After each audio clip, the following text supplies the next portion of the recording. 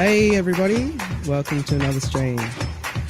Hopefully you can hear music with this intro, which should be good. Hope you're all doing really well. I've got a good feeling about this stream this week. I actually got a early birthday present through the week, so I've got a new guinea pig rig set up here, so I don't have to worry about my computer catching on fire whenever I do a stream, which is going to be pretty helpful. Again, 10 points to Gryffindor goes to Bodgy, first in stream.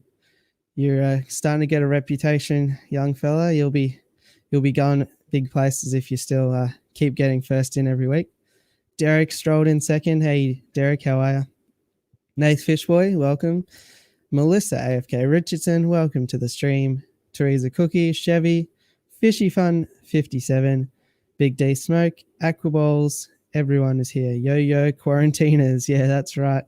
I don't know about everybody else. Obviously, it's an interesting time in the world, but I'm actually pretty content just being at home. So the actual cooped up feeling that a lot of people are struggling with, it's not the case for me. So that's a relief, I guess. Hey, Candy, thanks for coming. And yeah, so I've got a new hairstyle. Well, that's a funny one because I haven't actually done anything with my hair for the entire time I've been quarantined now, which is like 3 weeks. So it was a bit unruly.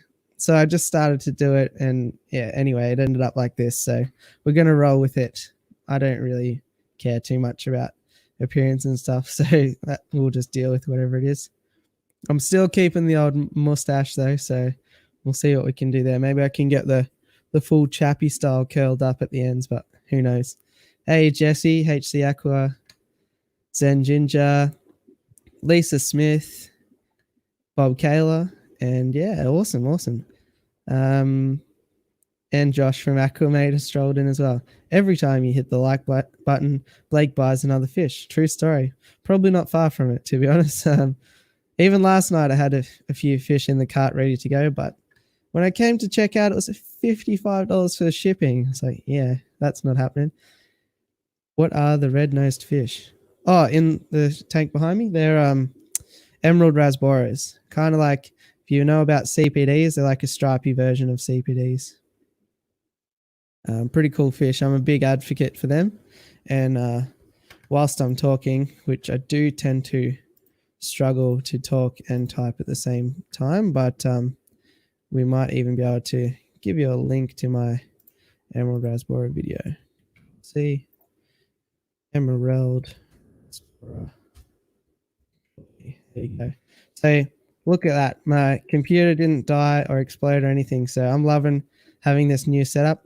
And as part of it, we've got some bells and whistles. So we've got the sound from the intro, which is awesome. When I do need to step away from the computer, which is pretty rare, but I've joked about it a few times that I need some elevator music. We've got this. So that's some pretty funky music you can listen to, and not that one. So yeah, I got a few little tricks up my sleeve here. So hopefully I can keep it interesting for you guys, and yeah, keep bringing what people keep coming back for. So we'll see. Some shenanigans is happening in the chat. I'll just catch up with that another time. Hey Chewy, how are you? Pam's here too. Oh, hashtag Bob's Boxes. Okay, I see what the shenanigans are all about here. Taters, how's it going? Welcome again, all the way from Denmark. I did panic then. I was like, is it Denmark? But I'm pretty sure it is. Gorgeous tank behind me. Oh, thanks. Yeah, this is pretty much my tank that's kind of going the best at the moment. So every week I try and change it up to different tanks, but it's been on this one for a few weeks now because it just seems to be doing better than all the rest. And it's quite funny because there's no filter in it. It's really simple. Just a power head, the power head sitting behind the CO2 diffuser, and that just sort of disperses it all around the tank. I'm professional now. I don't know about that, but hopefully we can get somewhere close pretty soon. You did get an exclusive of the elevator music. I do have to thank Bodgy. I put the call out for someone to just be a guinea pig and come up on a private stream and all that, so I could test my bells and whistles. And he came through with the goods. And hey, Cody-san, if I haven't said g'day to you yet. All right, so what else? Let's get through some formalities. I gave out the points to Bodgy, said hello. So I've got this one. This is another screen. So through the week, we hit 700 subscribers, which is insane. Like, it blows my mind to think at the start of the year, I was like 2 years into making videos, maybe even more. And I was on like 20 subscribers or something before Blackie shouted me out. So it's been really great to meet so many of you and just be more involved in this community. And it is truly the best community online, online or anywhere. So yeah, it's really awesome that we keep moving up despite everything else that's going on. We have a strong little community here. So yeah, thanks again to every single one of you. And I know that some people might say, oh, it's a number, but really it's just more and more fabulous people that I'm coming across. So so that's a big thing, and all that positive engagement as well that is starting to come by. I'm kind of struggling to keep up with the comments a little bit, but I definitely want to keep on top of them, and I reply to every single one. So thanks a lot for all your positive feedback. So it's really, really rewarding and awesome. And 700 does feel like a real number too now. Yeah, so it's pretty touching, to be honest. But we'll look at that jumper. Oh, thanks, Bodge. Yeah, I dress up for you guys on a Thursday. Try and keep it slick. I don't want to be strolling in here in my trackies and singlet, letting you guys down. So it's the least I can do to dress up for my favorite people. I just wanted to say thanks. I'm glad you came along. Partner, you're my special friend.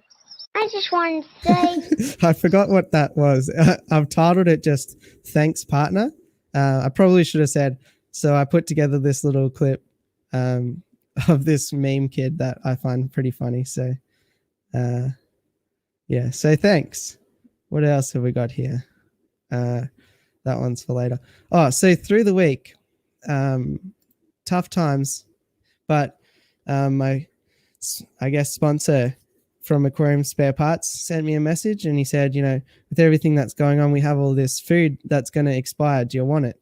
And I was like, sent me this photo, and I was like, yeah, sure. So he just sent me a box full of all this food. He hasn't told me to say anything or make any video. I was thinking of a way to make a video, but I was like, unboxing food, it's kind of a odd video to put in anywhere. So I just thought, I would acknowledge that it's so generous, especially there's a lot of businesses doing it tough at the moment. To just send me 50 bags of food is crazy. So my fish will be happy and healthy through all of this. And yeah, Zen, that's definitely something that I'm thinking of doing. So we're coming up to 750. So I'd be happy to send out, maybe I could send out even 5 bags. Maybe I'll send out 2 of these, because they're quite big bags. If I send out 2 bags for the 750 and then 5 for the 1,000, but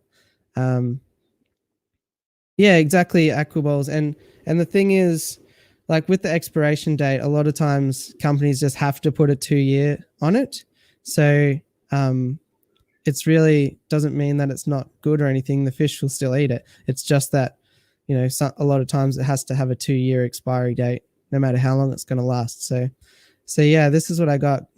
Awesome variety too. So you got, sinking foods, floating foods, medium, small, baby, large pellets. And I was just so honored.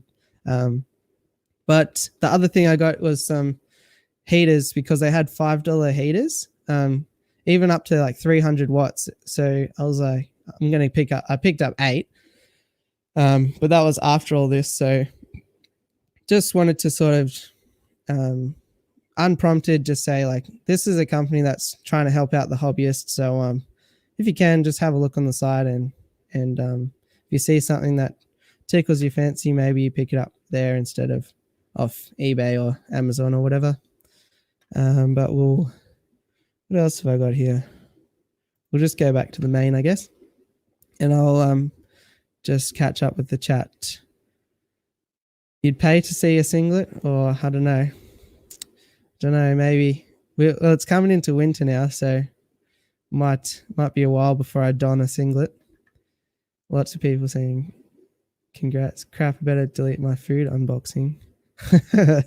Yeah. Well, it is one of those things, like I try and I just was in my mind was like, it's kind of like a show off thing, like look how good I am sort of thing. I just couldn't figure out a good way to do it.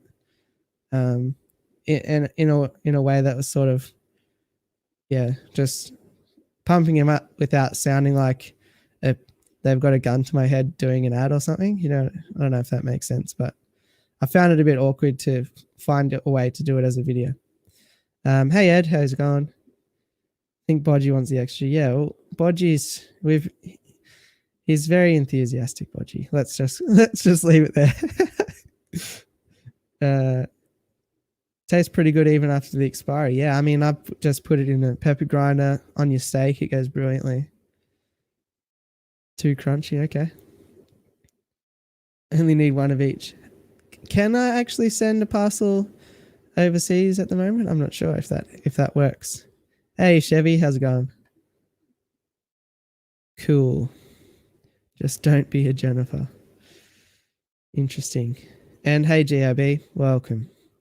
All right, so I've got my top 10 ready to go. So here's the thing, and you can determine this in the comments. I've got a kind of interesting story of I can give you a bit of an update of what I've been doing in the fish room for the last week, before or after the top 10, because we all know how these top lists go. It can be probably an hour before we get to that. So let me know. Only Blake knows how enthusiastic I am with my texting. Yeah, Bodgy actually has like a chain gun or a big machine gun that he uses to type on, and he just shoots in like one letter at a time. So like if he wants to say hello, that's like 6 or 7 letters. H, send, E, send, L, send, and so forth. Yeah, you might have sent 2 parcels overseas, but did they get there? We're not sure. You can send... Yeah, because I think...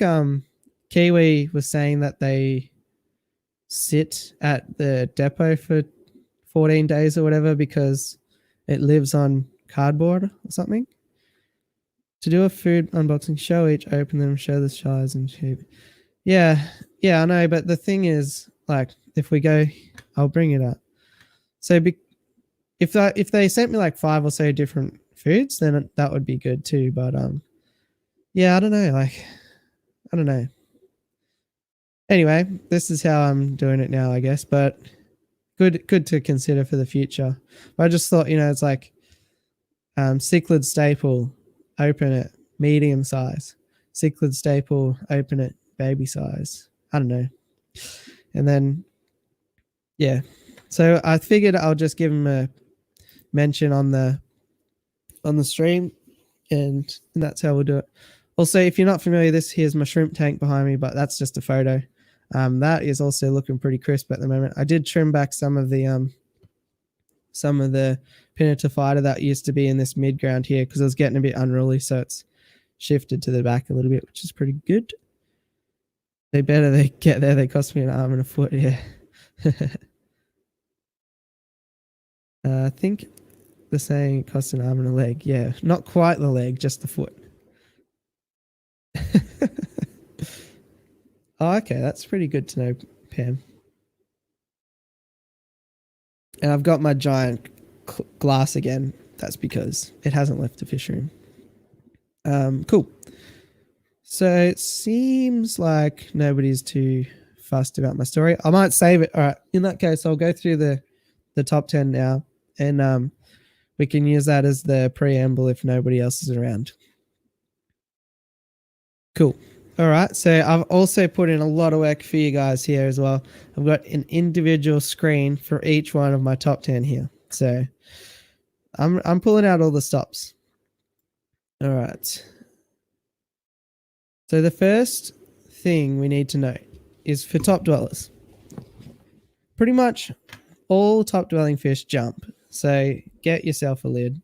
Don't even risk it, or you'll end up with some fish jerky on your floor. Yeah, live streaming is hard. I definitely put like way more effort into a live stream than a video. Like I know most people think you just hit the button and it's easy, you don't have to edit, but yeah. Well, you would think you're cool because you prepared your stream. I don't know what that means, but we'll go with it. So yeah, just don't even risk it with top dwellers. I think I gave you the wrong link before. Anyway, Rachel O'Leary explains Emerald Rasbora way better than I do, probably. So yeah, just get yourself the lid. And the other thing I think is, if you got a top dwelling fish, feed floating foods, because they're not really going to go down and hunt for them from the substrate if they can avoid it. Like, sure, if they get starving, they might. Yeah, definitely put the lid on the jag jar. Yeah, I just like to feed foods that are going to go to the area in the water column that the fish are. Kind of might sound like an obvious thing to point out, but why not touch on it now anyway? And the other thing about top dwelling fish is they are like sitting ducks up there, so don't house them with anything that is likely to pick them off, or wait until the opportunity arises to have a bit of a snack. All right. Aren't white clouds more of a mid dweller? Yes. Did somebody say that? White clouds. White clouds, they never jump. Yeah, I think white clouds are a bit of a mid dweller personally. And the expensive bedders, yeah. Look, I think we've all, well, maybe not all of us, but I think a lot of people have experimented with bedders and they can say that they're not going to jump, but then they might not jump day one, they might not jump week one, month one, but inevitably, if they live long enough, you'll probably find that they do. I do think Blake's is cool. Thanks, Ed. I think you're pretty cool too. All right. So the first one on the list, you're thinking, finally, get around to the list. I only came here to see top dwelling fish. Bang. We've got golden wonder killifish. Look at those special effects. This is just next level. So golden wonder killifish are super cool. I have, what have I got? 6 of them, and it started off as a pair, but I bred some, and yeah, they're really easy to breed. They're a spawning mop breeder, which is pretty easy, and the fry come out like decent size. They grow really quick in those early stages, so they're not hard to raise up at all. Important things to consider with these guys are that they do have quite a big mouth. You can sort of see there that like their mouth is like basically eyeball to eyeball. So just be conscious of things that might fit into that mouth. Definite jumpers, these guys, and quite skittish early days. So get some floating plants in there to make them feel comfortable. They are like a little mini golden arowana. A lot of these top dwelling fish are kind of arowana-ish, but I guess we'll just mention that every time to annoy people. Even non-jumpers jump, correct, Chevy. Yeah, I've had the weirdest things jump, like shrimp jump out somehow and all that. You've got lids screwed down and the big arowana jumped. Wow, that's insane. Hopefully it all worked out okay. I just know because I've got those greenhouse panels, like the twin wall polycarbonate sheets, and I hear my Saratoga smash into it all the time. Probably, if you ever see me turn my head really quickly, it's probably because of that. And I think on a stream last week or during the weekend, I had to get up and go check, but it was okay. So yeah, these guys are cool. They got biggish mouths, easy to breed, and they look awesome. On that picture there, the smaller one just here is the female, the bigger one is the male. You can tell that from the red sort of colors on the tail, but the males in general are going to be a lot more decorated. Hey JH, welcome to my stream. Cool. So I think that pretty much does it for golden wonder killifish. Let's go to the next one.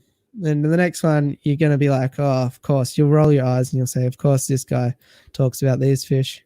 But I know that Jesse from HC Aqua's here, so he'll back me up.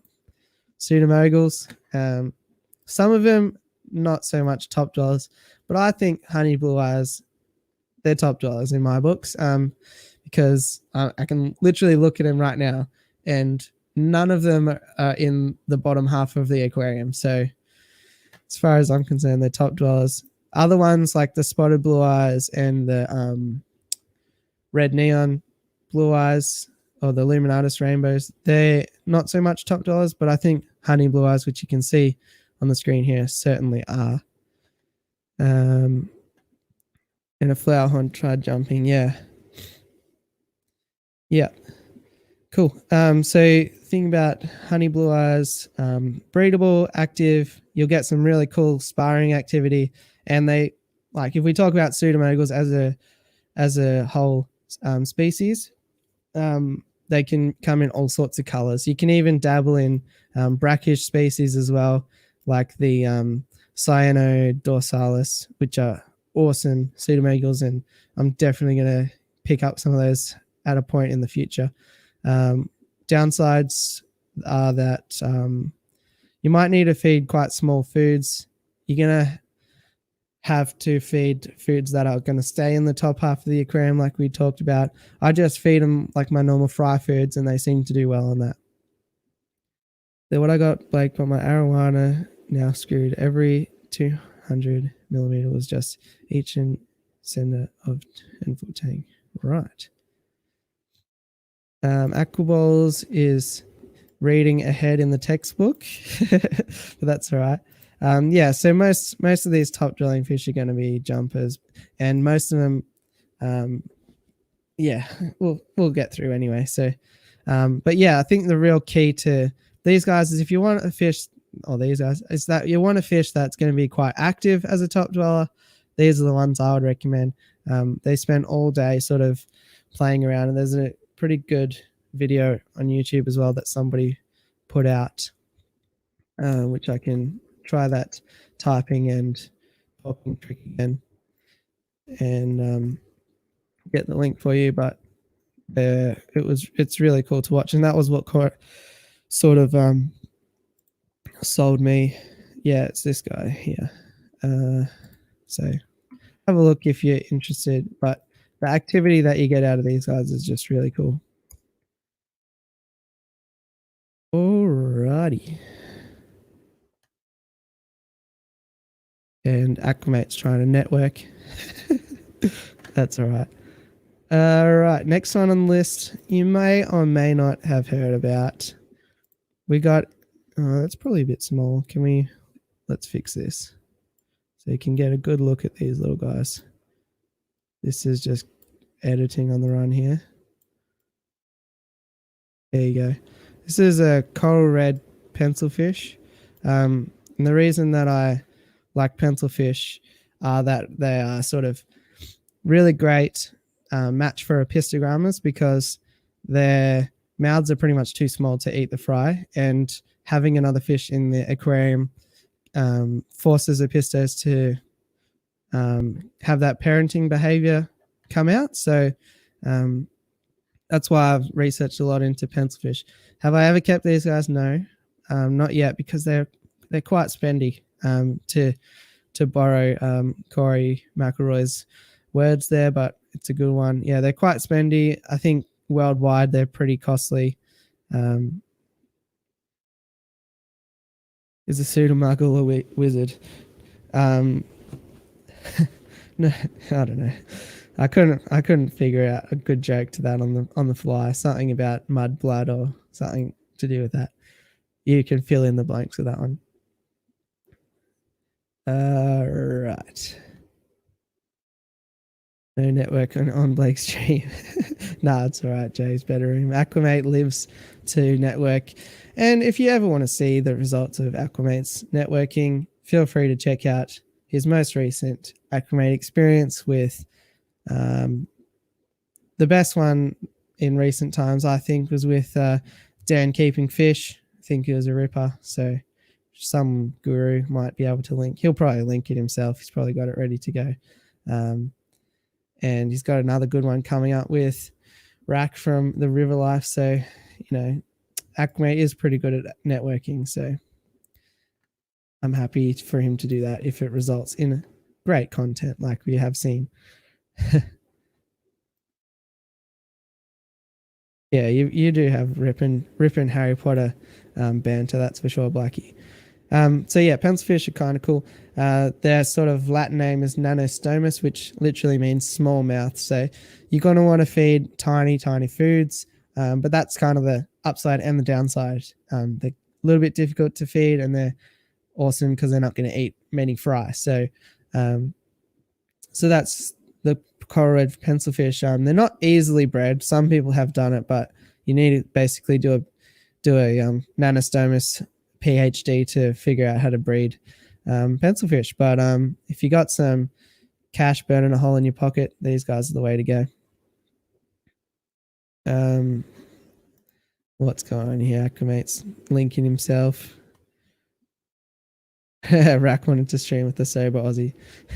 There's not many of those around, especially at the moment. So I can't even guarantee that Josh would be that way himself. So anyway, let's keep moving forward, shall we? Rice fish, another perler. Plenty of colors, mostly in Australia anyway. We've got platinum and orange.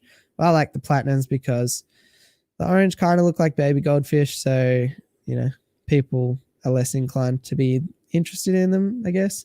But yeah, you can keep orange varieties if you like, and worldwide there's actually a lot more colors than that, but haven't made their way here just yet.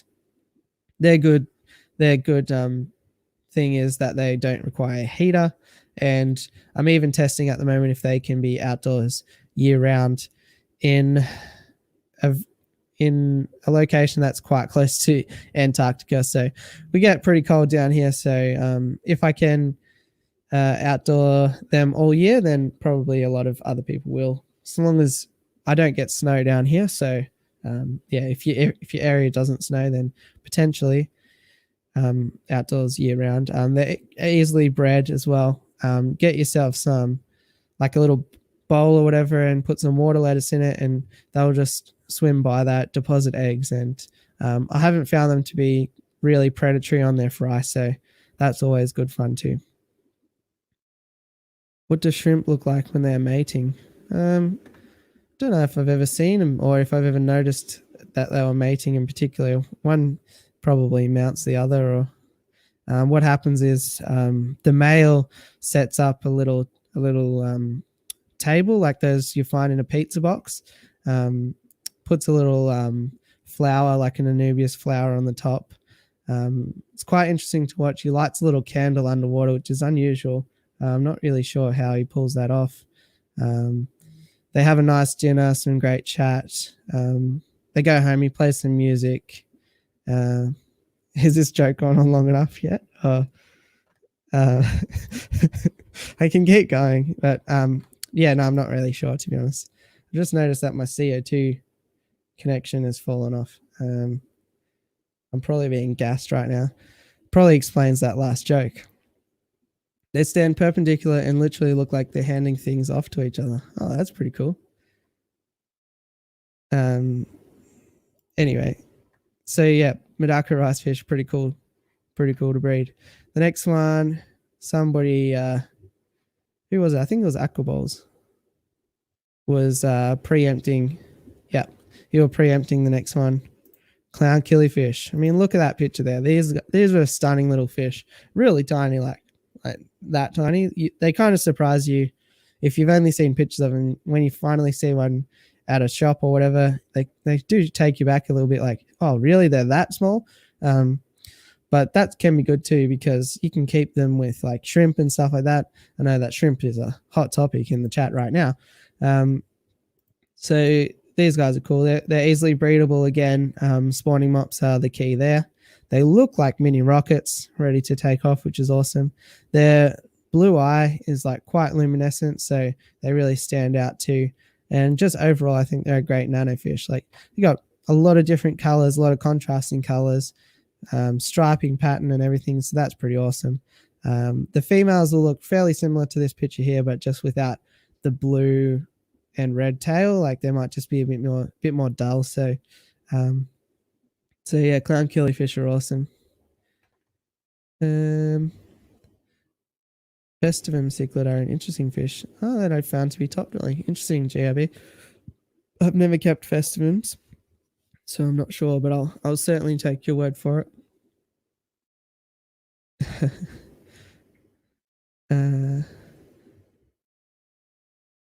Rocket. Oh wow, firework. Sure. Yeah. So they're pretty awesome to look at. G'day, Thirsty. How are you, mate? And awesome. All right, so let's just keep moving ahead here. I think we're moving through. What have we got? 6 down. Oh, we're flying through. We're on to the 6th. 6th one is a personal favorite of mine. We do know that I'm on to my 2nd one, but I'm having a lot more success with the 2nd one since I got the tank mates right. We've got the Saratoga Lycardi, any Saratoga, to be honest. The reason these are on my list are because, first of all, they look awesome. There's a reason why arowanas and Saratogas and these sorts of fish are so popular because they are really striking. They get quite large. And also they hit the food hard. So, yeah, it's pretty cool getting them blowing up over some food. So, yeah, I like them. Don't really know why, but yeah, these guys are cool. The good old toga. Yeah, exactly right. What more can you say about them, really? I'm so happy that my 2nd one's going a lot better. So I've just got him in with the rays and the silver dollars. A lot more safe of a combo. I have seen him kept with more aggressive things, but yeah, I'm pretty happy with that combo at the moment. What's mine eating? Mine's eating ocean. What's that called? Ocean free. Tell you what, we'll make use of my away screen and I'll go get it.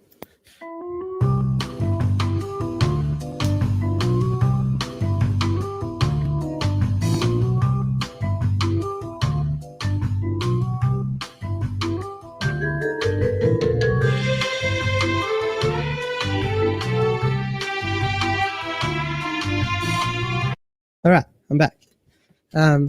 This is what they're feeding on. Ocean free SAG1 monster fish carnivore food. And it seems to be going pretty well. It looks kind of cool.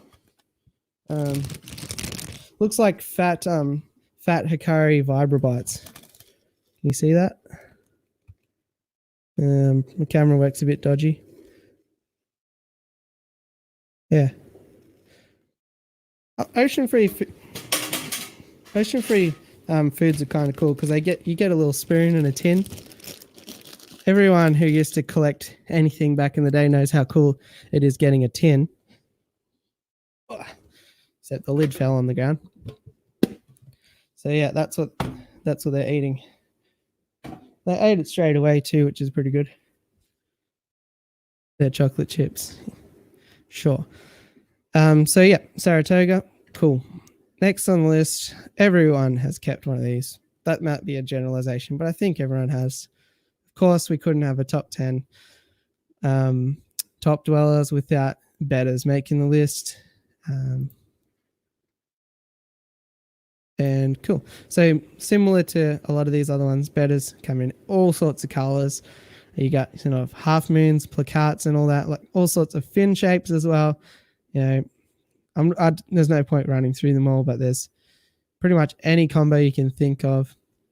They're got ample personality. They are sort of true wet pets, and they're really, really fun to breed. I actually think betters are probably one of the funnest fish that I've ever bred, because it's really hands-on. You know, first of all, you got to feed them all up, get them nicely conditioned. That takes a few days, and then you put the male in the tank and get him ready to make a bubble nest, and that takes maybe another day. And then you put another container in, put the female in so she's separated, you know, and then you see her get the vertical stripes and his bubble nesters going off and all this. And it just seems like a very like a scientific process, or a process that you can get really involved in, which is really, really fun. So I love breeding betters. It's really, really good. And yeah, this is a ripper better. This is just from Google, but you might have noticed I've used it in 2 thumbnails and this stream so far. So I need to consider reeling back on using whoever's photo this is. But yeah, really cool better. Moving on, we've got the half beaks. You might have seen my recent video. I've got some wrestling half beaks now. This on the screen here is the Celebes half beak, which get quite a bit larger than the wrestling half beak, but both of them are live bearers, and they look like mini gars, which is kind of cool. So maybe we skipped over that last point there. They're both live bearers, which is just insane. So quite easy to breed so long as you feed them well enough. And what's not to like? Look at them. So there are also types of these, I keep doing the wrong way, types of these half beaks that are called the flamingo half beak, and legitimately they look like a flamingo. It's really weird. So love a bit of a half beak.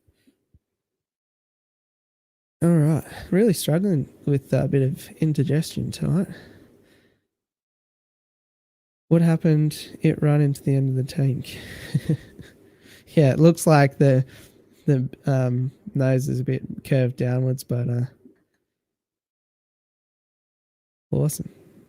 Oh, thanks, Zen. Good job on the links. What goes in the kiddie pool? Maybe I've lost something there. Anyway, half beaks are awesome. You might not have come across those in your travels yet. Well, we're actually flying through this top 10 list. I've only got 2 more to go, which is a bit of a concern. Hopefully there's people around in 2 fishes time, but if not, we'll make do. I'm just catching up. All right, so second last one on the list, dwarf gouramis, another anabantoid, which, you know, they're like betters, breathe from the surface, build bubble nests and all that stuff. All right, I'm not sure what's going on there. Head like a twisted sand shoe. Yeah, they've got a face for radio. Some say the old half beak, but you know, I think it's got character. What? I don't know why I would vomit on. Bodgy, you're really perplexing me with a lot of your comments this evening, but I guess that's not uncommon. So dwarf gouramis, I like the honey gourami probably the most, and they're kind of the most chill, but yeah, they're not everyone's cup of tea. Some people go straight out and buy this fish on the screen as their first fish. This is sometimes called a dwarf coral gourami, and there's powder blue variants and also flame variants. You know, if you can imagine that fish on screen only has the blue color or only has the red/orange color, then that's what we're looking at here. They're pretty easy to keep. Probably a lot of you have kept these as well. You can keep them together. But I would say just steer clear of gold gouramis and blue gouramis because they're actually aggro. And I had a gold gourami in with some pretty aggressive things. I think I had them in with like convict cichlids for a while, and it was teaching the convicts a lesson, and not many fish do that. So maybe I got a really out there one, but yeah, I just wouldn't recommend anybody picking up a gold gourami personally. Yeah, every stream, Jay, he's bordering on getting kicked, to be honest. First he started with some pirate nonsense, and now he's here just trolling it up. So you know, western suburbs, bodgy, you know how the story goes. Blue and gold gouramis, yeah, maybe it would work, but I just can't in good conscience recommend them. opaline gouramis I've never kept, but yeah, if you know more gourami details, feel free to put them in the chat, help people out.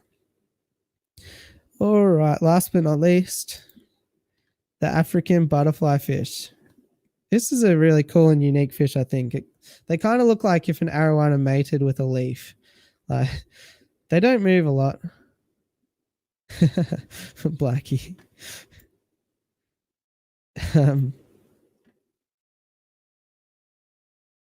With all your talk of breeding fish for fighting and hating cats, I'm starting to wonder.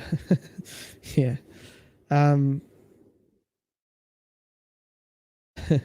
So yeah, these guys are awesome. They don't move around a lot, like, which might annoy some people, but they look really unique.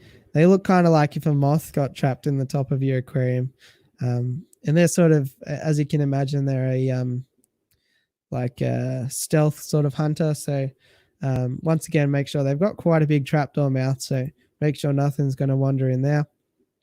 And you should have a lot of fun. And make sure nothing similarly is going to want to nip up those pretty stunning fins. So yeah, they're pretty cool fish, and one that maybe people haven't come across that much. Hey, Scuff Fish Tank.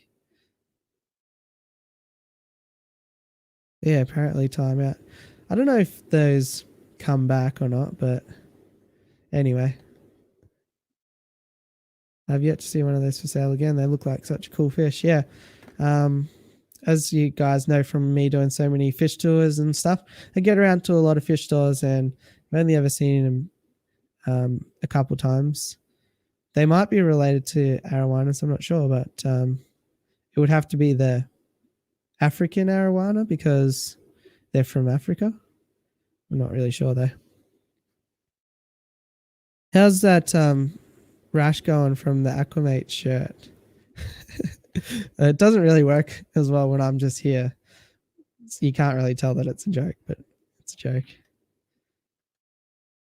So yeah, if anyone's around, I've posted the link in the Hangouts and stuff, and that's the end of my top 10. Also, if you have anything that you think that I missed, feel free to put it forward, and I'll be here just playing with windows. And let's go back to the main. There we go. So there we go, top 10 top dwellers. Hopefully you got some inspiration out of that. Hopefully you didn't think that I was a massive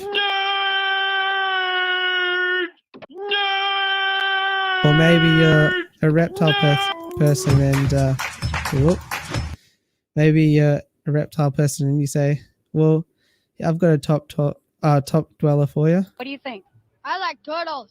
What do you think? I'm having way too much fun with all these memes and stuff now that I figured out how to get volume on the stream. Oh, looks like I've got a guest here. Let me know when you're ready, guest. Oh, actually, I've got a screen for when I have guests. Oh, let's figure it out. I think we're gonna be friends. Oh. Special friends. And when I'm with friends, I like to have fun.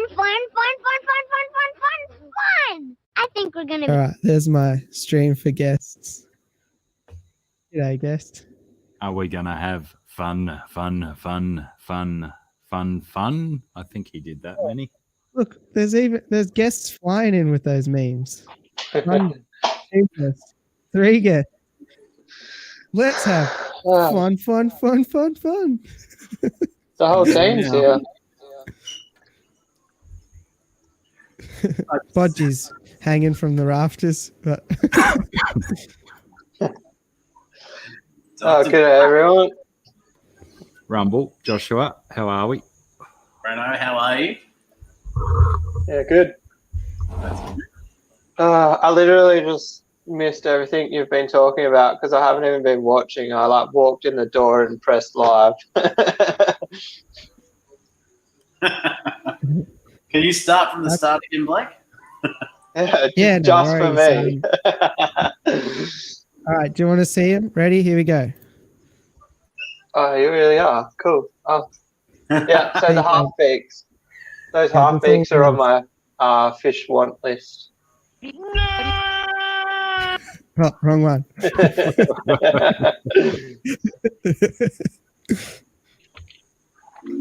Poor Bodgy. Yeah, Bodgy will be back. I don't know when his timeout finishes, but Wait. You guys fell over there. So what's been happening? oh, been busy. It's been good to have a bit of rain today, actually. That was nice. My rainwater tanks were pretty empty, so hopefully get a bit full. Yeah, I was wondering how long those tanks were going to last for you. Oh, it took me this whole time I was trying to process what Thirsty's joke was about me being that kid 2 years ago. We do look pretty similar, don't we? That could be my son.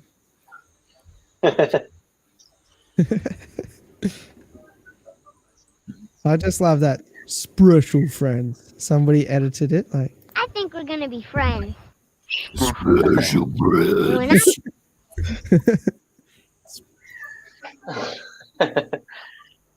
So you're still working, Rumble? Any chance of a closing it up soon, or what's the go? Zero chance. Oh. Unless old ScoMo calls it, shut down construction, I won't be leaving work. Oh, What is that? the machine gun is back. Okay, cool. Hey, what's up? Now he's flooded the chat. You're going to have to ban him for another 300 seconds. You're really risking another timeout. Someone else's turn. Hide user on this channel.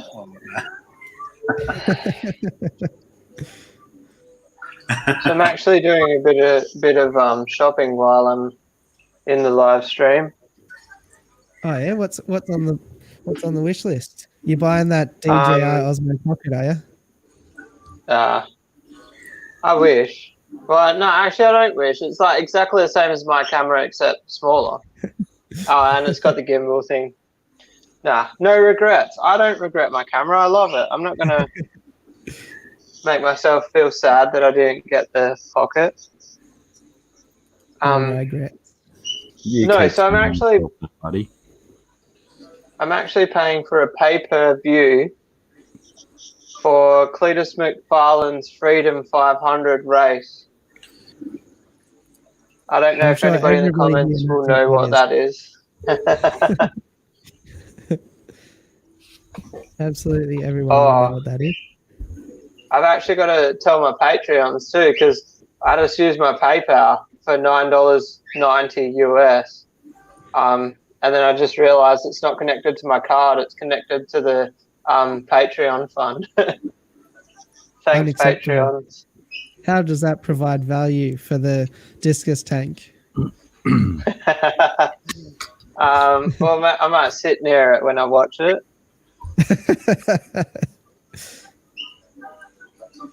Yeah, Teresa, So, I'm not even sure what kind of weird Aussie thing that is. I think it's got to do with cars or something. Yeah. They actually had to move it forward a day because Florida in USA is getting locked down of midnight Thursday night, which I'm spewing because it was meant to be Friday night, which would have been our Saturday morning. So I could have got up Saturday morning and watched it, but instead I've paid for it and I'll just have to watch it after work, and hopefully there's no spoilers on Facebook.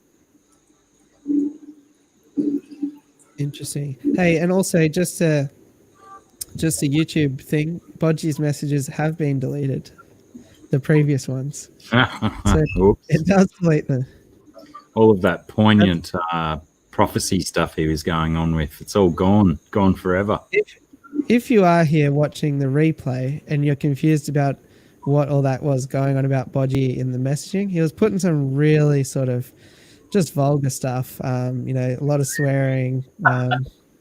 Not only the vulgar stuff, but his prediction about where the Earth was headed were, some of those were quite probing and deep, thought-provoking.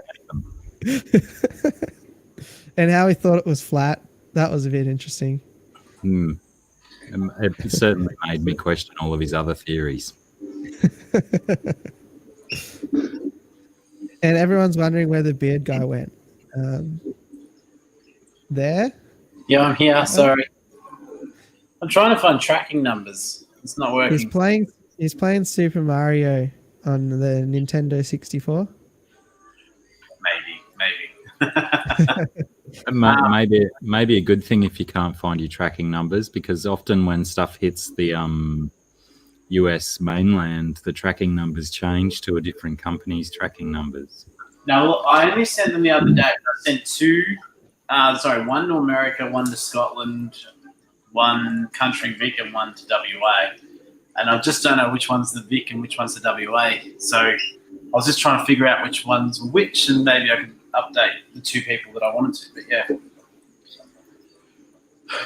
because I got a really awesome gift today from one of the Fish Fam's very own. I didn't send you anything. One of the Fish Fam. Oh. I didn't say the best of the Fish Fam or the worst of it.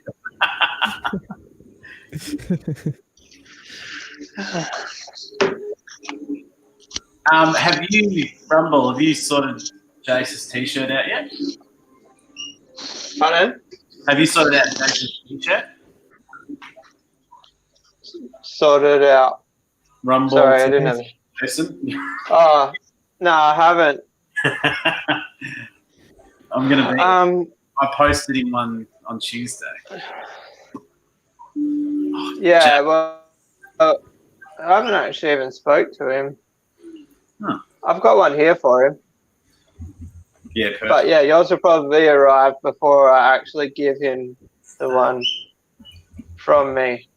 And how far away is he from you? At least 30-minute drive.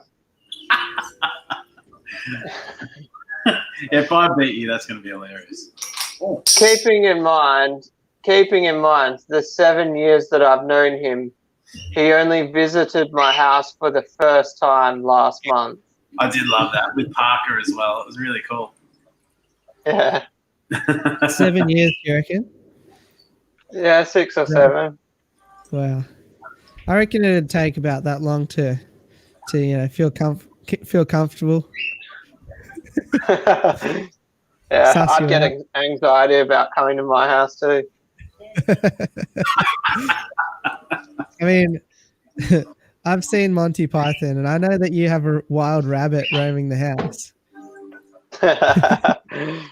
Oh, you want to talk about dodgy? Yesterday when I went to pick up a fish tank, I drove quite far down south, about 45 minutes. And while I was there, I messaged two people, like, I'm going to be in Mandurah. If you want to pick up those fish, you can grab them out of the car while I'm picking up this fish tank. So I'm like picking up the fish tank, some random's house, like I don't even know the person, and I've got like two people like rocking up in the driveway and like giving them a bag, and they're giving me money. I don't think they were too impressed, eh? That's so funny. Imagine if they got there like a bit earlier and then they just knock on the person's door or something. Like, I'm here to pick up some code blues. Yeah. I've sold a couple of flower horns. I didn't actually think they would. I didn't actually think they would be able to be selling well in this current situation. Yeah, the fish market's interesting now. Like, I feel like people have time to actually sit in front of their fish tanks and they think, oh, that could go for X fish in there, or I'll finally set up this 3-footer to do whatever, all that stuff. Yeah. And like the other thing is, you're not spending money on the weekends. We've saved heaps of money in the last few weeks. Yeah, like I went somewhere the other day and I was thinking, this is the first time in 5 days that I've started my car. So even like fuel and all that stuff, just it adds up, I guess. Yeah. My work has got a lot less busy. Like, there's definitely not as many people getting in the elevators and stuff. And there's actually a restriction on the elevator now, 2 people per elevator. And that's to do, like, you know how you're only allowed 2 people in any area, like like by ScoMo, you know what I mean? Yeah. There was 4 people in the elevator and they actually got fined. So everybody's really been enforcing the rules. Also, just say g'day to Ryan from Korean Pet Central. If you're in WA, Oh, g'day, Ryan. they're still operating, so get your supplies from there. Apparently, the fish market is up. Ryan at Korean Pet Central. There you go. Hashtag not sponsored. Well, I think even stuff gets you're shipped not over here. sponsored. So if you want, yeah, I'm not. Yeah. So yeah, if you want some extreme food or whatever, that's you go. I need to order a new tripod for my phone. I'm still on the toilet toilet sponge holder. Anybody who doesn't know what that means, probably. I've got heaps. I collect camera gear. There you go. You can have that one. Yeah. I've got like 3 for my camera, but none for my phone. Oh, so my camera can now live stream, but I don't know if it would work on StreamYard. I think I can only live stream direct to YouTube. Oh, yeah. But still, that could be interesting because it'd be a good test if you needed 1,000 subs to stream straight to YouTube from the Osmo. Yeah, I think you do. Because on the Osmo Facebook page, people were complaining that they couldn't go live because they don't have 1,000 subs. Oh, okay. Scuffed Fish Tank is still selling the Calax from IKEA. He gets a really generous kickback for that sponsorship. So, check that out. Did he answer you about the rash from the t-shirt earlier? No, not sure. It might be permanent scarring at this stage, but he still continues to wear it, which is at least 14 days straight now, which is kind of odd. I'll show you the Ben Cousins signed footy card from the year he won the Brownlow. It's unfortunate. Does it come with a line of coke? Hey? Does it come with a line of coke? No. The documentary through the week just dropped the price of that sucker. Yeah, true. He's my favourite player of all time, and I would assume that would be similar to you getting a Jack Bird. Stay away from people. So to get that in the mail today, really happy, and got like this little thing to go with it, so I could frame it and put that down the bottom. So, oh, cool. Yeah, I was really pumped. I was getting frustrated today at everything, and then that was in the mail, and I was like, turn today around. I did. You go. I was just going to say, I just remembered I need to connect up that CO2 thing again.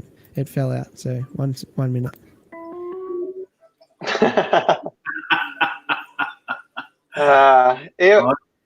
You can't leave your own stream.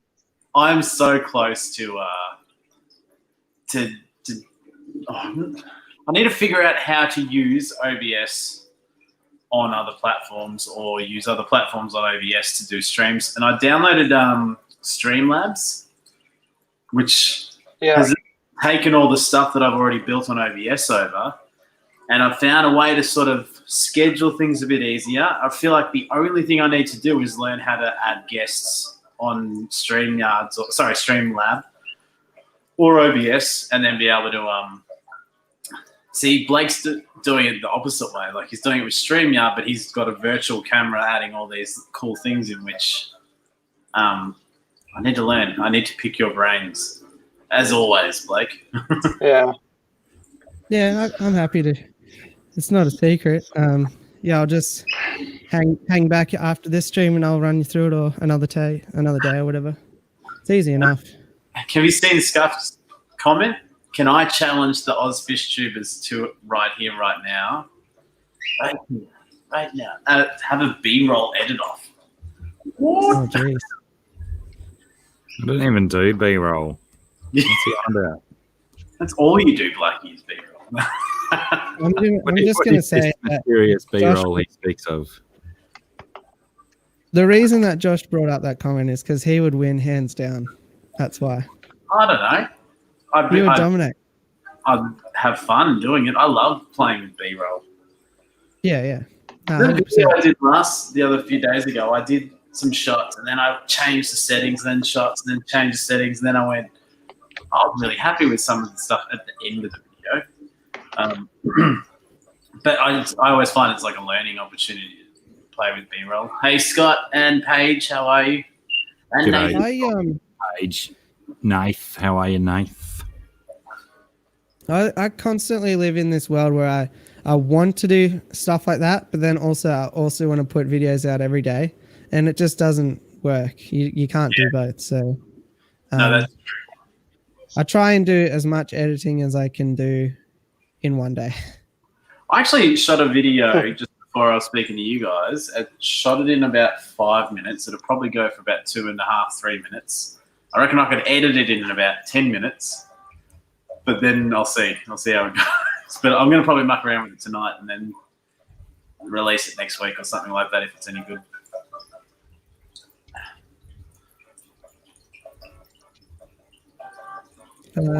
Chevy's talking about that food that I was feeding the Saratoga again. If you haven't fed ocean free before, it's a good food. Worst case scenario, just buy it once, keep the tin, and fill it up with hikari. They're cool tins. Yeah. Unfortunately, today went to the Lilydale Aquarium again, and it was 50% off all the dry goods. I didn't realise, so I didn't do it, but I could have picked up another New Life Spectrum for half price. All the foods were half price, all the chemicals and stuff. So I showed you earlier. I got some fertilizers and stuff. What's wrong, Blackie? You could have bloody got me some nice half-price food, some good meds. Send me up some meds. I got some sick fish right now. You know, yeah, by the time I ship them to you, it wouldn't really be half price. Well, it'd be half price for Blackie. You'd have to pay the shipping. Yeah, exactly. My point exactly. I mean, you know. I actually got happened to them? thrown the other day sending T-shirts was like, to send 4 T-shirts cost me $70, but that's because of different countries and stuff like that. But I was like, really? There's no weight to them. Like they fold up into a little neat package. I was a bit thrown by that. Brian's hooking you up, Brendan. You've got something on your way, apparently. He's always got something on my way. That's why he's such a great bloke. Extreme or ocean free? I kind of think like I just want to buy 1 tin of all the ocean frees and just have those tins just forever. Yeah. Everyone's really responsive to that idea. Thanks for the support, guys. Oh, sorry, I was reading Alien World Aquatics. Scott and Paige are awake at 4 a.m. Why are you awake at 4 a.m. together? What are you doing?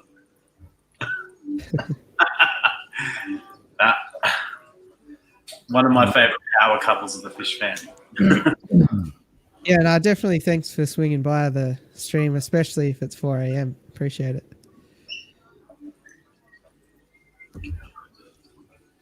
What were you going to say, Rumble? I've actually used that red tin before, but I never paid attention on whether it was great or not. But cat's out of the bag. I am going to be comparing a couple of foods on the flower horn soon. Oh, you heard it first here, ladies and gentlemen. Exclusive. Dropping bombs on Blake's Aquatics. I always seem to drop bombs on your streams. So Ryan can see his logo live on your stream too. I just inverted the colors because we need black for the logo. If you can work out in your head where that black logo is going to go. On your neck as a tattoo? Yeah, right there. It's a bold move to go the inverted black square and just leaving blank space for the logo, but I mean, I Screams would have done cover-up it tattoo. It's to cover up that Hikari tattoo that you've got on your on your neck already. Yeah. I feel like a That's- Hikari tattoo should be on your ankle or something as like a bottom feeder. Yeah, and in Japanese characters with a love heart around it. Japanese writing saying, I don't know Japanese. I think you're saying Japanese. I really think so. It says Nihongo o wakaranai. That actually means I don't know Japanese. I forgot you know some Japanese, Blake. Man of many talents. Oh, that's it. At least 2. Where can you buy DOOA tanks in Australia? I've never heard of DOO tanks. I was going to point that out before, and I thought you'd be the man to ask because I haven't heard of them either. DOOA. What's that stand for? Dead on arrival. Dead only arrival. Let's have a look. Let's Google it. That's positive thinking. One thing that I will say is if you do, oh no, I can't say that. Never mind. Buy your tanks from places. ADA. It's ADA, Japan. You can try in Mitcham. Nature aquariums. They sell a bunch of ADA tanks. Yeah, so Nature Aquarium's at Mount Albert, and then in Mitcham, exactly the same road, about 10 minutes up the road, is H2O, Lifestyle Aquarium. They're ADA shop as well. So between the two of them, you might find something, Lorenzo. Not too far from you, or half an hour. Nature aquariums don't have it. Yeah, and the thing with that as well is like there was those ADA 60Ps, and they were like a couple of hundred, and then there was the Petworks ones, the exact same dimensions, and I'm pretty sure even those 60 centimeter Petworks ones are like fairly low iron and stuff. So I was like, is it really worth triple the price? I'm not sure. So I found one tank. Oh, it's not even a tank. What is that? Nah, ignore me. I found some like, here, I'm going to share the link in the chat because you guys have got to look at this. It's like some plant thing and it's like $200. It's like Beautiful Andrew. Oh, those Terrabases, yeah. I have seen those. That's the only thing I can see that's in Australia of the DOOA. Yeah, there's a guy on Facebook who's got one of those and seems to do well, but I just couldn't really figure out what it was. So I guess that what's around the outside must be like a soft clay sort of thing and you plant into it. I don't know. Those tanks do look bloody nice, but yeah, just the availability in Australia.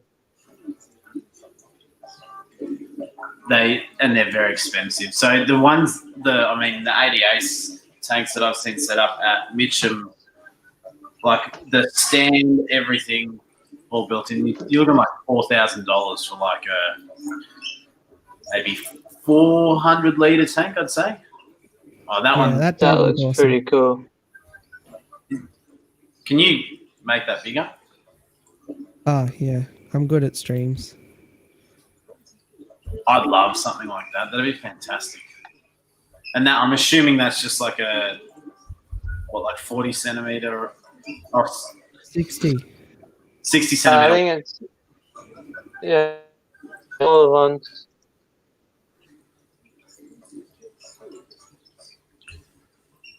So that one looks 30. Like 30. Yeah. I'd love That's one of pretty them cool. tanks. But is that 60 litre and 30 litre, do you reckon? And No, then 30 centimeter. Nah, and that's 60 30 centimeter. centimeters, I reckon. Yeah, it's tiny. it doesn't look like it'd be very big at all. It'd be the amount of water in that would be like 10 litres or something at the most. Well, that's how good they Yeah. are at aquascaping though, because you'll see like these, MD fish tanks and your George Farmers and stuff. They make a 60 centimeter tank look like a 160 centimeter tank with all the fine details and stuff. That's what you said when you visited my fish room. Yeah, I did. I asked when George Farmer left your house because obviously he came through there. Wow. All right, so is everyone sitting down? Yes. So the Terra 30 holds 10 litres of water and retails for $369 US. Big enough for a couple of silver arowanas. Crikey. They That's don't miss you, do they? insane. And I just didn't catch that then. How many litres? 10. 10. 10 litres. Yeah, that's what I'm saying. It's like half the size of this baby thing in front of me. So what, you could have 5 nano, like super nano fish in there and some shrimp? Maybe even 3 Right. nano fish. Yeah, Well, like you just... I'm going to ruin everything here, but these tanks, is it going to work? These tanks up the top are 30 centimeter cubes. That one there. So like it's tiny. Yeah, it is. It's all exposed in that, but I'm actually curious. I think this is 30 centimeters. yeah, it would be that opti white glass and all that GRB, but still, do you think that it's going to be $400 better off having a bit less blue in the water? Also, the Terra 30 has like the full height sides and just the small front. I like it when the sides are the L shape with the cutout. I think because you're less likely to dunk your elbow on it walking past one day and smashing it. Yeah. The Terra 60 has the cutouts. And this 60 watt would only be like 20 litres then, yeah? Yeah.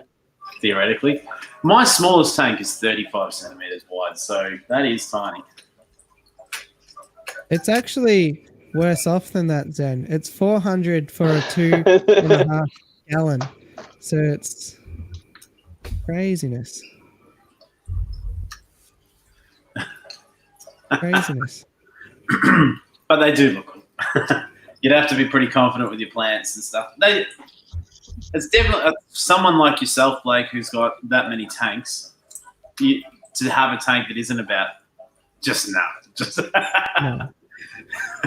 No. But like on that topic, I have thought sometimes if I did have to go down to one tank, it would be like a big unit, like a big 8-footer or something, and just put like all the lights that I already have on it or something. I don't know, but 40 lights on an 8-foot tank. yeah, you can't actually look inside it. It's like the surface of the sun. Heaters. Yeah, a couple of heaters. Throw 40 heaters in there. Just build one, Scuffed. Find some scrap glass. That is the cheapest way, Scuffed. I know someone that might be able to build you one if you're interested. You can message me, but there definitely is one at Mitcham H2O that was a paludarium that had like a rock background that was part of the tank. So like you bought the tank and then it had these 3 pieces that fit in and you can hide your filter amongst it already. And I think it was an ADA product, but I don't know if it was that expensive, and it was not as tall. It might have been, I don't know, maybe 50 centimeters tall. Actually, they had those as well at New Life Keysborough. Something like that, actually. How I much? should have So, watched it. So this one is 23 liters and 140 Australian. It's out of stock, but there's an example. That's pretty much, yeah, it's pretty much what I was looking at in Mitcham. That's worth it. That's good. That's great value. Maybe it doesn't come with the rock though. Yeah, I would buy that. And what size did you say? 23 liters. So that's So it's essentially got about 10 liters of water in it too, not even. Yeah, I was just thinking it would be Much 23 better price. of water. It'd be 23 liters of air or water. Yeah. that picture doesn't really coincide with the measurements that are here. It says 31 centimeters wide, 27 centimeters high. But that looks a lot wider than the height in the photo. It's very deceiving. Yeah, so the front's 100. There's a calculator. My computer's been spaz. So 27 times 31. Yeah, so the bottom's only 8 liters. Yeah, well. Melissa is asking in the chat, what about Bioscape? That's kind of what I started talking about earlier, but let's just say search for Bioscape periodically on aquariumspareparts.com.au and you may or may not find something at some point in time. That's what my new tank is, Bioscape. Yeah, and that's what all the 6 or so. Oh, also, good times. I got these 2 scapes that were behind the green screen up onto the 3rd level of the rack. They're not full yet, but they will be soon. I'm stoked about that. I'm trying to picture which ones out.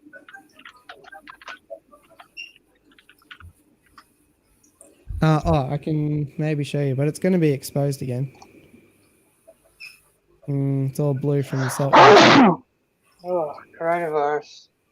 No, you can't see it. I keep picking up my phone and messaging Blake, but I keep forgetting. I'm right here. Oh, hey. Turn a tank into one. Yeah, I'm definitely keen to try out a paludarium at some point in time. I did one of these today. Another one of these. It's very hard to see, isn't it? Oh, that looks cool. Is that your? I haven't watched your video today. Is that what that's about? No. I do things that I don't film. I swear. You're frustrated. Like, oh, I've been doing this. Like, is there a video? Nah. I did 19 things today I could have filmed, and I didn't film one single thing. It's just because I start doing one thing, and then in the middle of that thing, I start doing another thing, and then all of a sudden I've got 17 jobs going. And, by the time the sun goes down, I've completed 19 jobs. Oh, Scuff, and that's terrarium just happened to be one of them. this one's a Bioscape tank. We can have a change of scenery, actually. All right. It's a bit algae ridden at the moment, but 1 minute.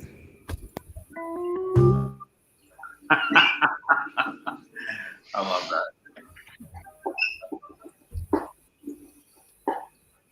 So I had to move my 7-point goldfish again. Oh, really? Now is the last time that I'm ever moving him because I'm getting he's so demanding. I put him back in with the goldfish. Who would have thought goldfish with goldfish? He's going to have more visa stamps in his passport than Scott Morrison. No. I put him in with the Crevenza spry for one night because I was like, this isn't working, this other setup. And they nipped at his tail. So I was like, all right, I'm going to get you out of there. This is it. He's in the goldfish tank and he just ate a fly. So I don't know. I don't know what his future holds. Did Rumble just accidentally turn his camera off by swiping it? Hang on a second. This doesn't make any sense. I've moved the camera. How is it still on that background?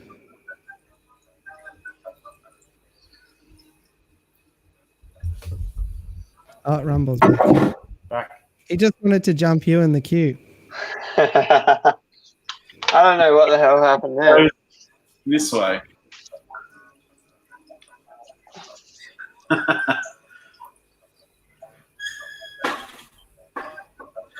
Better get some stuff. My phone's going to go flat. Oh, everyone's gone. Is it just me? Alright guys, we're going to my bedroom to find a charge cable so we don't go flat. So this is a view from my bedroom. I love it. I'm just like, we're going to run off with you. That's the view from your Yeah, so you can hear the water trickling at night, and every night when I go to bed, I need to go to the toilet when I lay down, and then I'm like, oh shit, now I got to get back up. But it's relaxing, I guess. Oh, Zenjin got excited. Pond. It's the Right. pond. Alright, we got power.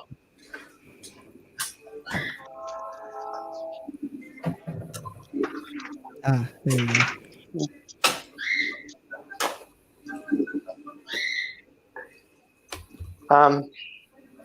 So I started getting rid of the brown algae.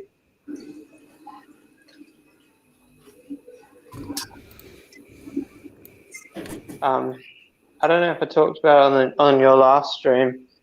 The Braziliensis is slowly coming back. I don't know if it's already like too far gone to come back properly, but we'll see. Might be a long road to recovery. Yeah, I've always struggled to grow that, to be honest. Even I've got it in with CO2 and good lights and all that, and still it's just a battle. And then also, I can't remember if it was you, Blake, but somebody told me I put the moss up here high, and then apparently it's not very good in intense light, and the light is very intense. So I should have actually kept the moss nice and low in the deep tank, but oh well, we'll see if it survives. But it's How big is it? started to. They range. That one there's probably like 7-8 centimeters, Yeah. So and there's then like there's young Pardon? adult. They're sort of like young adult, not juvenile, but probably starting. yeah, they're pretty tiny. That one there's only like 5 centimeters, maybe 6. Yeah. That one there's the smallest. Stuffed fish That tank. one I just just has- spent half an hour putting this tank on the camera, and now you're just leaving. Oh, dear. See you, man. Don't say I never do anything for you. And then there's these. So the one on the right was the biggest, and the one on the left was the same size as these ones before. But for some reason, that one is growing 10 times faster than all of them. So who knows? That's the thing with discus. I find like there's so many. It's hard. Some just don't grow, and some do. Whether it's well, I reckon it's the lines. They've been line bred, and some are crap. Some are.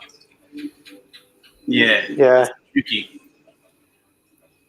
If you pay a fortune for discus, generally they're all right. But then when you just go and pick up some for like $100 or less each, yeah. Yeah, so it was always a bit of an experiment. When I put the discus in, the tank had fresh aqua soil and stuff, so it wasn't very stable. And Carlos from Living Discus in Perth, he gave me like 7 discus for $100, so I couldn't complain. No. but they were tiny. They were like this big, and I didn't actually. I didn't expect as many to survive as as have survived. If you know what I mean. Yeah. Good old pond. I've been trying to feed them a bit more. They haven't really been growing.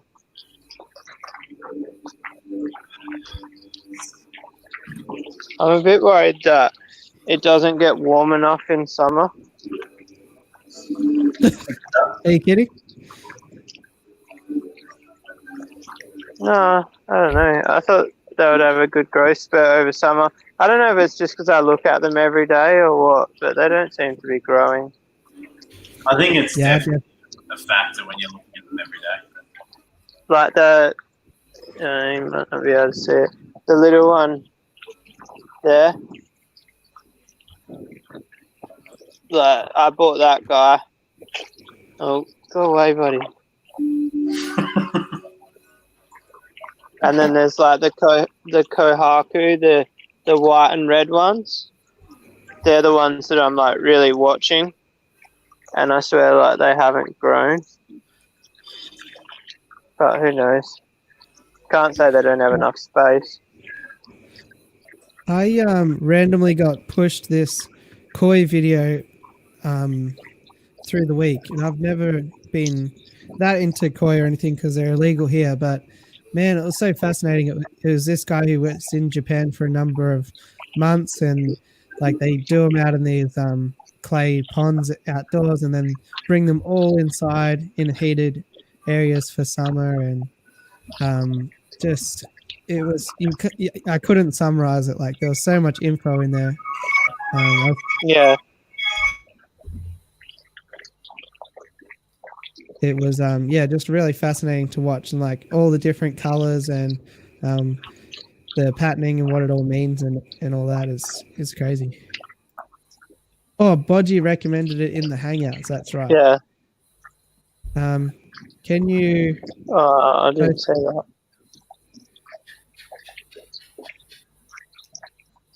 I'll find the link and I'll post it up in case anyone's curious.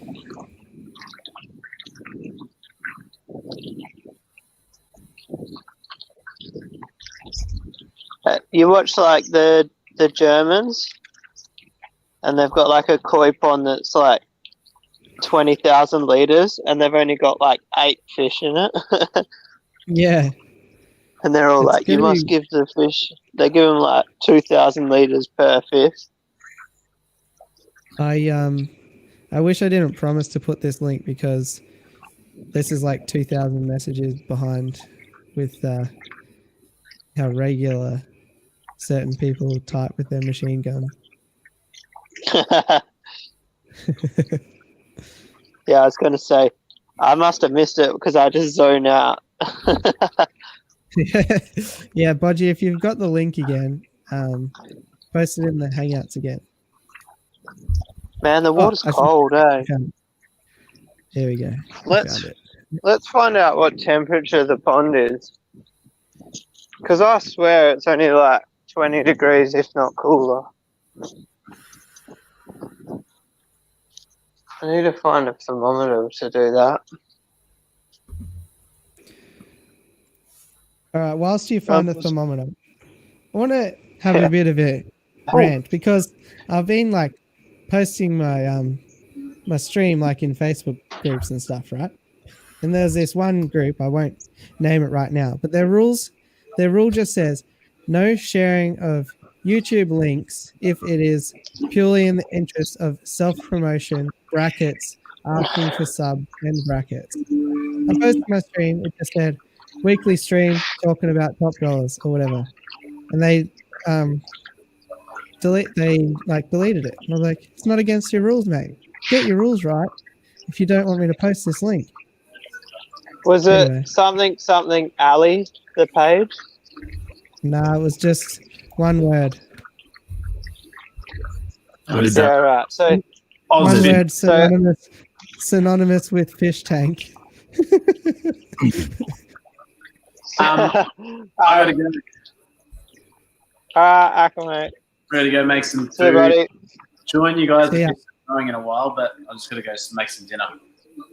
All good. Have a good one. Alright. Thanks for swapping by.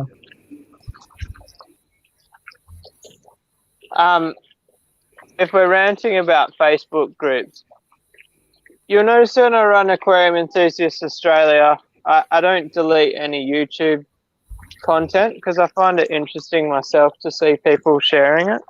But Yeah. the other day, someone posted on a page and they said, "Does anybody have advice on how to make an automatic water change system?" I saw that. I was like, key opportunity. I'll post a link to my video making the automatic water change system. And my comment on their post got deleted for self-advertising. Yeah. It's like answering a question, trying to help them out. And I think the same thing. Like these days, I've got a fair library of how to care for this or how to breed this and how to make fry food and blah, blah, blah. And like it is easier just to post a link than to type out a 5-step guide. Like, Yeah, 100%. it's just odd. I've got a few. When I go into my clipboard, I've got a few videos like locked into the clipboard. Yeah, that's the way to go. I think I was wrong about the pond. It's 21. No, you're gonna. Yeah, that's still like the lower end, but nearly tropical. Yeah, and it doesn't get warm at all. I think the digestive system starts shutting down around 10 to 12 degrees. Well, Correct in me that if I'm wrong video in the I shared comment. a link to, they were pulling out the koi in snow. Yeah. Yeah, so they they're must like, leave it until it can at least snow before they bring him inside. they can survive in frozen water, like water that's frozen over the top, but they just don't eat. Yeah, Bodgy says just turn up your heater, mate, to 28. Oh yeah, are you gonna pay my power bill?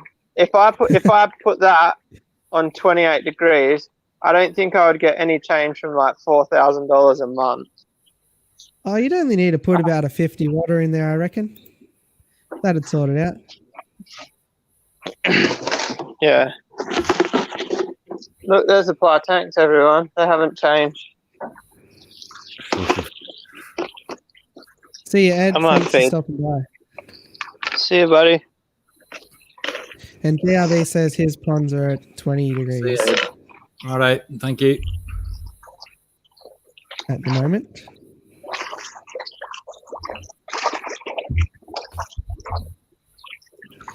So, Blackie, have you figured out a solution to your Jaguar scenario?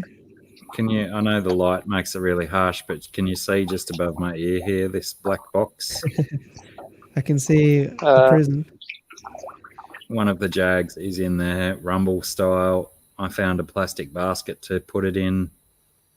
The other one's in a tank out the back. Just being dicks. They're both dicks.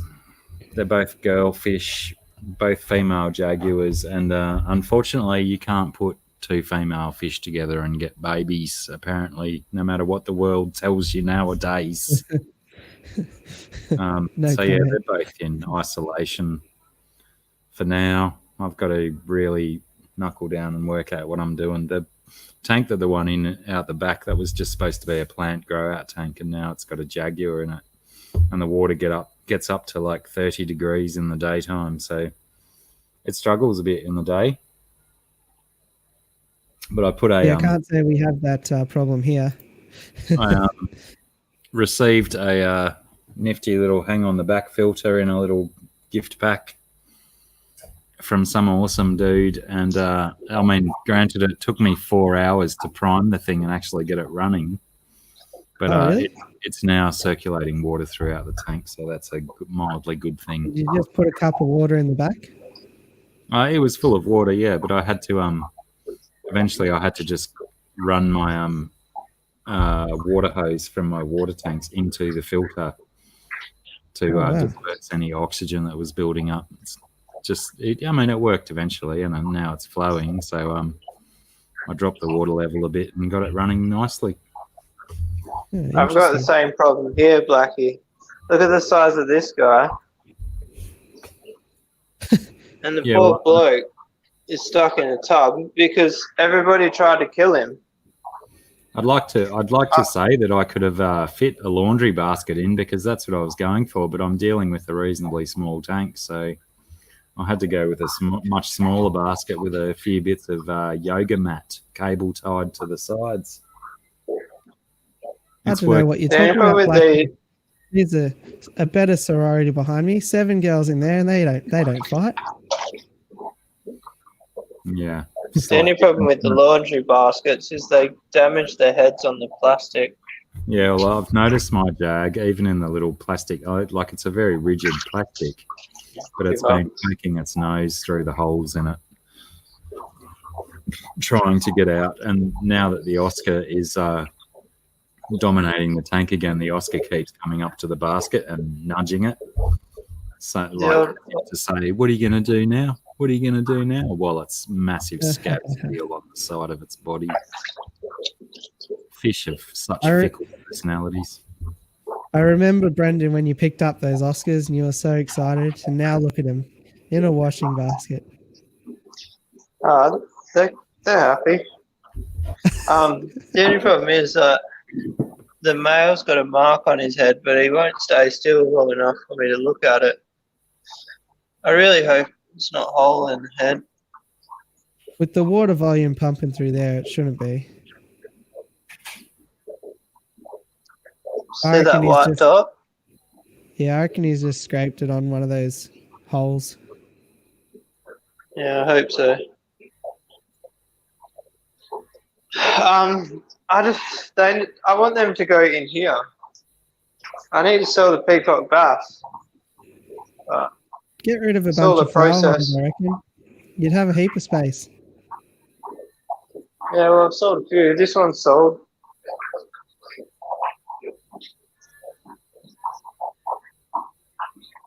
But I'm actually already regretting selling him.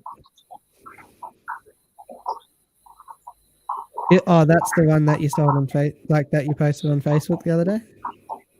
Yeah. Yeah. But yeah, it's going to a good friend, so it's all right. It's actually probably nicer than any of the ones I've got in here, but he's just he's in a darker tank, so he doesn't look as nice. But yeah, this is going to be a ripper, I reckon. See the head starting to form? Yeah, I was just going to say, and he's got that script on the head that you're keen on, I think. Yeah, this one's got red coming over the head. Yeah. Wow, they look so beaky in the fisheye lens.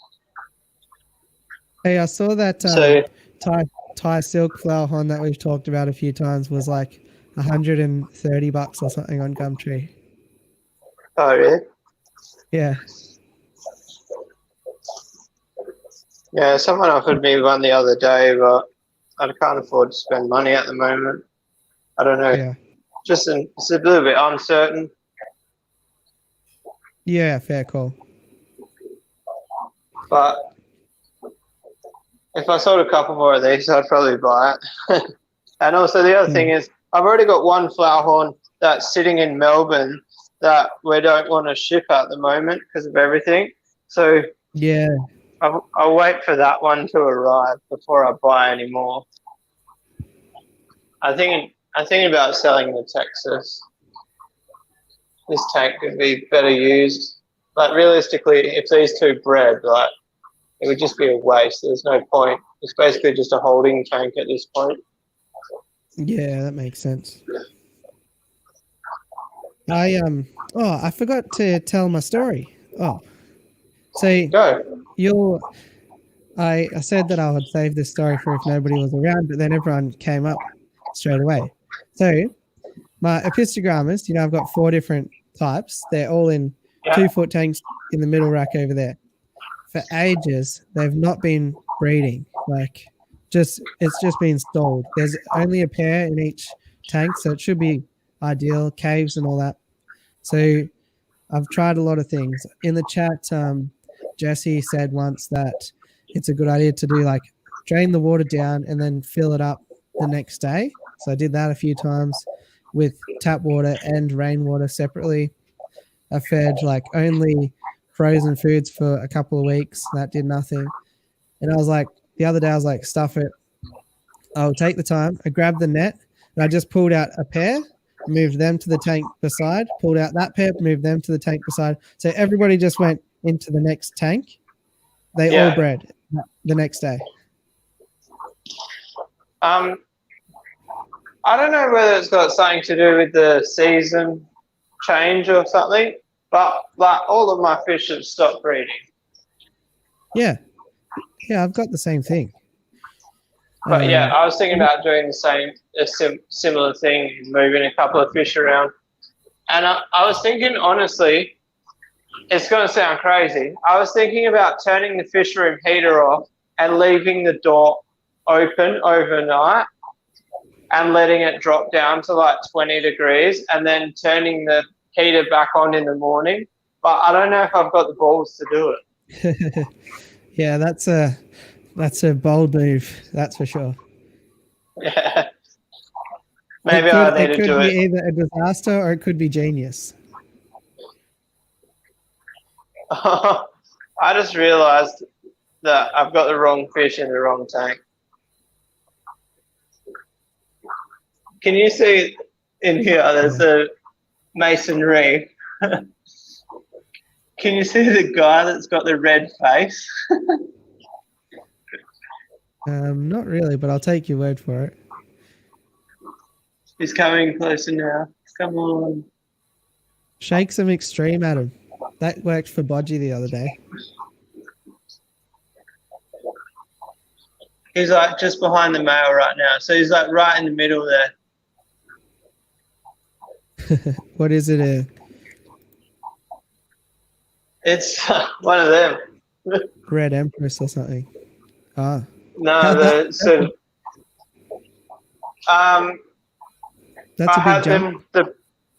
I had the bait. No, I had them growing out together in here, but I thought the mason reef had eaten all the trophy ops. But maybe there's a couple in here. See you thirsty. I can't see any. What have you I got remember breeding apart from the yabbies?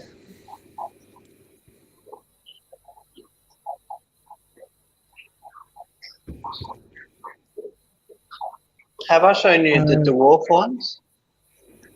Yeah. Teacup African cichlids. Yeah, there was 2, but now it looks like there's only 1 survivor. But I spoke to the guy who bred the parents of these, and he said he never had any deformities from the parents, so it's a bit strange. Well, keep them together. You might be able to breed some dwarf African cichlids or something. Become famous. I've thought of it. I have actually considered it because look how many morphs are becoming socially acceptable in like Tanganyikans and American cichlids. African cichlids is the only one that they're not acceptable these days. Oh, sorry, Nathan. I haven't caught many fish videos lately. Been deep in a bit of Post Malone at the moment.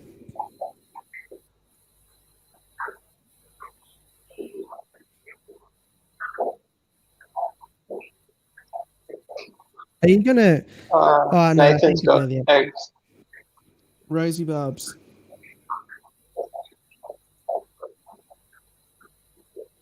This, So yeah, it's been a bit of a struggle for the breeding at the moment. Like usually I don't pump out that much quantity anyway. But I think yeah, I've just noticed like a few people have asked me to fish, and I've said no, I've got nothing. So it's a bit grim. yeah, there's a couple of marbles holding, but they're always breeding. Yeah. Oh, there's 3. There's 4 holding, which is I quite don't know bizarre if for the I've marbles. actually- Normally, I Pardon? told you guys, but I don't know if I've actually told the channel that I don't have any African cichlids anymore. I took them all to the shop. Maybe I did. Can't remember. But they're the best. I loved your description of why, because you don't like waking up every day and wondering which one's dead. Yeah. Yeah, no, I hate dead fish.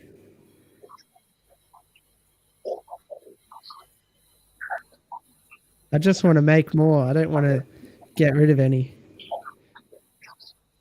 I need to get rid of some. Not in death, but by selling. Yeah, exactly. Or finish the fly tanks, and then I'll have room for the extra fish. These guys have started colouring up, but I don't actually know what they're called. Yeah, I'm not going to be The able to names. help you much either. It's like intermediate something. I've got a few fish that I don't actually know what they are. Well, so those ones I know what they are, but I can never remember the name. But at the PCS swap meet, a guy gave me the fish that are in this tank here, and he never mentioned what they were. So I've got to contact him and find out what they are. But like the boys are getting some really nice blue sheen to them. Whatever they are, they're going to be pretty fish. Blackie, I've got someone here who wants to confront you in a really aggressive way. Uh-oh. I didn't plan for that, but okay. Hello. How's everyone been? What are you Yeah, having not a few bad. wines there, Budgie? It's an olive oil bottle, all right? Chill. It's How are you, just warm water. I've been pretty good. How are you guys all? Great. Yeah, not bad. Nice. Oh, by the way, I just want to say to the chat, welcome to the Bodgy Show. You wish. Can I time him out while he's on screen? Don't, please. That Hang was- on. One I've got to second. test it sooner or later. There you go. That'll work.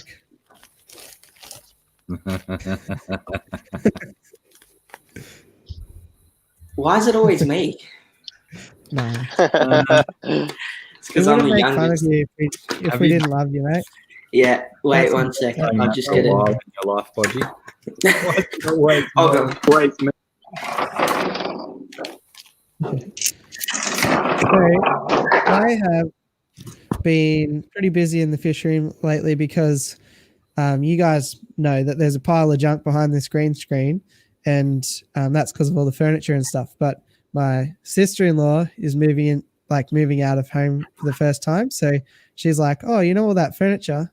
I need furniture. So I'm like, brilliant. I've gained myself enough space. I can nearly bring the 4x3 inside, I think. Like, She's I've like, got so all I much- need. She's like, all I need is a couch, and then you're just being like, no, wait. There's everything. There's a table. Just Yeah. take this. It's my pleasure. Don't go buying a fridge, washing machine, couches, coffee tables, any of that. I got it all. Essentially, that? you got $500 for some furniture and extra space in your shed. Is that what you're saying? I didn't sell it. Like it's all their furniture anyway. But I was just storing it here. That would be if you sold it to them then. Yeah, that would have been better. But I'm more just happy about the space than anything else. Here's a cat while you're at it. He's just been lying there on the couch. You can take him as well. Yeah, take it all. More Yeah. room for fish tanks. Oh. Blake, quick question. Yes. I've seemed to miss the whole story on the Saratoga. So I'm guessing that you got a second Saratoga. Yeah, yeah. Oh, okay, cool. So what? The first Yeah. one didn't eat or whatever. No, he did eat, but so I put it in with like a really small flower horn, and I watched it for ages. Yeah. And then it was actually the Underwater Pet Expo weekend. Mm-hmm. So I guess that the flower horn just annoyed it all weekend or whatever, and I came Oh, home and right. it was no longer. So Yeah. Oh, right. Cool. Thank you. So yeah, now I'm just not even risking it with anything other than like the silver dollars, but you know, nothing. Silver dollars only ever hurt a plant, nothing else. So yeah. When I had Saratogas, you know those like pen connector things that you see at like the milk bar? It's like so you don't steal the pen. They have like a metal chain connected to the pen. Oh yeah. Yeah. Like the little bead ones. I used that to get all the Saratogas onto pallets. Ah, that's really Because interesting. it's like silver and shiny, right? And naturally that's something that they would want to try and eat in the wild. So I just got the chain and started dangling it like crazy in the water. And he would just swim up and like try and attack it. And then every now and then, what is okay, I don't know what that is. Oh geez, that's some crazy wild turkey. A wild Is that turkey. just special stuff or order now? 10% off. It's a bargain. They're giving it away. Good, wouldn't it? Jeez. Ah. That's Sorry, really what? creative. No. though. Yeah. And he would just keep on attacking it, and then I would throw in pallets near the chain, and bang, righto, he would just go for it. Yeah. Also, Melissa, I've got a response to your question. Where's all the lady Oz fish tubers? Well, there's a market there ready to be filled. Grab yourself a camera. It doesn't have to be special, just your phone, and get amongst it. I heard that people who are already running Facebook pages are already, well versed in the social media, and they're probably primed and ready to go. I think so. I think it's just the daunting thing of getting in front of the camera, which just makes a lot of people hesitant to make a video. But like once you get in front of it, do like 2 or 3 videos. It's easy. Yeah, like no doubt when I uploaded my first video, I was like expecting all these, comments like, what a tool and all that. But or if you want, do like kind of like what Prawny did and what I did for my first video, where it was like just talking and you don't really show your face and kind of get comfortable with that audience, and then once that goes well, just get in front of the camera, just send it. Rumble said not because his camera or his phone keeps stuffing out. So see a Rumble, easy. Yeah, I think he was in need of a charger and maybe it wasn't connected properly. Those times when you plug it in and you're like, oh yeah, it's all good, but it's actually not charging. Next thing you know, it explodes. Nice. Oh, so Blake, I found out that one of the guppy fries are male. Oh, nice. Because remember how they were all females? Yeah, over time you might find there might be a couple that are males. Yeah, they're all colouring up pretty good, and everyone's. I've heard that if you keep the temperature higher, then a lot more of them will be males. It's like a crocodile. So with croc eggs, if you keep them warm, they're like males, and if they're cold, they're females. It's pretty cool. But I was keen to pick up the other day, but they're not legal in Australia, is poison dart frogs. How cool would that be? That'd have been awesome. I've wanted poison dart frogs for a fair while because they're just so good looking. They're like super colourful. Yeah. I mean, like the alternative in Australia, I guess, is like corroboree frogs, but they're so endangered that you wouldn't. Need a zoological permit to keep those guys. Yeah, and you can only keep one. Like you can only keep them one at a time. Oh, really? Yeah, because the males need so much territory, I think. Oh, right. I mean, you could probably, but then it kind of seems against it, right? Like, wouldn't you want to keep multiple, so then you could probably do like a captive breeding thing? If they need such a big territory, just chuck them in a 6-foot tank, 6 foot, like fully planted. They're like, what's in here? Oh, just 2 tiny frogs. Like, oh, okay. Cool. Yeah, Melissa sounds like she's up for the challenge. So, you've already Do got it. half the hashtags covered as well. Just hashtag monster tank, hashtag monster fish. You'll get 1 million subs in no time. Yeah, give it. I'm just doing my regular fish count. I don't know why, but I always do it on stream. Something makes me very nervous. Jack Dempsey. No. The whiptail's been like super active. I see him all the time. I thought it's like, you know how sometimes you get plecos, you never see them in the tank? Yeah. Well, the 397s I recently got at Aquatico, the little ones. I see them very rarely, but the whiptail, there he is. He kind of found his spot on like the intake pipe of the filter, and he just chills there. He's such a cool fish. I want to do like just a whiptail tank. Imagine that, like a really like shallow whiptail tank. So you went to Aquatico like on the weekend, right? 5 days ago, 5 or 6 days ago, yeah. I'm pretty sure. Was there a rule like so many customers in at a time, or? No, they pulled up that rule like 3 days after. So now it's only 2 customers in the shop at a time, unless you're a family. So if you're like, if you're going with like your partner or like your dad and grandpa, like I did, you're allowed. It's like 2 sets of customers. Yeah. But, so interesting. Like even they say like you can't window shop and stuff, but I'm like, how do you know what you want if you can't window shop? You know? Right? Yeah. That's the whole point. Yeah, exactly. I don't know. This whole thing, because for me especially, it's like quite new, just to experience all of this. So it's been pretty weird. But yeah, I was lucky I was able to go to Aquatico, because now it's like the aloneness is kind of getting to my head. Just staying. Yeah. I went to. Actually, I have been building myself a bit of a fish store to a rig whilst we've been locked down. Really? I finally, I'll just get it. One second. Elevator music. I didn't switch it over. All right, g'day guys. It's just me and Blackie, but it's called the Bodgy Show. So how's everyone been? Oh, he's back. Cancel the Bodgy Show. Everyone left the stream. Cheers, thanks. No, because usually what happens is I take my GoPro because it's small, right? Because I don't want this hulking great big thing. People ask me what it is. Yeah. I finally fronted up and paid the money for this stupid connector so I can plug a microphone. Microphone. Righto. Now I've got the Rode Go, wireless Go. So that means that I don't have to do all this editing over the top after. I can just talk and walk around. How does the go? This bloody piece of junk here was $80. That's crazy. Ridiculous. Just for and the there's no dodgy version you can get to avoid it. Yeah.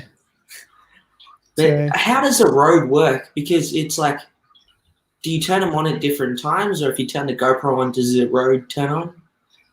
No, so it's like a transmitter and a receiver. So this one goes into your phone, and then it basically this receives the audio via Bluetooth or wireless or whatever, and then this one is just sending the audio to it. Yeah. Because I'm only using the Oh, right. I'm only using the GoPro for audio, and time being, it's been pretty good. But it's like, if I want to up the game for recording stuff, I was considering to get a mic, but yeah. Yeah, I can show you. 1, 2, 3. See? That's so good. Yeah. Oh, sweet as. How much was that? $260 or something. Oh, okay. Pretty steep. But considering I cut the amount of fish lavalier mic in half. Yeah. And I made a few videos with it now, so it's probably paid for itself. Yeah. No, it's good. But yeah. I think my beta that I got from Aquatico is a little bit mental. It doesn't act very beta-y. It acts more like a guppy. That's because betas don't exist. Okay. What are they then? Betas. Where's the Y? It's a beta. It's not a beta. Do you call the shop Beta Electrical? I've never heard of that, but sure. I wouldn't call it a beta. What about those better editions of apps and software? Yeah. It's a beta. It's not beta. It's a beta. Alpha, beta, omega. Yeah, alpha, beta, gamma. Yeah, it's spelled Delta. differently. No, it's a fish. Okay, that colorful fish. I'm pretty sure is either vision deficient. I don't want to say blind because it can kind of see, but it's pretty deficient in how it can see. So you're not getting rid of it anymore? I was kind of thinking it. Like after I got it and I saw that the guppies were just doing really good in that tank, I was like, maybe I should just. And what happened was it took a chunk out of the tail of the guppy, out of the guppy's tail, out of the tail of the guppy. What? But yeah. So then I thought, okay, well maybe we'll just breed out the guppies in there. But I think now I'll probably keep him. If I don't get any people that want to pick him up, I'll keep him. Yeah. Oh, okay. I was gonna message you today. Oh, really? Yeah, I was Well, thinking about it. I'm still open. there was this one guy who said, I want to swap for mollies, and I was like, don't really think I want to do that. So, Nah. that's a beautiful fish. Yeah, I don't think mollies are worth it. Nothing against mollies, but I've got guppies. I don't want another live bearer.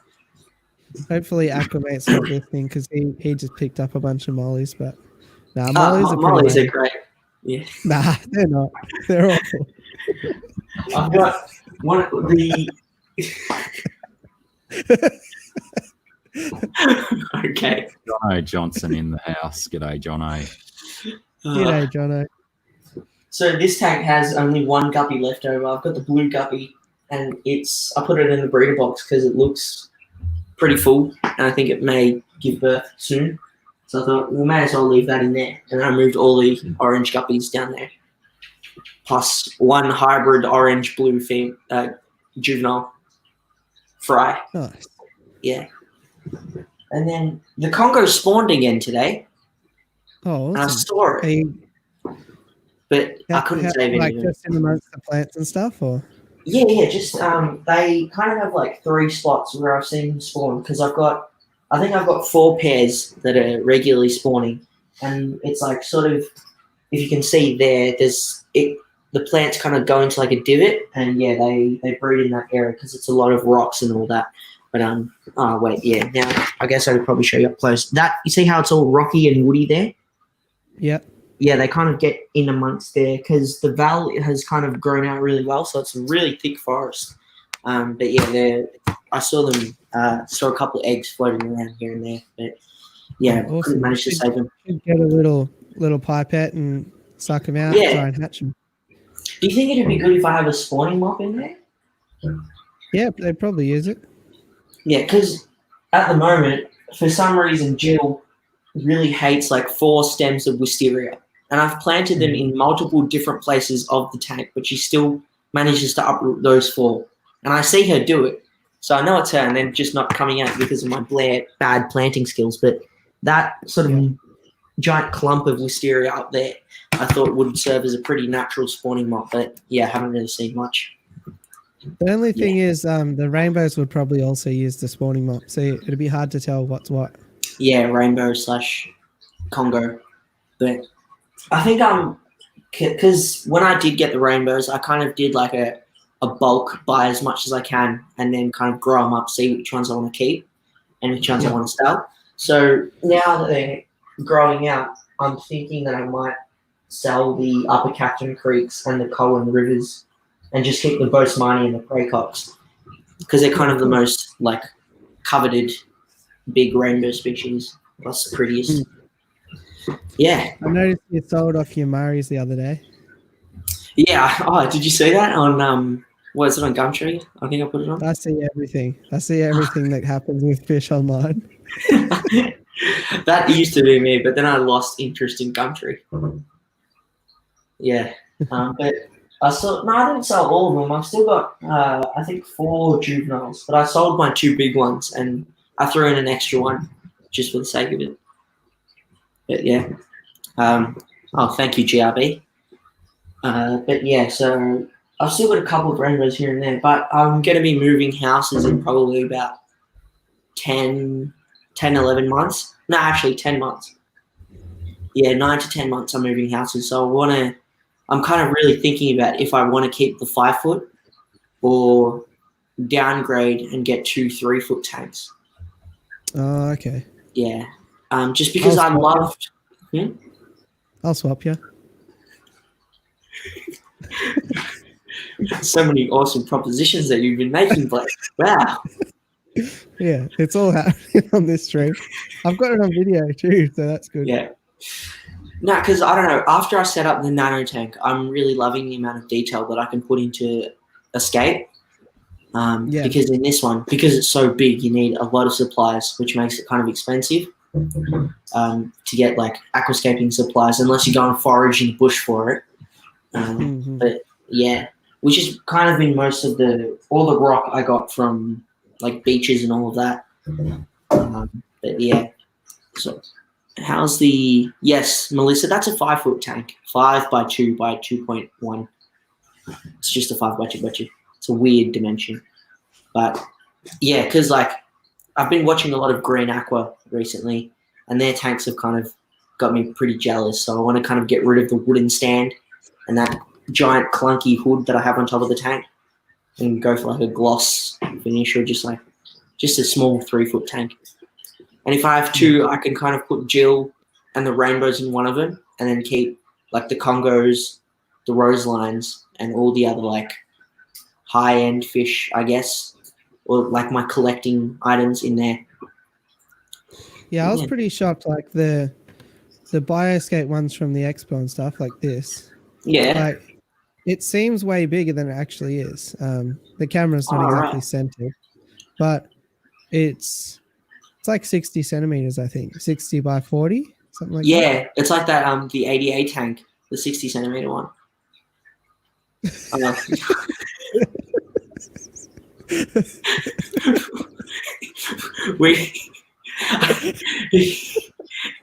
He shows the tank and then his head is just moving. Oh. I've lost it. I've lost the plot. It's getting.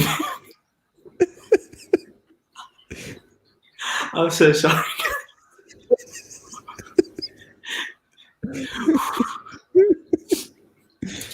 By the way, this is an aquarium YouTube channel. I bet you when you reach like, I don't know, a couple of million subscribers, or just even like a couple 100,000, people are going to be like, hey, Blake, I made a try not to laugh video of you. Save this video for the people that are doing that, by the way. Yeah, this one will come back to bite me. John asked me, just give me one sec. Let me show you guys the nano tank. I've kind of had a couple of dilemmas with Escape where I wanted to either, sorry, I should have, where is it? Oh, there we go. It's a bit cloudy at the moment because what I did was I took all the aqua soil in the valley out, put sand in, and then I was like, nah, I don't like it. So I put all the aqua soil back in and all the dust. Because, you know, this aqua soil, you know how Aquarium Industries, Blake, had their trial practice area? Yep. Yeah, that's the aqua soil from there. So it's like the brown and black was all mixed. And clearly when people were all playing around with it, it kind of started disintegrating into like a dust. So yeah, it's pretty messy. Yeah. But it's been good. Let me just plug my charger in.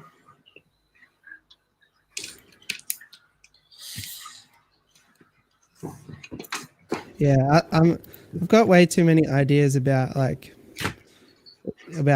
different screens and stuff that I can do now on this new computer. Yeah.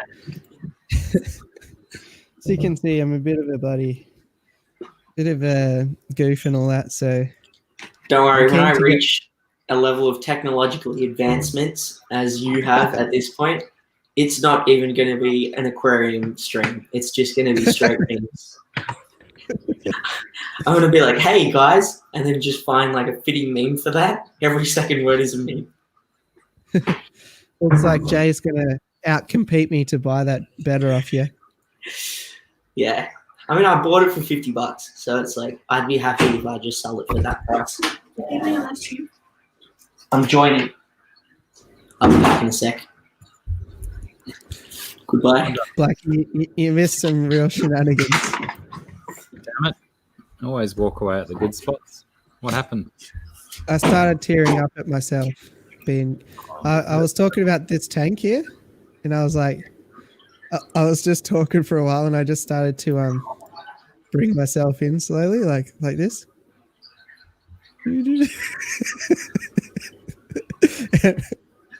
Anyway, And that maybe made you had to be there. Yeah. So I find myself funny. Nobody else does, so somebody has to.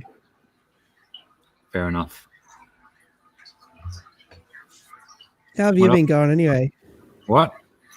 How have you been going anyway? I haven't heard much from you this evening. Well, look, I've had a few things going on and stuff.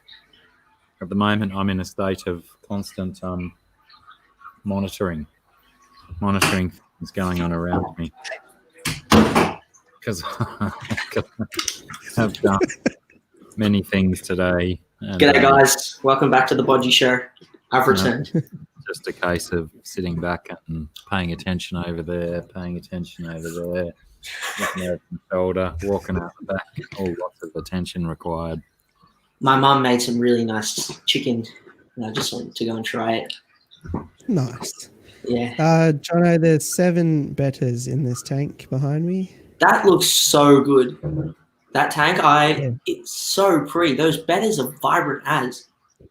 Yeah, they're all different sort of colors as well. There's two koi betters, which the one at the going into my ear right now is a koi better, and the red one at the Whoa. this one up here, up there. Ah, yeah. I see it.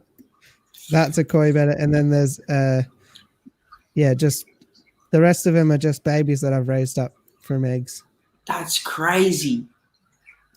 The koi better there is just resting because I put her into breed, but the koi male was just a bit of a clown, and he didn't want to have a piece of it, so she's just chilling in there for a bit. And Teresa, but I wouldn't say I've finally lost my mind. It's been gone for a little while now. It's just that my internet persona hasn't shown it to this stage. I'm already there. My real life persona, my internet persona is very much the same. I'm pretty munted in both ways. Nah, Jono, they're all females, so females aren't as bad as males. In my old 6 foot, I had 2 males, both in at the same time, because it was pretty much like this, heavily planted. So by the time they found each other, they just hid. Yeah. Yeah, You it'd like be really pushing cool. boundaries. I really do. There's just so many things that I'm like, no. So many people tell me not to do that, but I'm going to do it. No, it's good. Mm. I have thought about Yeah?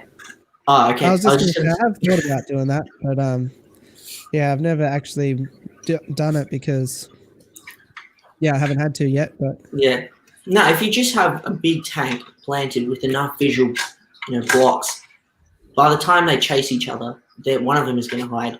So it's, and they just want to get out of each other's territory. But Aqua One, or it's like one of the companies. I'm pretty sure it's Aqua One. But in Aquarium Co-op, you know how Aquari has the rack of betters? Mm. Yeah, you can. I'm pretty sure if you request Aqua One, they can actually sell direct to the public those racks. Oh yeah, yeah. You should try and get one of them. I don't know if I want to get that deep in the better game. I've thought about it, but like do custom, because like they're pretty small, and I wouldn't like personally, I wouldn't want to just keep a betta in there for its whole time. So it's like I've thought about possibly getting like a few custom tanks that are like 10 gallons, but they're like really skinny and long, so they fill up like maybe 2 tanks per shelf, which would look really nice. Yeah, I mean, I'm just lucky I've just put him in with the other fish. Like, so Yeah. it hasn't been drama yet, but I'm running out of tanks to put male bettas in. That's for sure. Yeah. And I sold maybe 4 of them, or Oh, that's good. I mean recently. So Yeah. like, yeah, I don't know. Yeah, I don't know. I'm still kind of like, I really like this guy because his personality is, he's super active. Like I've owned a few betters, probably like 6 or 7, and he's the most active that I've kept out of them all. But he was very much like an impulse buy. I saw him, I really loved him, and there's nothing wrong with him. I still really do like him, but it's like, I think now with these guppies that I have, I feel like I haven't been showing them as much appreciation. Because in the 5 foot, I've got so many fish, right? It's like I kind of just added them in as like an accent fish. So it's like if I look at the rainbows, which are like my main schoolers, I see the guppies and they're like, oh, okay, that's pretty cool. They just look nice. But now when I've given them their own solo tank, I kind of want to start breeding them and just see how they go. Because it's like with Prawny, when he bred his panda guppies, they came out more like endless. With these guys, when they bred, they actually came out identical to the parents. So I was pretty stoked about that. So I kind of want to breed them more. That was the only reason why I wanted to probably move this guy on. But I think his fins are big enough that a baby guppy should be able to escape. Oh, no, he hasn't. I put in the blue. When the guppies had fry, the blue one kind of gave birth directly like an hour later to the orange one. And for some reason, all of the other ones got eaten except this really, really tiny one. And I thought, heck, we may as well. And I put it in there. And this thing is probably like 4 millimeters long, but it's completely fine with him. He just swims past it. Yeah. So that kind of gives me hopes that he'd be good with shrimp. Yeah, for sure. Yeah, except for the fact that he took a chunk out of the tail of one of the guppies. But yeah. It's healing. It's good. Thai plakat fighters love to fight. Yeah. Some females are obviously a bit more of a drama than others, but in terms of finding out if they're females or males, I just kept them all together, and then as one get more aggressive than others, I'd just pull them out and put them with something else. So just did it that way. I saw a really crazy pair of wild bettas in Aquatico. Like they looked like miniature snakeheads. They looked so cool. Can't remember their name, but it was something like Pie? Better Pie or Psy or something like that? No, it was like a long name. It was like something. Go for the purple spot gudgeon. I reckon they're an Australian native, very much like a snakehead. Yeah, I was thinking that because, like I've always been saying, the 15-foot tank is my dream setup. And in that, I want to kind of just do every nano. No, it wasn't a macrostoma. Macrostomas are a dream better of mine. But I kind of want to do every sort of native nano fish that I can do in that tank. Have like gudgeons in a colony, some glassfish, rainbows predominantly. That'd be pretty cool to see. Fully planted. And a tank of that size with a whole bunch of tiny fish would look really good. Yeah, there's some super cool wild bettas. I've certainly... excuse me, just Corona. I've definitely come across a few recently, and noticed them a bit more. I don't know. I feel like it's one of those wormholes that you could really fall down again. Yeah, because with me, and it's one thing that my parents kind of hate in my aquarium keeping passion. I'm not too much of a big fan of really hyper colorful fish. I really like the doom and gloom, like not doom and gloom, but like gloomy stuff, like stuff that has really not much color, like waru. Waru are just such a good looking fish to me. I was like, wow, these things look so naturalistic. And, you could make such a... I just want to keep a river in my tank, hence why this thing isn't really escaped. It's just throwing a whole bunch of plants, mixed around, see how they go. And I'm loving how it's coming along. But, yeah. I think it may... is talking about, I don't know how to pronounce this, but betta smaragdina, and they are super cool. They look like alien bettas. Yeah. These things were crazy though. It's like, imagine a macrostoma but bigger. Like they were just such giant betta. They were probably at least like 7, 8, probably more centimeters long, like 8 or 9 centimeters long. Yeah, I think it's betta pie. I'll bring it up in just 1 second, but I just want to show these smaragdina ones. I'll bring it up on the screen. Yeah. Oh, that's nice. Better. Yeah, that's nice. That's good as. I love those like metallic looking ones. Yeah, and it's got like just that faint, like but vibrant bit of red, so it provides that contrast. That's so cool. I'm trying to find a picture of the ones I think you're talking about, but all of the pictures don't show like the scale of how big they are. So this one I've got, it shows some things in the background for scale, but they're not like the best colors or anything. So Jay, let me know how that goes. I think that would be so cool to cross a wild betta with splendens. Oh yeah, that'd be cool. Just to see how it turns out. I guess that's how Splendens starts, isn't it? Yeah. Are these the ones that you're talking about? Oh no. Hard to say because they're not the best colors. Like. Yeah, honestly, it looks more like a climbing perch. Yeah. Okay. But those ones were. I don't know. It was like. Let me see if. I'm pretty sure it started with O.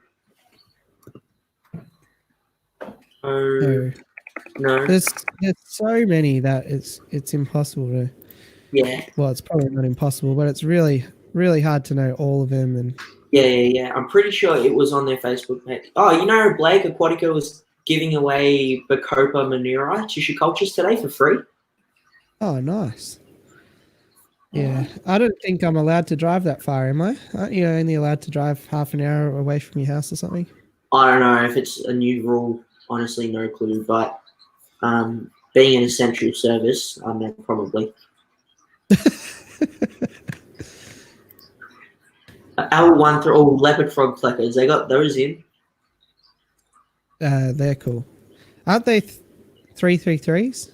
No, the 333s are they're like a white leopard frog, kind of. They're like a knockoffy zebra plecker. Ocellata, is that the better? Let me have a look at that one. Oh, yes, possibly. It is top dweller night, so we're allowed to talk about betters as long as we want. And they got some beautiful flower horns in as well, Aquatica. Oh, yeah, they're pretty cool. Betta ocellata. Wait, hold on. Let me have it. Whoa, wait a minute. Where's the stream gone? Stream up. I'll bring it up. Yeah. So then everyone can see. This is the joys of having a computer that actually works. I'm here with a Mac. Nothing special. I was about 8 years overdue for a computer, to be honest. So. Christ. Where did that go? And they also got in a whole bunch of ADA stuff as well. All right, here's the Betta ocellata. Oh, yes, I think it was that. That is a cool looking Betta. It really, look how snakehead-esque that thing looks. Yeah. I wonder if you could cross, do you think it'd work? Because they're kind of like anabantoid species, kind of. If you crossed a dwarf snakehead with a giant Betta, because like how you're crossing cichlids, would that work, or are they like completely two different genes? Very different. Okay. Yeah, it might depend on the breeding organs, or like. Yeah. but it's way too advanced for me to know. Nemo. Oh, Jill just ate 3 or 4 fish, mate, just behind her. Don't. When you said Jill, I thought something. The last thing that came to my mind was her eating fish. You were like, "Oh, Jill's done." I was like, "Oh no, what's she done?" She's got a Bosmani hanging out her mouth right now. Yeah, you wish. Oh, that's. I have to acknowledge I stole that from Teresa Cookie in the comments. Oh, really? I haven't been looking at the gym. Hey, look, it's my. They advertise my better. It's too good not to get a live reaction. Don't even go there. I can't find this. Oh, wait. No. Blake, it's Unimaculata. Oh. Yeah. Oh, Right, another. Yeah, Beta Unimaculata. People had already bought 2 pairs. That's crazy. They only had 3 pairs available, and when I went, there was only 1 giant pair left. Oh, yeah, they're cool. I'll bring them up once again. I think they're cool because you can kind of just keep the male and female together at all times, and you don't have to worry about the male destroying the female. Or Yeah, vice that's versa. why I love my Beta Rubras, because the same thing. Just set and forget, and then you just walk past one day and the male's got a mouthful of eggs, and it's just awesome. Yes, Teresa Cookie, that was mean. All right, I think it's this one. Yeah, Unimax. It's so good. Pretty cool. Got that sheen again, like I was talking about earlier. They look like what is it? The Chana Blaheri snakehead, dwarf snakehead. They look exactly like that. There's me again. I just want to acknowledge as well. Jono said his yellowtail damsel wasn't being too aggressive, so that's good. Let's keep an eye on it. Yellowtails are like one of the less aggressive damsels, but clownfish are damsels as well, so it's not a good idea usually to have multiple damsels together.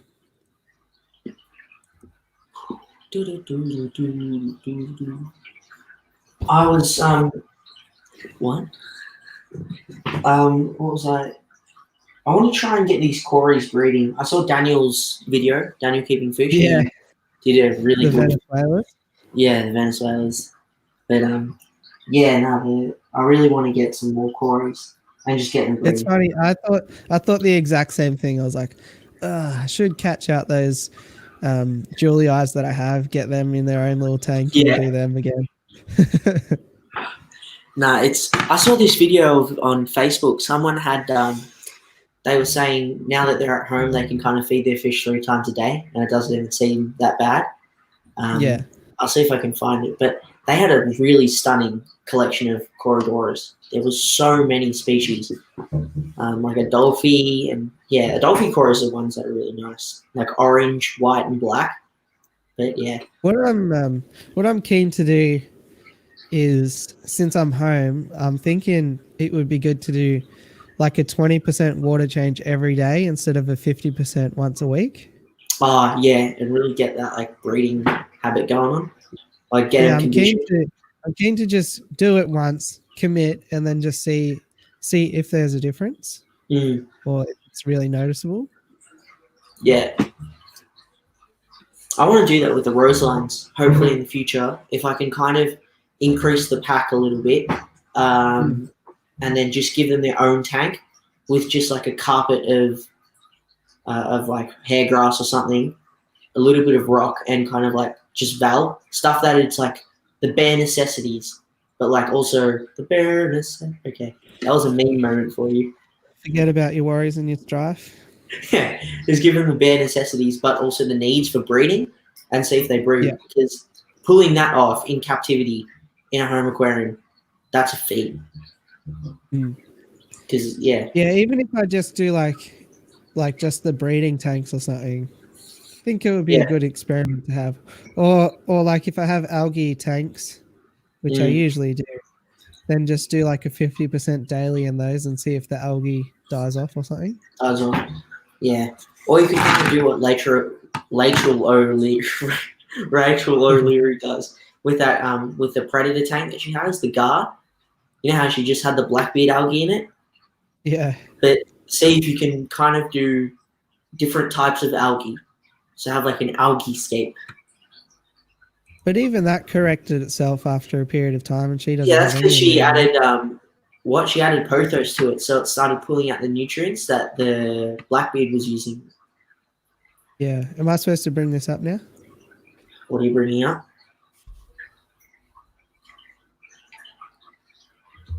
Ah, nice. Oh, this is a good website. I was considering to get some fish off these guys. Pretty good customer service. Yeah, they got good customer service, but they do have minimum orders for a lot of stuff. Yeah. And so that was a thing that I was kind of hesitant on, because last thing I need is like 60 purple gudgeons. I mean blue spot gudgeons. But I reckon the purple spotted gudgeons are Australia's answer to the snakeheads. Yeah. Very vigorous feeders, nice and aggressive, and very pretty as well. Yeah, they look pretty. Yeah, they look really nice. Yeah, I don't know. What did I do there? I've wanted to get a barramundi for the longest time. I went to, I think about 2 years ago. No, 3 or 4 years ago. I went to my local aquarium store, and the plan was to get a barramundi. Turns out that was the first time that I'd ever seen peacock bass for sale in Australia. And I was like, oh, barramundi or peacock bass? And then I got the peacock bass. And then for about 2 years straight, I was exclusively keeping only peacock bass. Which was, yeah. Snakeheads are delicious, Jay's bedroom. I can agree on that. Snakeheads are very, very nice. Going back to the bare necessities, I've got a bit of a anecdote for you. I was on a trivia team once, and Okay. we were nailing it, absolutely nailing it. And it came to the karaoke question, and like they gave our team the microphone or whatever, and they said you got to sing the next few lines word for word, and you get points or whatever. And it was the song from King Louis when he's like, I want to be a man cub. Oh, and yeah, stroll yeah. right into town and be Yeah. just like the other men. I'm tired of monkeying around. And needless to say, I nailed it. I absolutely nailed it. So everybody else on the team had no idea about the lyrics to the Jungle Book, but Yeah. your boy Blake's Aquatics was all over it. Boy, Blake's Aquatics. I mean, that's like me. I'm still kind of like 5 on the inside. I watch a lot of Disney. Love Disney. Especially Frozen 2. I don't care what you say. It was a good movie. Get out of here. I at least have the kids to use as my excuse for watching Disney movies. I am the kid, so I don't really need an excuse. I can just watch. Oh, yeah, it's good. There's a bit of flirtatious behavior going on in the chat here between Teresa and Jay. What? You singing, Jay? Okay, go for it, Jay. Just okay. Should we cut the stream off here and just we'll disappear? Come back in half an hour, see where it is. Do not use this platform if you tire easily or are subject to fainting, are using medication, drugs, or alcohol. Oh, you're in strife then. Do not use it. You've got all of those things. Your bottle of wine, ADD meds. Got all this right here. Wardley promethylacel. It's what? A broad spectrum of aquarium fish treatment. Yeah, I know that. I ran out the other day. I used the last of my little. This is pretty good. Wardley was. I'm pretty sure they don't even make stuff anymore, do they? Wardley was like something I had way back. I just found this. This is probably like a good 3, 4, 5 years old. But at the moment, I'm just using a lot of. I've got like my terrific trio of aquarium meds just in case I ever need them. And it's by Aquasonic. They have a Funganex, Bactanex, and Icanex. That's like my go-to. So be I know, careful. Teresa. I was just poking fun. But yeah, be careful with Funganex. It's pretty toxic. So don't overdose it. Just always go with like half dose Don't if you're not drink going to use it. Yeah, don't drink it. Did I tell you guys that story of the dude that drank Prime or whatever it was in America? Mm. Yeah, in like Arizona, he drank a bottle of Prime because he thought it would protect him from Corona, and yeah, kicked the bucket. Well, to be honest, it did protect him from Corona. Permanently. Sleep. Very permanently. Kill worm. I've never really had an issue with worms. Touch a lot of it. Yeah, never really. Not in the fish, anyway. And levamisole I found to be quite good. I'm pretty sure we I use think that for the that's what chickens. killworm is, isn't it? I'm not sure. It's either No, not one of the Econex. two. Econex. Like ick. I'm pretty sure I've still at the bottom in my. Nah, it's gone. I don't know where it is. It's disappeared. Where do you get killworm, Rick M, and g'day, Rick M? How are you? Poultry stores, I think. Yep. It's bird dewormer. Because I'm a Bird. bit concerned about the worms in my rubulatus at the moment, so I'm going to go worm killing shopping tomorrow. Yeah. It's for birds and pigs as well. But I got, because when we still have chickens, so one of our chickens had a bit of an internal thing, and we got it from a poultry auction that goes on here every weekend. Yeah, nice. Yeah, I just bought this like packet of levamisole on eBay. I don't think it had a brand or anything like that. I don't Yeah. wait that long. I think I've got to find it in the shop. I had to pull the long strands of white poo out of my rivulatus's bottoms this afternoon. Aye. Oh, lovely. First time. Hopefully people are eating their dinner right now.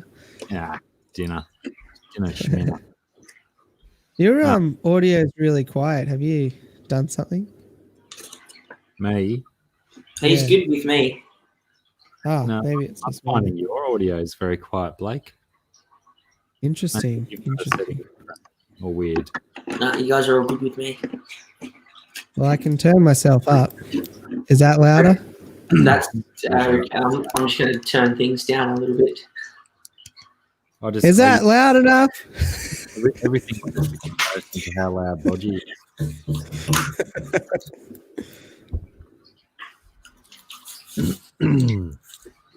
Interesting. I can turn this back to there. Yeah. Oh, that is such a good looking. I can't. Okay, that is a very pretty betta. Right behind you, just above your shoulder.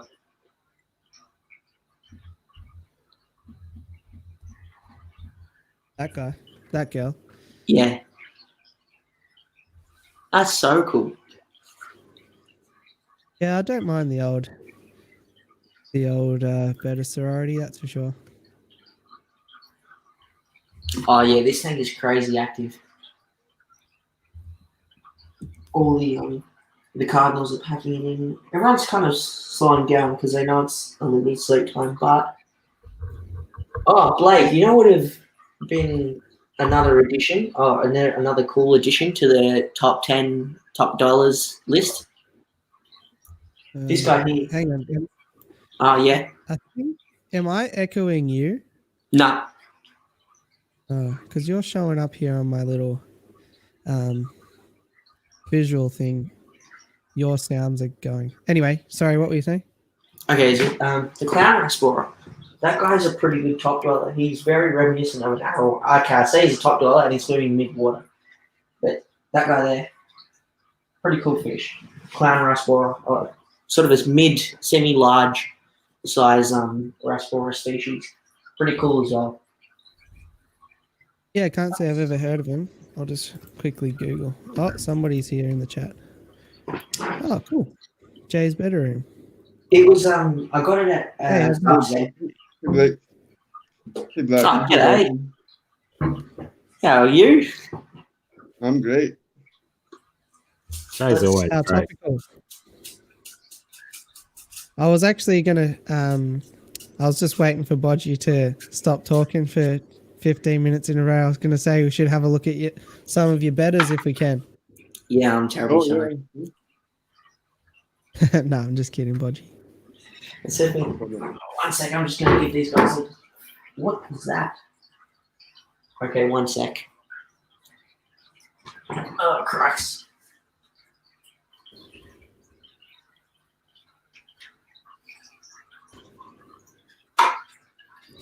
Very topical on Top Dweller Night to have a look at some betters.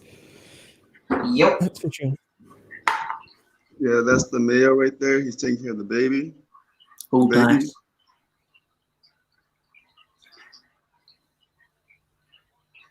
Not sure if you can Yeah, pick it nice. up. Yeah.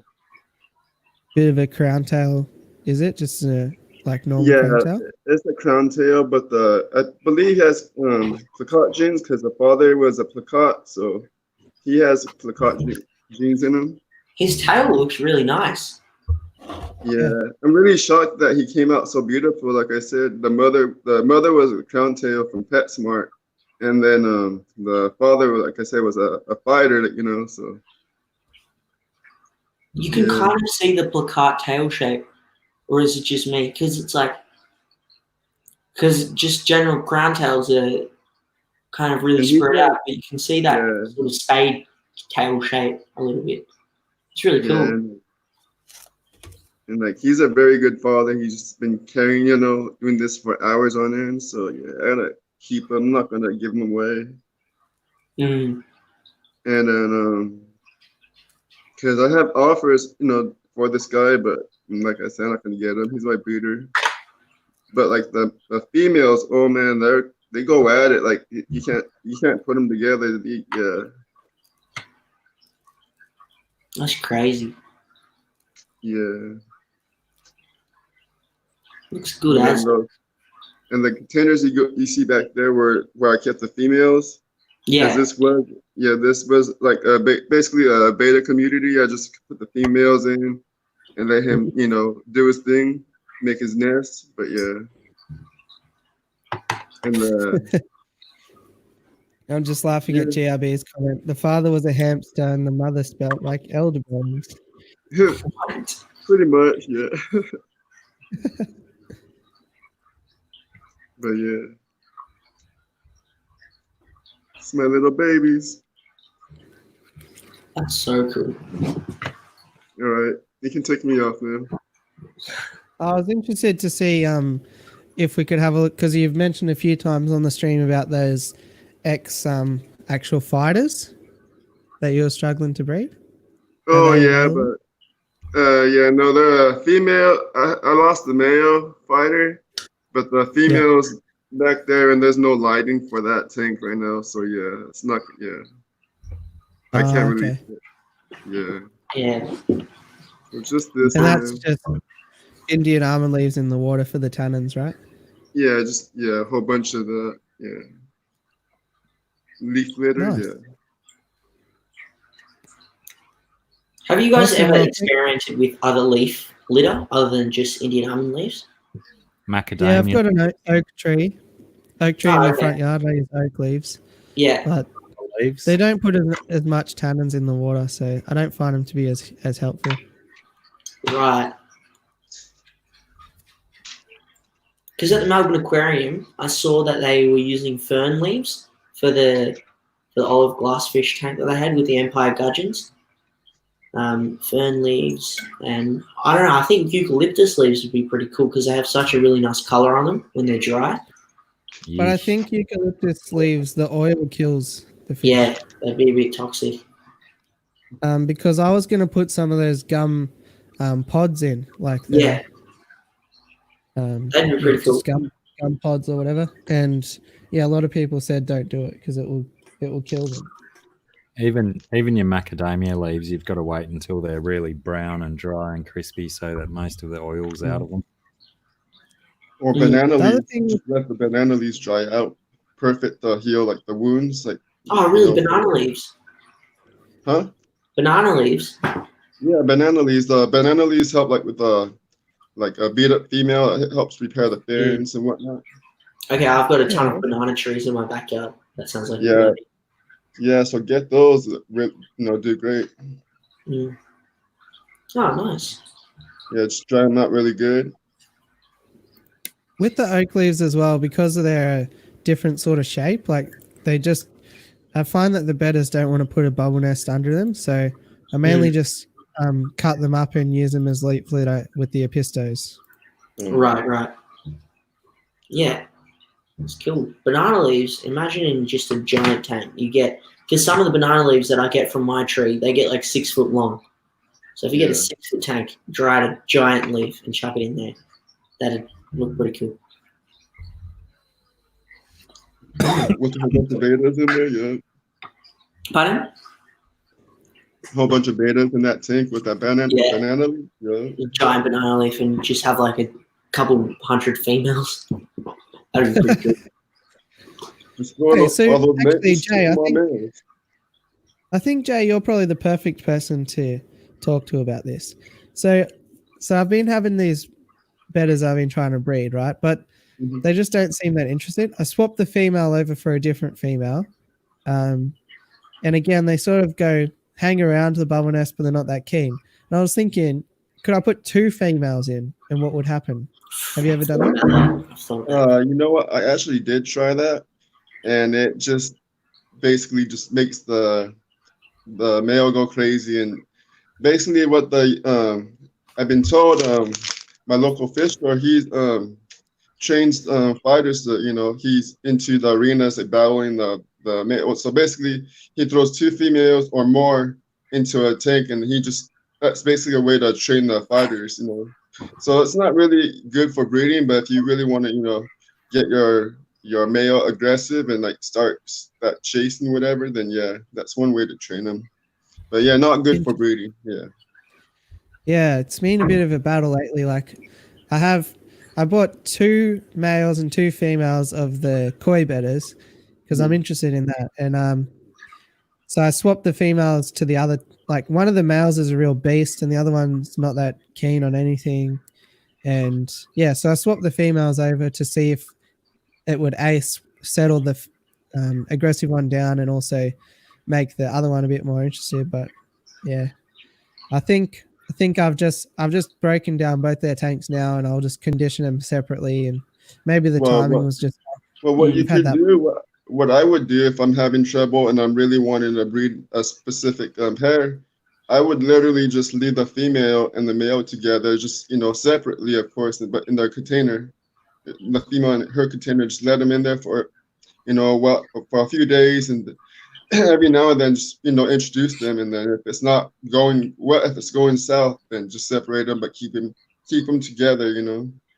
Yeah, they've been together in the same tank for 4 days and nothing, and I've taken them, like that was 4 days recently. So originally they were separate for a day, together for a day, separate for a day, together for 4 days, and just not having it.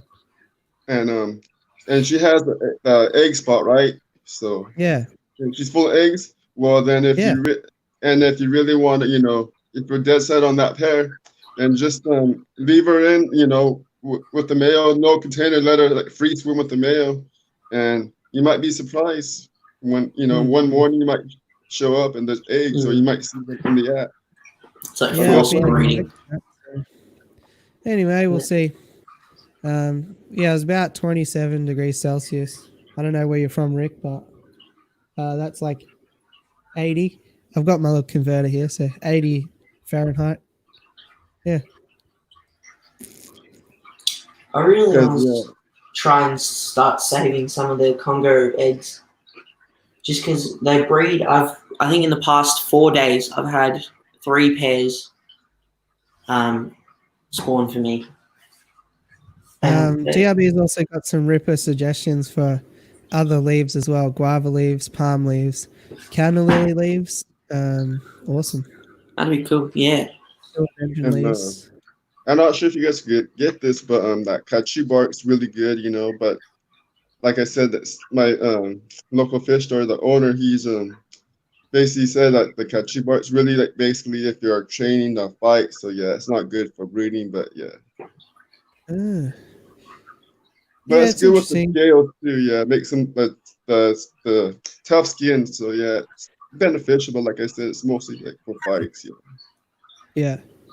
And it's interesting that like I've got one betta that's too crazy and one that's too placid. Like when I switch Yeah. the females, he basically you can't really see it now because she's healed up a bit, but like all the scales up one side were totally gone from him just going Mhm. hard.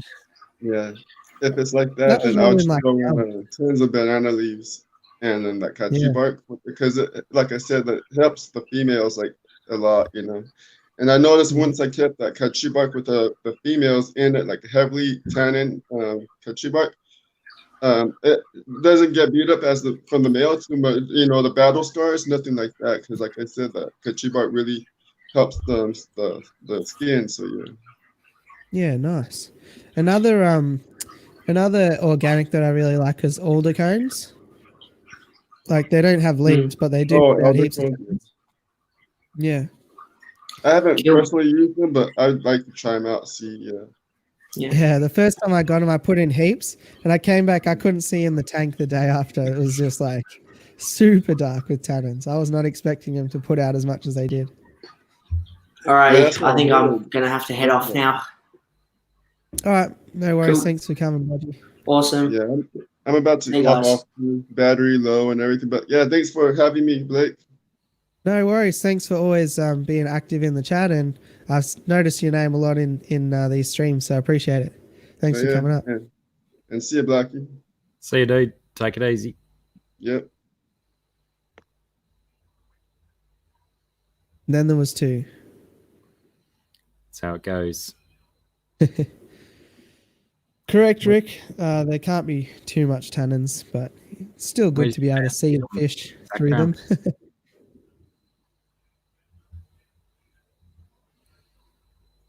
Thought you'd have a fancy background. We're just a black background. I like it. Me? Yeah. My background's gone? Oh no. Your background's okay, just the whole StreamYard background. I guess Ah, anymore, do I you? see what you're up to. Can I change that? There you go. Leaves. Talking Pretty. tannins. Tannins, yeah. Botanicals, ladies and gentlemen. Yeah, Rick, I got 20 Indian almond leaves this week or last week because of this breeding project. I got them from Aquatics on eBay, which I thought was pretty good pricing. Check it out.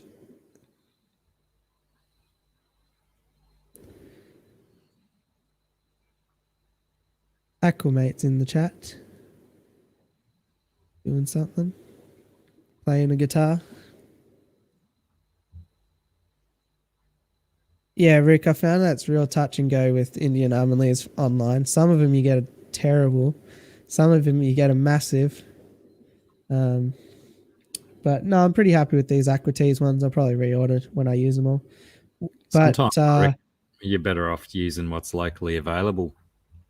yeah, that's what I was. They're safe.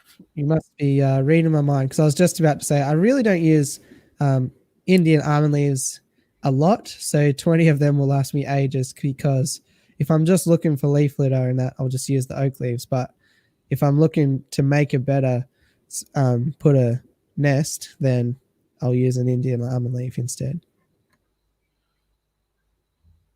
Pretty much the only reason. Or to heal something up, maybe.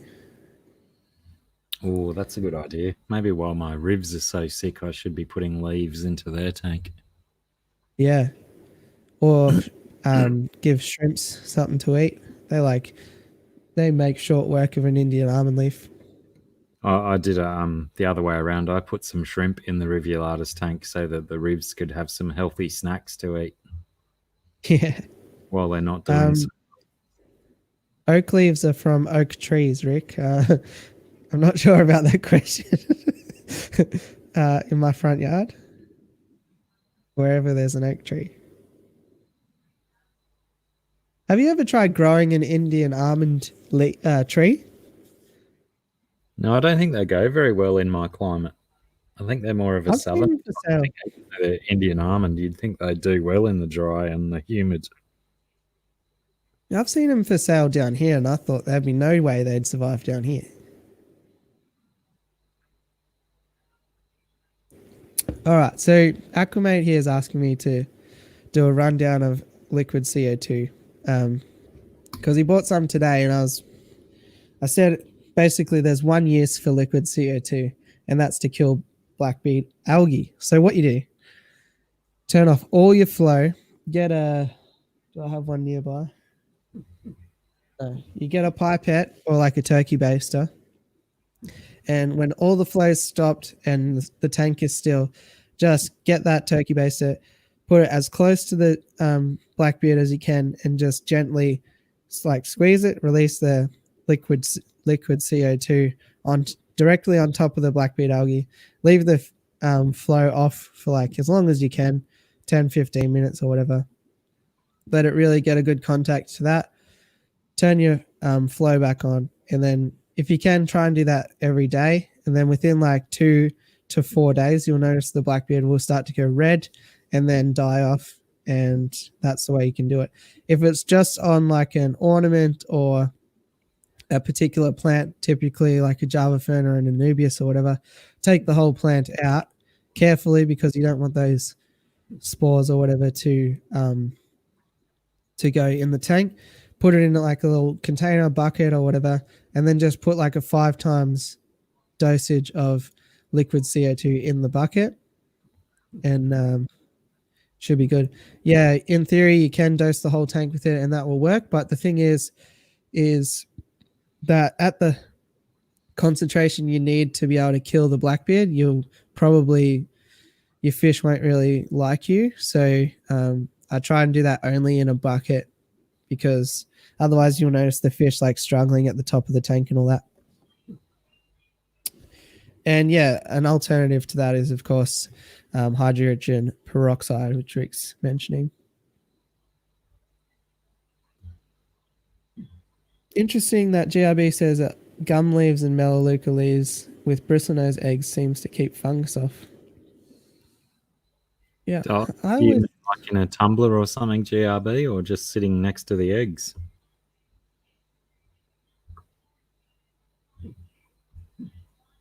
Yeah, Aquamate, we were talking earlier about your crypts, but I think as soon as you pull the crypts out of the substrate, they'll hit meltdown mode and pretty much shed most of their leaves anyway. So if it is just on a couple of leaves and not on all of them, I just cut off the leaves that have it, save the process.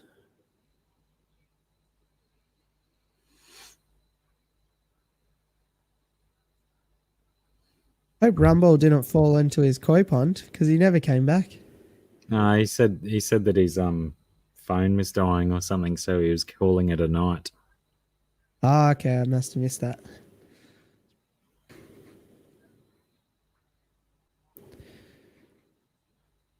Well, we might as well call it at the 3-hour mark anyway.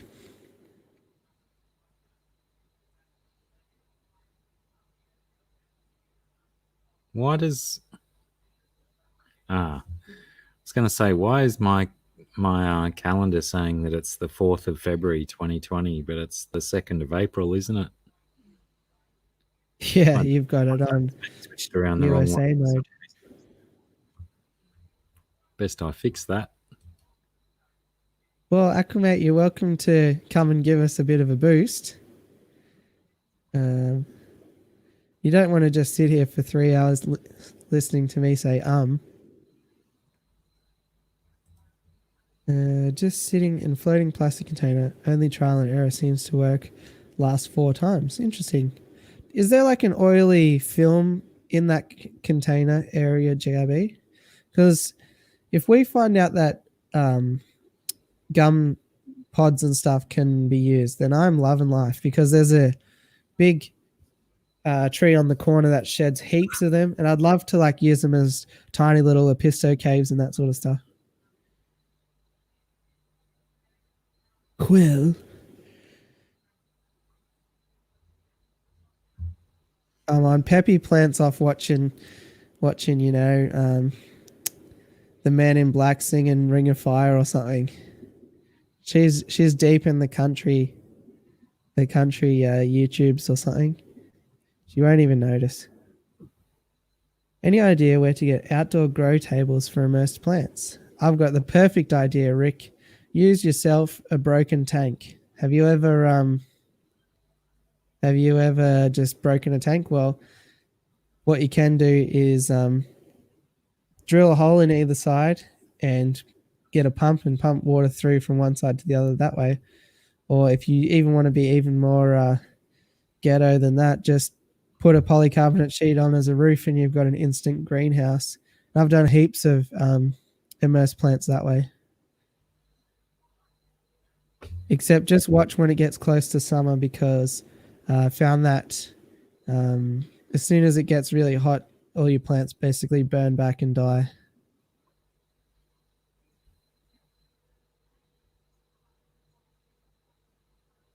Yeah, I reckon they look awesome, GRB. I've been watching a few things in America with the My Aquarium box and all the different like gorilla pods and just all the botanicals that they put in there. And I've got botanical envy, that's for sure. I'm trying to find alternatives that we can use over here. Especially because I like the little terracotta numbers that I've got for the apistos and stuff, but I'm not sure that they really like them. They've got the coconuts as well, which seem to do okay, but they're fairly labor intensive. Yeah, that's right. Need a giant shade cloth or something. Yeah. I do have giant plans eventually to have a greenhouse as the entrance to my fish room.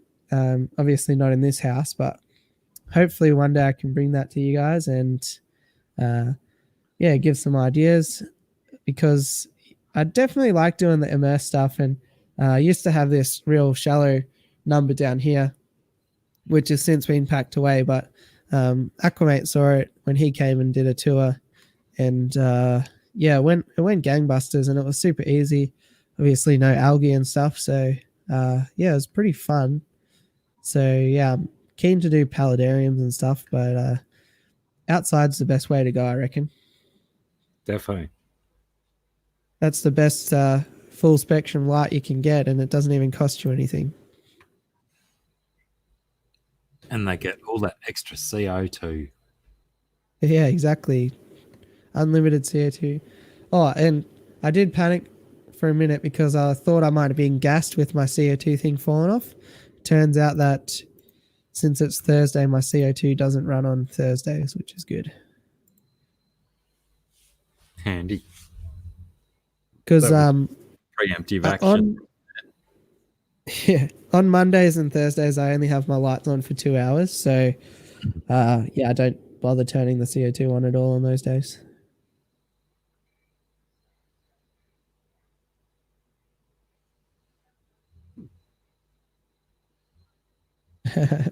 Good to see you back, Jay. 24-hour stream might be a struggle. We got to 6 hours one week. 1 week not so long ago. That was good though. It's good when everyone gets together, plenty of conversation. But yeah.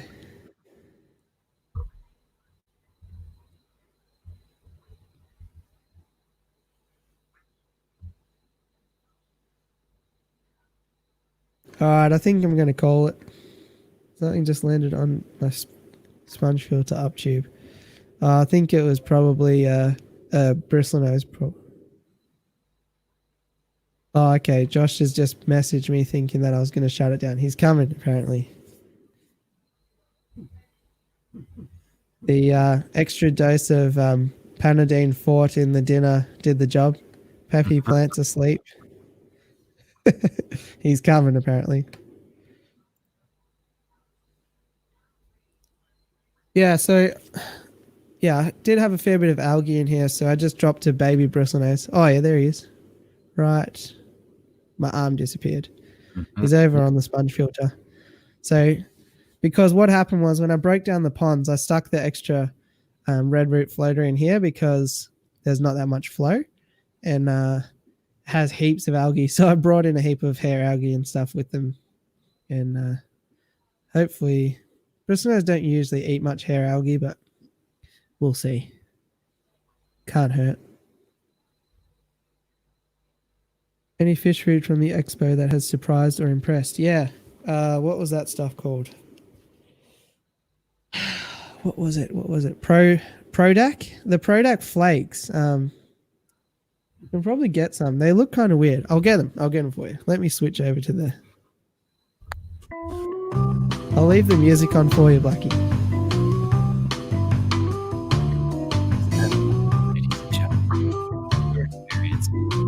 Blake searching for fish.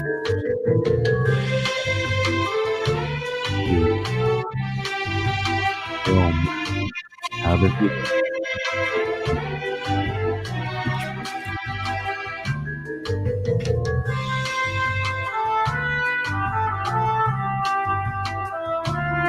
Did you like that? Yeah. I was wanting to put a different picture in there, but I couldn't find a good one. I wanted the cat, like a hang in there kitty. Yeah, you can do better than that. Let me hit the interwebs this week. So these Prodac flakes, they're a real fake looking color. Initially I was like, nothing's gonna eat that. They look like they're like an 80s jumper. That's what they look like, real bright colors. And anyway, the fish seem to like them, and they smell really nice, like krill flakes, if you've ever had those bright red krill flakes.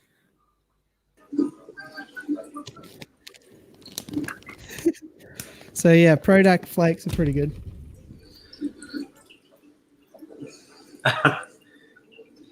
Jay's bedroom, I'm up here. Hello. Yeah, everybody was distraught. You guys watching Tiger King? Yeah. Yeah, I watched the first ep, yeah. Me and Sarah did 4 episodes last night. I think maybe even 5. I think I talked her into a 5th.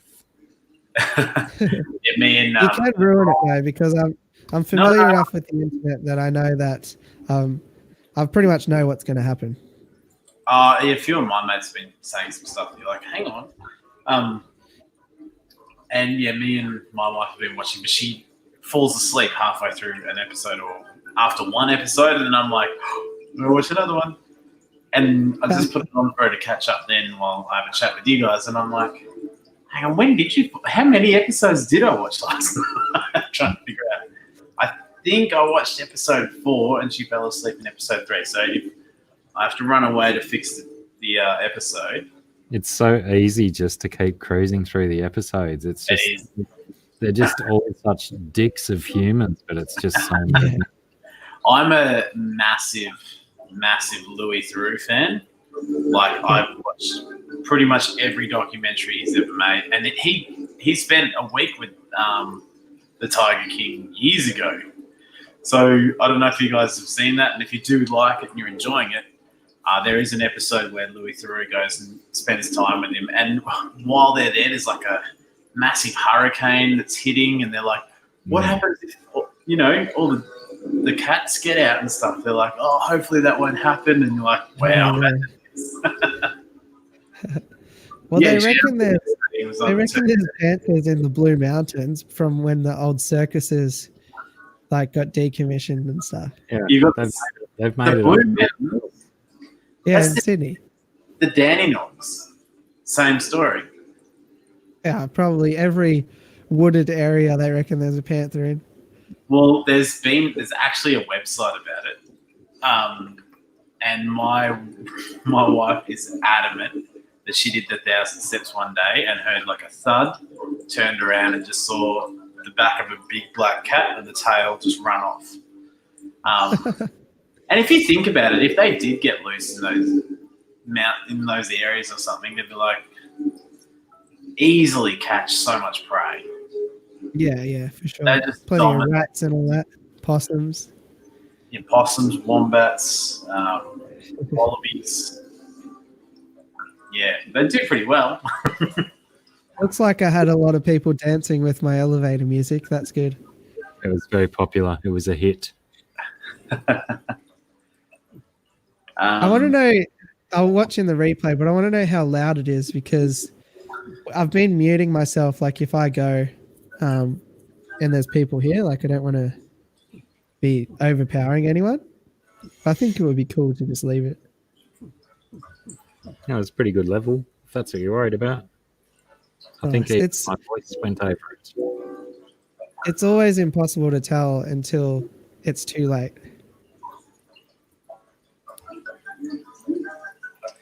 I'm so interesting that I've got you both on Facebook here, texting your friends.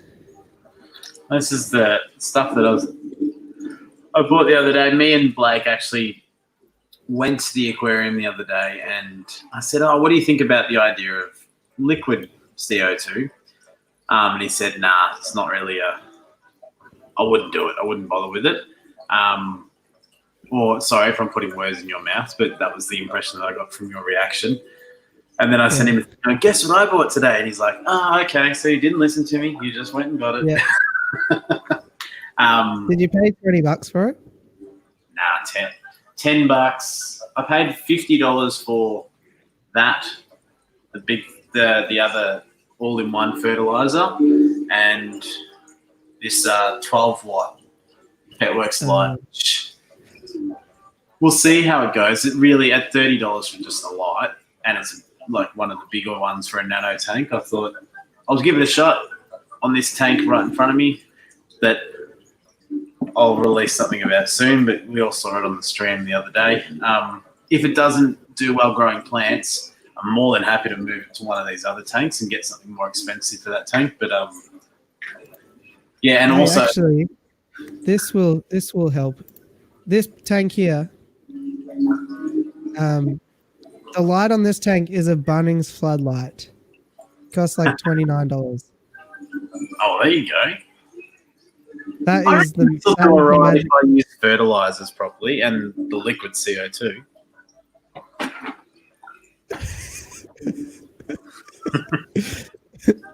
That is the magic of CO2. You can. Well, you've got a proper CO2 on that, is that right? And that you. Yeah. Oh, well, Blake's drinking us under the table.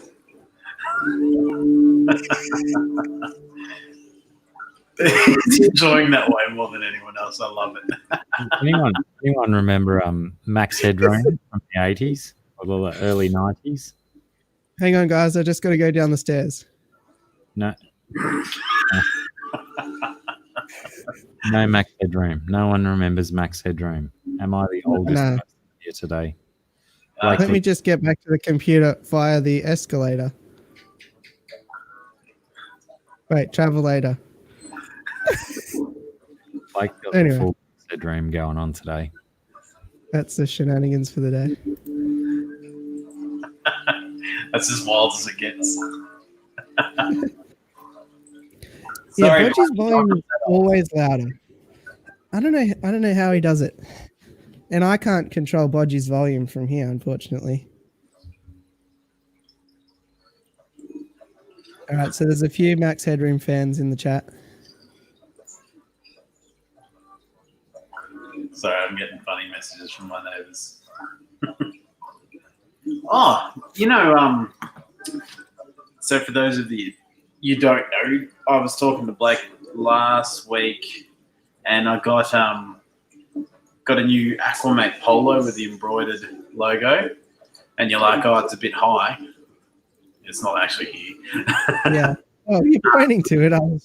I couldn't see what it said. And yeah, I was like, yeah, it is a bit high. And I was like, even on the design that I did, I'm like, I definitely didn't do it that high. It should be, from anyone out there trying to make a polo and they want a little logo, I think you got to start thinking about where your nipple is to go, all right, it's going to be down lower. And so when you wear it, it's all good. But anyway, I actually wrote Vistaprint an email saying, hey, bit disappointed because I don't even understand. Like, it's so high that wasn't even an option on your your design page, and they apologized, and they're sending me a new one for free that they reckon they're fixed, and I'm meant to get it tomorrow, so I'm excited about that.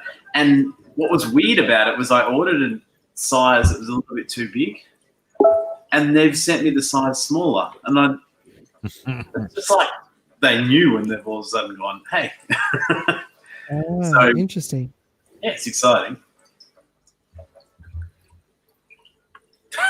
Obviously not. But we did get derailed. So we were talking about lights. Yeah, because I thought you got that light for $10. I was doing the quick math. Like the 2 + 2 is 4. Minus 1, that's 3 quick maths. Why are we talking about maths?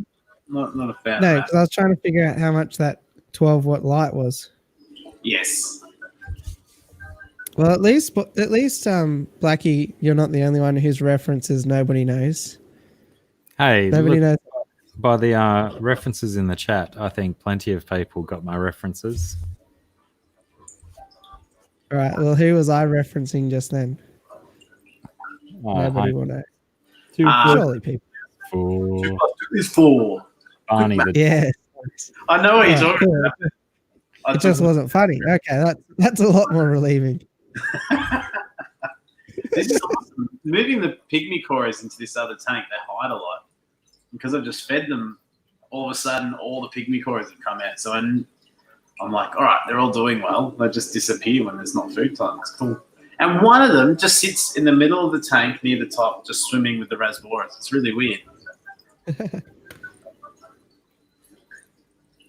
I'm going to have to Google Gary Crozier to figure out if GRB is my best friend or my worst enemy.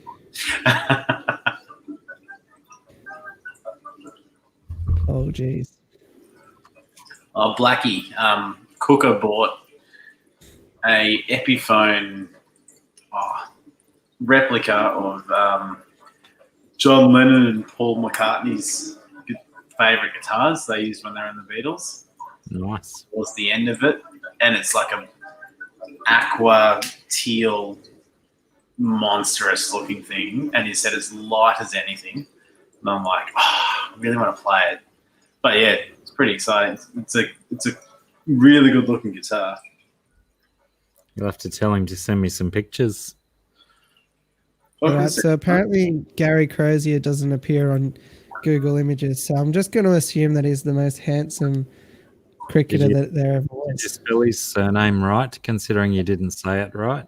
Cozier, not Crozier. Oh, I didn't. He was a cricketer. I'm a bit dyslexic.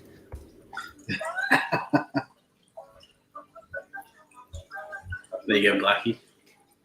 Did you send me a picture of it? Yeah, you get it in a sec. Oh, Rumble's back. Jump up, Rumble. Yeah, jump up, Rumble. We've got a second win. We're gonna beat the 6 hours this week. Oh, really? Why not? By crikey, that is blue. It looks nice, doesn't it? I'll show everyone there because I feel like we're being rude now. That couch he's got it sitting on is like one of my favorite kind of couches too. I want one of them. Yeah, it's really funny actually. It's like my childhood couch. I grew up. That was our lounge room couch, and it's older than me, so that'd be almost 40 years old. That's all right, great. so I've googled Gary Crozier. Not bad. I'll take it.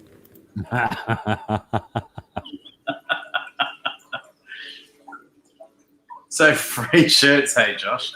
John, you just didn't win. I was barracking for you.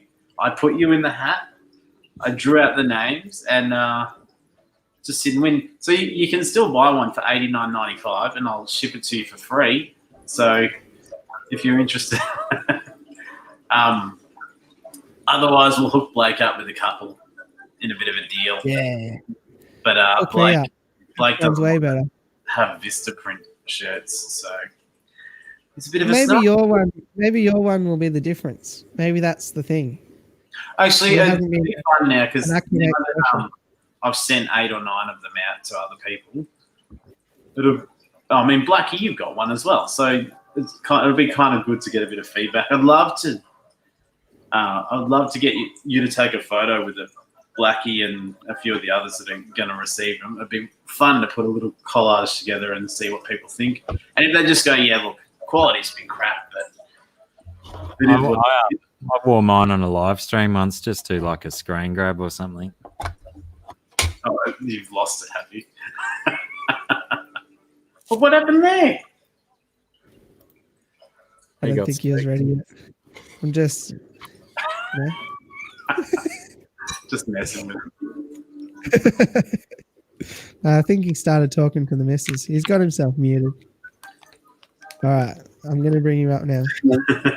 Agreed, John.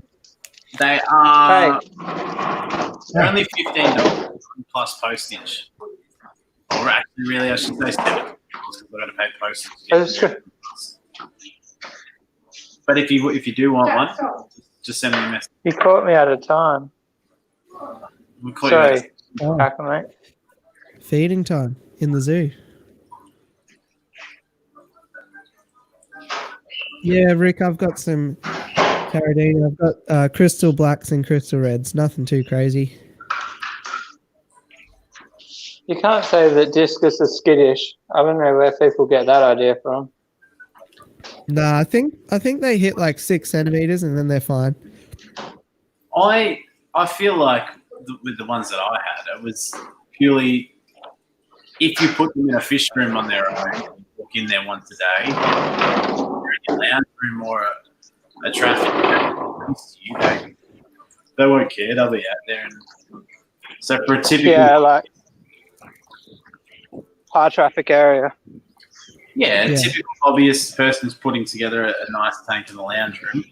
They're perfect. For someone that puts them in a shed and only sees them every now and then, they might start thinking that. Yeah. Hey, wait, that's my fish room. It's in a shed. Nobody sees. You're always in the shed, though. Oh, yeah, true. Yeah. What are my kids' names? I don't know. Blake Jr. and Blake 2.0, I think. I saw you in your house once. It was different.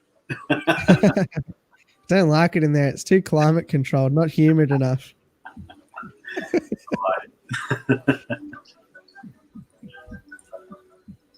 I actually need to catch a couple of flower horns. I wish shipping. I'd recommend that. I'd love those flower horns. Sorry, Aquamate, we didn't hear any of that. We just heard Rumble shuffling his feet. I was just saying, I wish shipping wasn't so expensive. I'd love to get one of Rumble's flower horns. I don't know. I've heard they're pretty low quality. Like, you're better off just going to your local fish store, getting one of those $20 mixed flower horns. I'll just shuffle around in puddles and I'll find a better one. Breed a convict to a Jack Dempsey and you'll have the same thing. Pretty much. So I want to catch fish out of... I got the camera up the wrong way. John, we'll involve you in a shirt swap or something. We'll do a bit of a deal. I'll get a couple of Blake shirts and send him a couple and he can give you one. Yeah, I should really make shirts, hey. Hey? But I feel like nobody will buy them.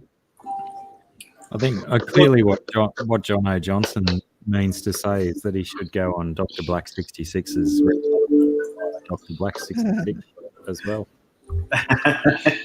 Yeah. I'm surprised you didn't put the link down for yourself. Me? Hey. What kind of dude do you think I am? Goodness. Hey. Rumble puts his own link and says subscribe or else. Yeah. Why not? It's only Blake's stream. That's it. That's what I always say. I'm running it out of keepers here, guys. Running out of fish food, did you say? Yeah.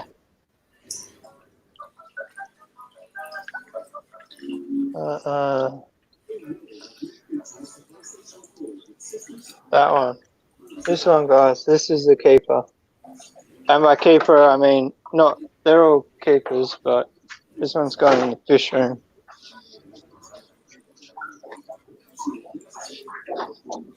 It's a bit beaky, but it's got scripting on the head, so we'll give him a chance. Oh, I think that's a girl. Take it back. You're a sex. Bloody sexism. It's alive and well. Alright, who's next?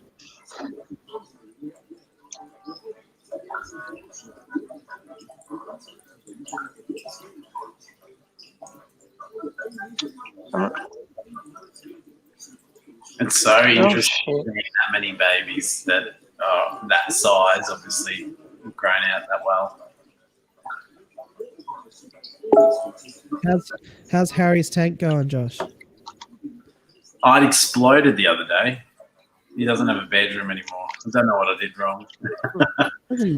You don't need a bedroom if you've got a fish tank. I'm a little bit worried about two of the males. They just look a bit lame. So I'm a bit worried about the health of a couple of them.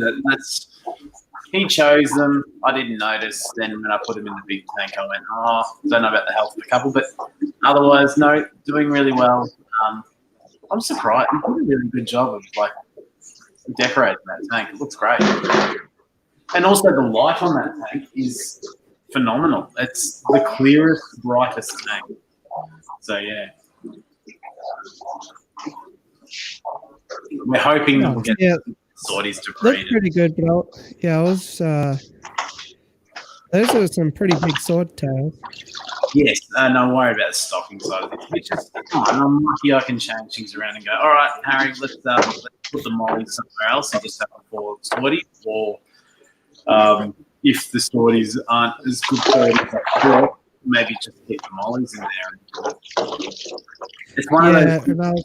I was wondering, has anyone thrown shade at you for 3 males and 1 female swordtail?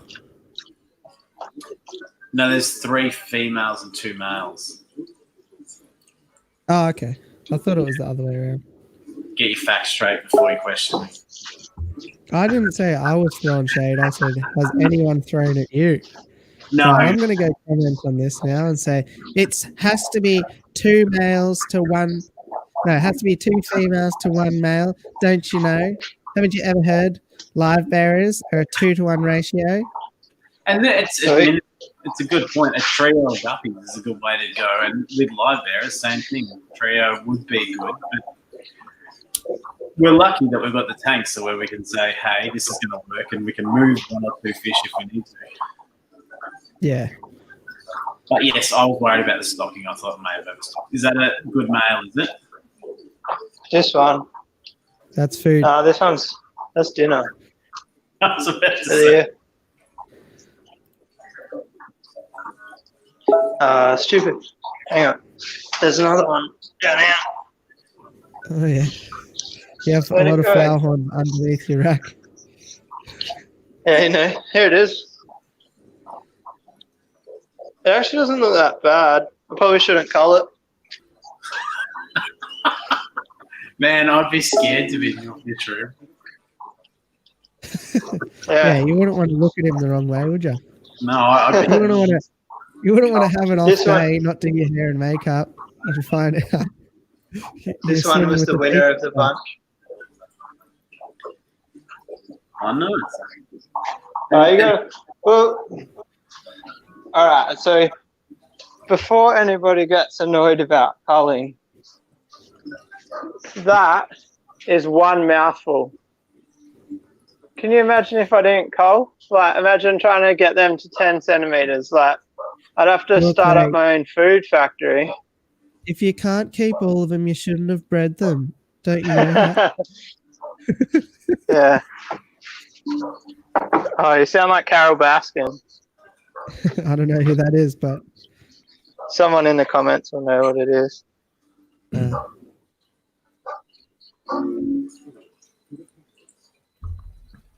I kind of want to thin these IBCs out because I kind of want to shut 1 down for winter and only have 1 running. Send it my way. Jeez, it'll be difficult for that 8x3 to balance on one IBC. Who else would eat them? Do you reckon that Oscar would eat one? Yes. Nah, too big. No way. Get him, buddy. Go. Oscars eating mice, don't they? Oscar's Well, like, my Oscars are pussies. That's the only The thing flower- about them. They seem like the I cutest need sometimes. If you leave it in there much longer, the flower horn will attack the Oscar to death.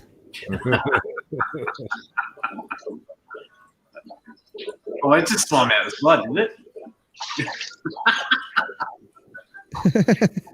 I don't even need nets. I just catch fish by hand.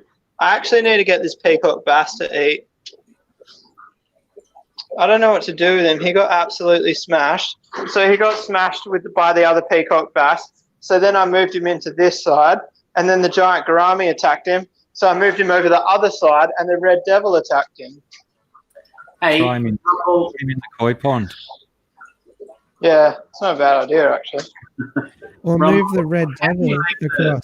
the baskets float like that. Styrofoam.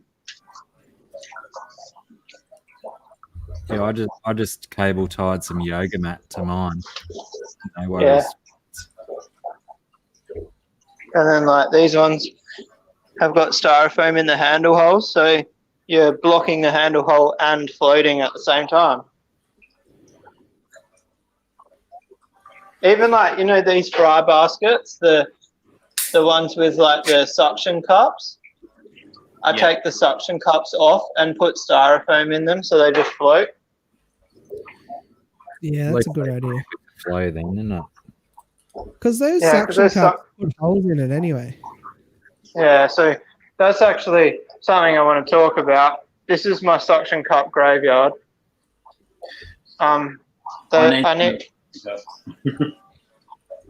So from my findings, these clear ones are the best, but you've got to keep them in water. Once they've been underwater, if you take them out, they're no good. Yeah, Yeah, definitely agree. The black ones are the worst. The white ones seem reasonable considering they feel the worst out of all of them. There's some down here. I was actually going to order some more this afternoon. I bought like 50 of these black ones and I ended up just throwing most of them in the bin. They're crap. Like you can see, this one here isn't actually stuck at the moment. Yeah, and some of them I find just straight out of the box, they're brittle or they don't suction properly. The ones that came on these are good. The big white ones. Yeah. They're a little bit bigger.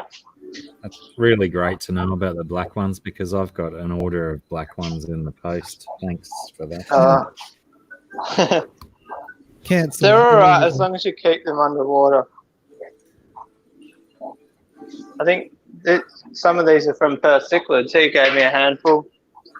I went from having none of these running out to I ordered like 30 of them and then Jason bought like 20 and gave them to me. So now there's no shortage. But yeah, so there's a fish in there.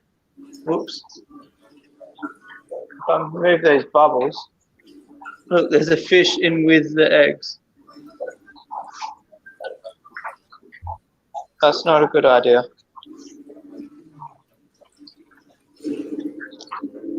Let's see if I can one-handed get the fish out. No, I can't even get the hook. These bubbles are quite annoying. You guys can't see. Yeah, GRB, I agree with you. The Eheim suction caps are good suction caps, but to pay so much money for such a specific fitting, it's dirt. How much are they? Like 12 or 13 bucks for like a set of 4. Wow.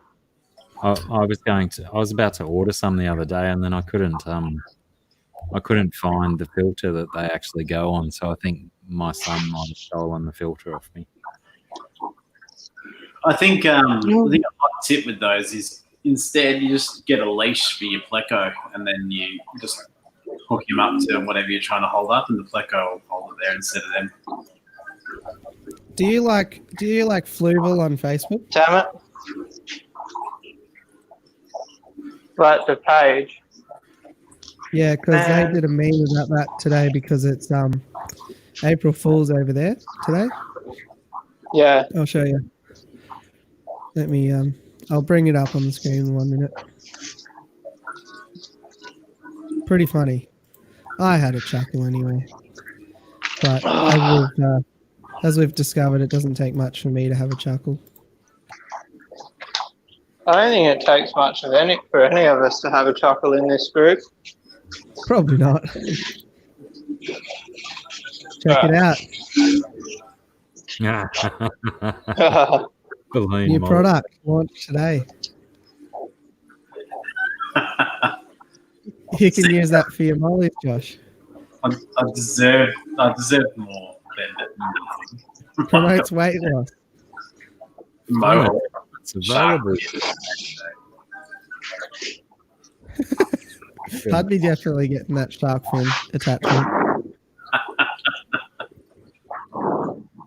So that was on the Fluval Facebook page today.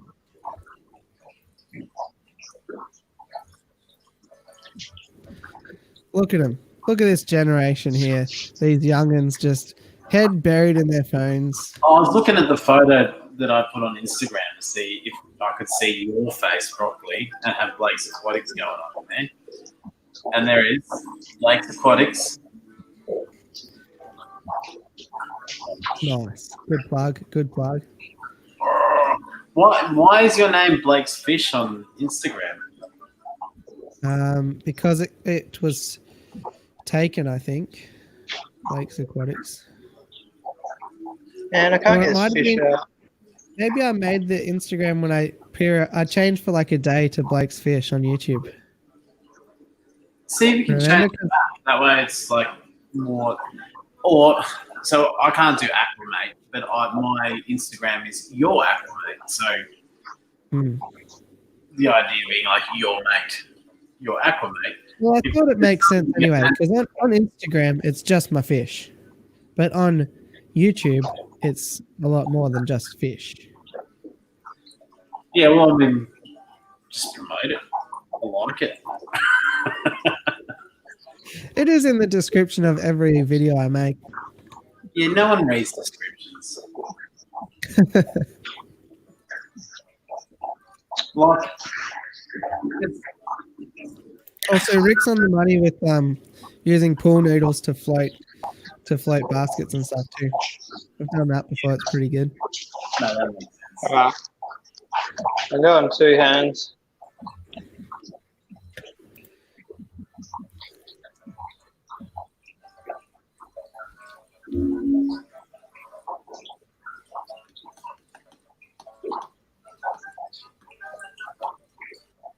What exactly are we doing here?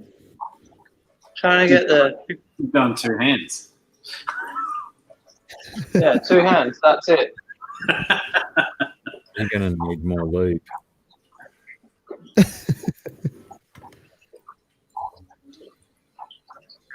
Oh, all right, I got him out. That was a mission. Now I don't even know if you guys can see. I didn't even look at the camera angle. No, we can't. All right, so I got him saw out. your audition to become a plumber. Oh yeah. Was I bent over? I don't Man, know. there's eggs in the bottom there. I can't be bothered. The eggs can stay there. Sorry, guys. Oh, no. Getting drenched. Oh, you're doing a stripping video today? Oh, I did a little bit, yeah.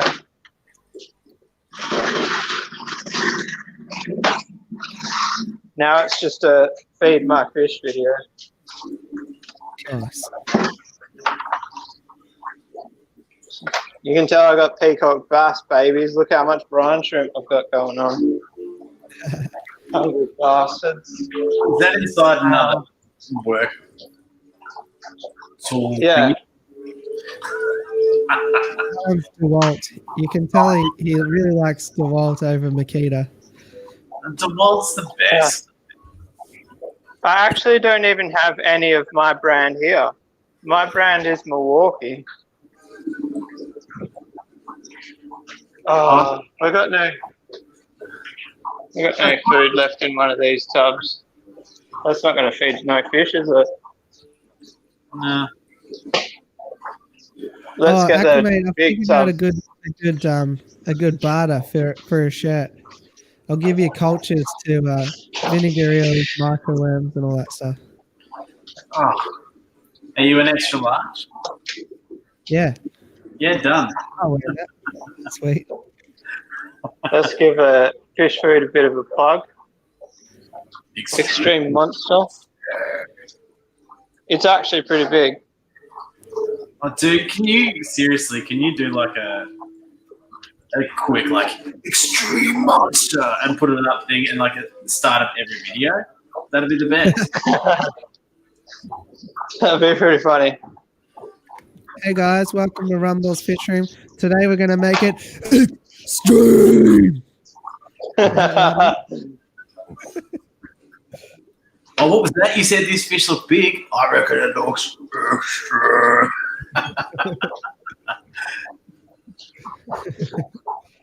All right, guys. I'll let you know. This is a good peacock bass?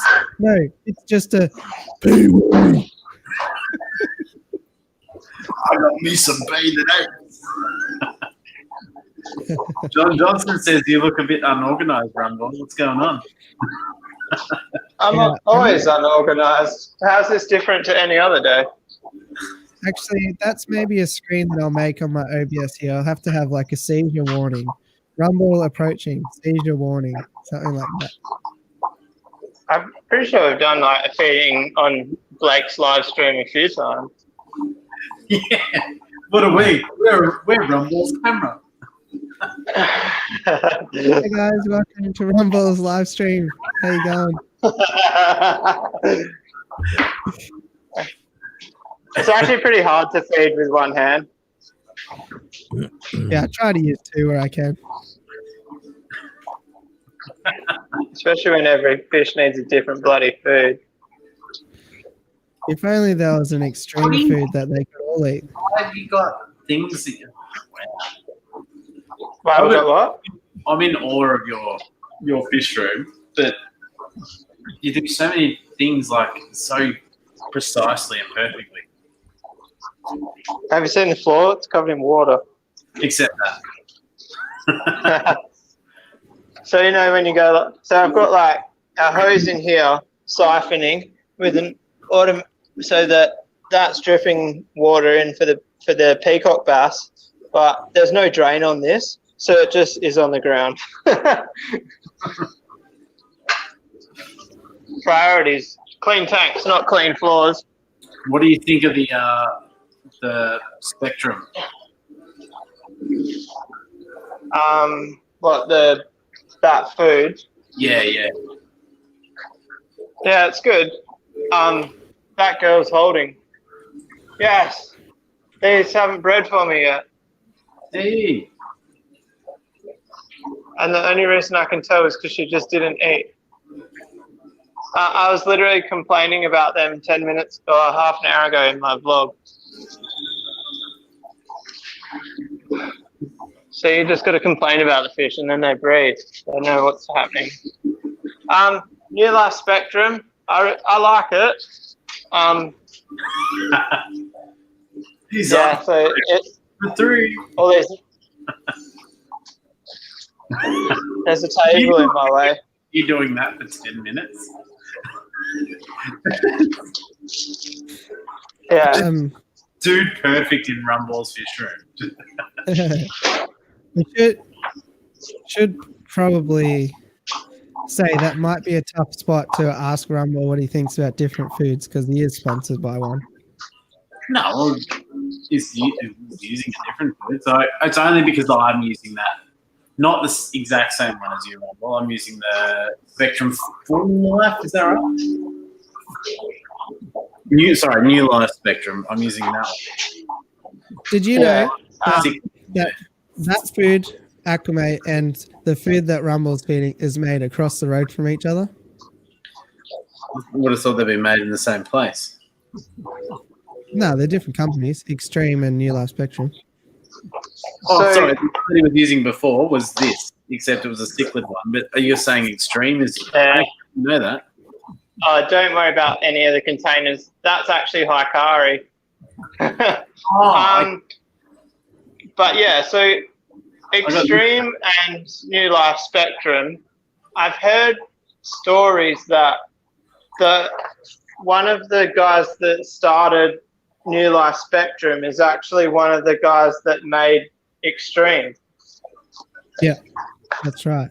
But they smell quite different, so I don't know how similar they are. Because Paul at Morley Aquarium said to me, he wouldn't be surprised if I'm actually feeding the same food, even though it's two different brands. But they do seem quite different. I think the texture is quite different too. Like, I think that New Life Spectrum is a lot more smooth. Like, Extreme's more like a crumble, I reckon, than like an actual smooth pellet. Do you guys do you care so much about a particular food versus just a variety of foods? So, like, for me, if I had the choice, because I've got a full thing of one food, I'd probably go and buy a different sort of food and then another different food and cycle it through all of my tanks so they're getting something different, a varied diet, or just something different each day. Or would you go, no, this is the superpower food, this is the one we use? I mix mine. Sorry? I mix my food. So my main feed has New Life Spectrum mixed with what do you call it? Extreme, and there's actually aquaponics pellets in there. So, but in saying that, I'm thinking about going completely extreme and seeing how I go, just to prove a point how much I like the food. I sort of I get a bit nervous when you say that you're going to go completely extreme. I worry about what's going to happen to the internet, but I like that idea too. I reckon I like the idea of doing pellets, flakes, frozen food, or live food, and varying it up a bit. So when I'm lazy, I'll do pellets and flakes, pellets, flakes, pellets, flakes, and then algae wafers, and then frozen food every now and then. But yeah. For me, I think it goes in waves. Like, there was a point in time where I was like, feed a different food every single day, like for the week or whatever, and then rotate back another bunch of foods.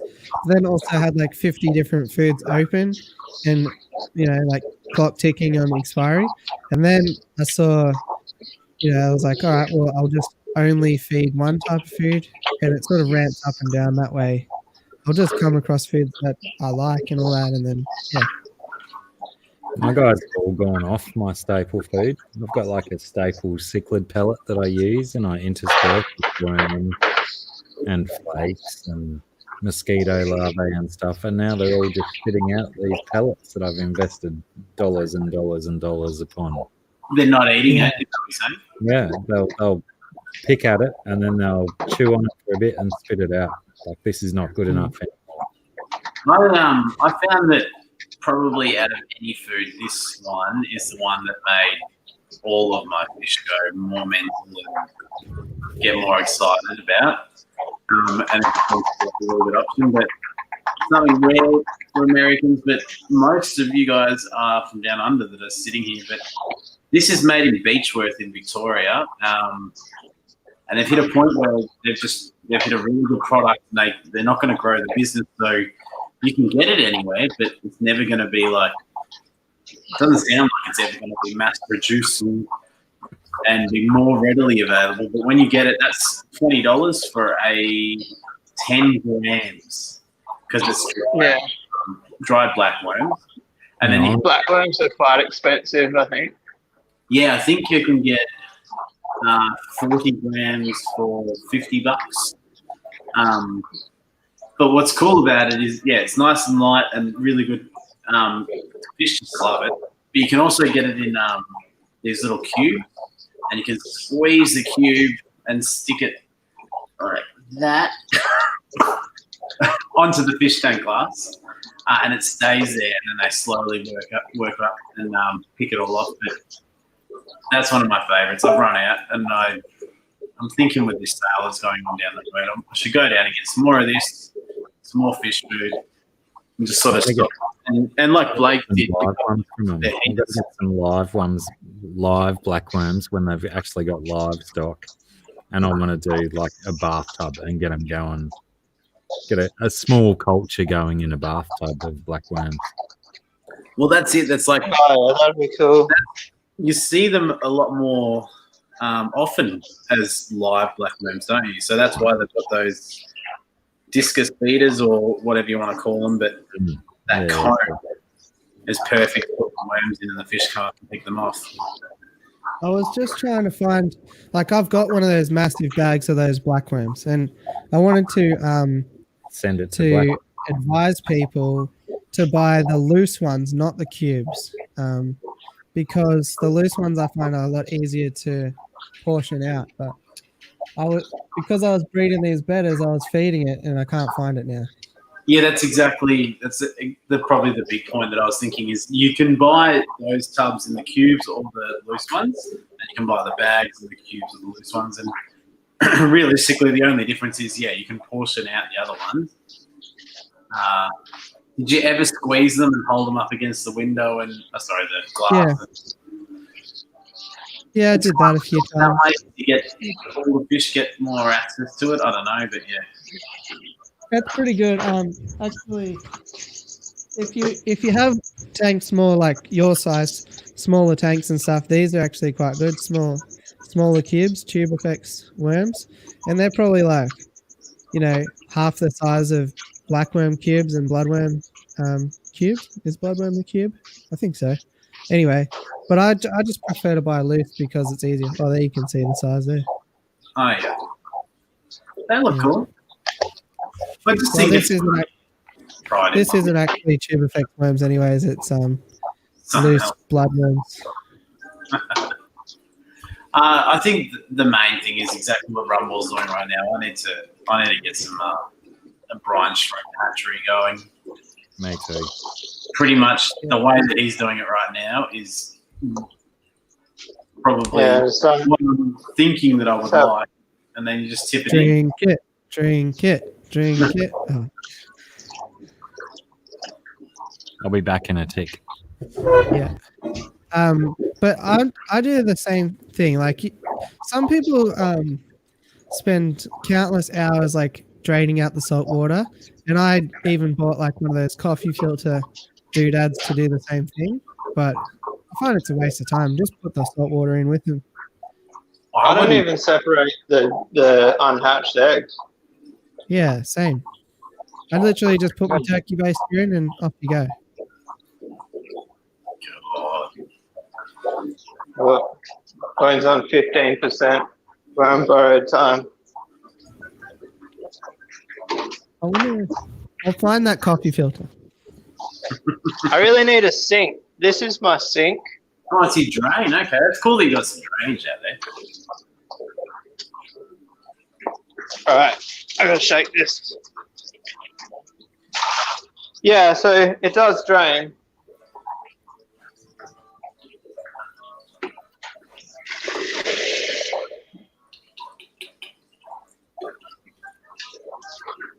Yeah, so it's pretty simple. It's just put it up there.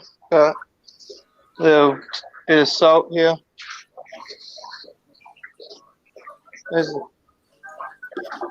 And it's crazy cheap, Josh. Like I bought, I think like 300 grams or 400 grams cost me $100. Yeah. It's literally like I've been giving it away for free because like I can't go through that much. Yeah. I think I need 2 more PowerPoints in here, and I've got a section over here that I'm thinking if we're going to be isolated for a few weeks, I will go through all that, reorganize it, and create another space. And I'm thinking that I could try a saltwater tank and a brine shrimp hatchery in that space. Yeah. And I'd be happy to get a bigger pump, like a bigger air pump, and then because I've got 1, 2, 3, 4, potentially 5 or 6 now that I could hook up to the one pump. So if I could just run it all that way, because you can see behind me. I'm in my garage. Yeah. It's got this side of stuff is fish, that side of stuff is fun, and that side of stuff is storage. So I think it's just about organising yourself, isn't it? All right, so I found it. This is what I was using when I was really organized with my brine shrimp. It's a reusable coffee filter, as you can see, quite fine, like you can barely see my head. And I'll just pour the brine shrimp and water straight into there, and then you just wait a couple minutes and it would all drain the water out. Oh, so you didn't put the water in? Nah, I just get a fairly deep container, tip this upside down in the container of like tank water or whatever, rinse it around a bit, and then it would be in fresh tank water instead. Yeah, right. I've never actually thought about the fact that it's salt water. Yeah, it was fairly labor intensive, and I don't actually think it was really serving any purpose, so I stopped doing it. Yeah. I only put like a quarter of a teaspoon of salt per like 700-800 mils of water. So like I don't know if it's different when you've got a pistos, you want softer water. I don't know if that salt content did it. But so like in my little bottle, when I take the air stone out, I could literally only drain 30 mils of that, and that's what the brine strip sits at the bottom. But the only reason I drained more is because I've dispersed it between so many tanks. If I have more water in there, it's easier to divide it. Yeah, that's what I think as well. Like even with soft water fish, you're only putting in like 5 mils of salt water or 10 mils. Like it's not a heap. It's in terms of like 60 liters, it's not going to make a difference. Like if you have a better in a jar, maybe. But yeah. Blake, what are you going to do with all of your new crevenzas fry? Jack Dempsey looks pretty hungry. The Jag. Does that make you cry? Nah, I don't know. Probably keep them. Keep most things. Maybe try and sell them to my local for pennies on the dollar. Because I'm looking at mine now, and there's a really strong female and male pair again. And there's not fish in there, and I'm like, what do I do with them? Like, where do I take them? I just want to give them to new fish people than stores, because they don't want to give you any money for them. And you're like, you know what? I'll give them to you and sell them for $15 to someone rather than giving them something. I'll probably just take them to to my local here. Even if they're just for free, I'll just drop them off. It doesn't bother me. Things are just falling off the shelf here. But I was talking two things. I was talking to Prawny last night about that and about breeding fish, and I said if you want to get right into it, people hate it, but you should have a cullinator. Like at least then they're not just going to waste. And the reality is like if you have that many fish, some of them are going to have bent up spines, and like nobody's getting enjoyment out of it. Like it is what it is. And the second thing was I nearly bought some different cribs. They were in the cart, Nigerian red cribs, but it was $55 shipping. I was like, jeez. That's not happening. Oh.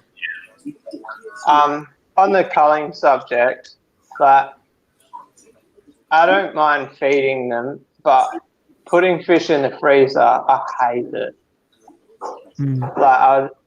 Like when I'm feeding the flower horns, I don't really think twice about it. Like the barra loves it. I don't know. It's over so quick. But yeah, I don't know. The other day I culled one of my discus, and I felt more uncomfortable about putting that in the freezer than throwing 100 fry in the barra tank. Yeah. Hey, redfish, bluefish. And anybody else who's coming here. It's part of the thing, isn't it? I suppose if you're breeding fish, it's going to be, that's the reality. Like, it's really cool to go, oh my God, I've got eggs and now I've got babies, and go, okay, what are you going to do with them? And then you go, actually, I'm going to feed them to this. And I don't have any predators really anymore. One of them big comets that have a go at a crib. The comments, you know, what's hilarious is those endlers. There's endlers in the goldfish tank, and I found endlers in the other tank. I'm like, in every tank now. It's crazy. Hey guys, thanks for that. Yeah, I was super stoked to hit the 700. Awesome. Oh yeah, congrats, Blake. I haven't said congratulations. Oh, thanks. Yeah. Yeah, that's pretty good. Pretty good. Especially considering that YouTube's been dead for like a month. Yeah, I don't know what happened there. And then I thought, because I know, Blake, occasionally you share my channel, and Aquamate as well. And then I woke up the other morning and it was like plus 17 subs in like a few hours. I was like, wait a minute, what have you boys been up to? But you guys seem to have promised me that it wasn't you. No, no, I didn't. It's interesting. Like I was saying to Blake the other day and today, I just stopped. I haven't moved for like 3 or 4 weeks, really. But some of my old videos have been getting, like 15, 16, 17, 18 views every day. All of a sudden, like, all right, so people are watching the old stuff. And it's really good. I mean, I'm excited about it, and I feel like by the end of this year, I'll have some videos that have had some really good views and watch time, which I've never had on my channel. But subscriber-wise, haven't gone up much. But I suppose I'm starting to take more of a long-term view of the videos I put out. Like, I'm really proud of the video from 2 days ago. It's just hit 100 views, which is good, but it's nice, it's slow, but it'll be something that'll evolve. Because for a little while there, I was watching, I'm like, I put this out there, no one's watched it, no new subs. And you start doing your head in. And I know you guys watch that stuff every now and then, and it gets not confronting, but it gets sort of like...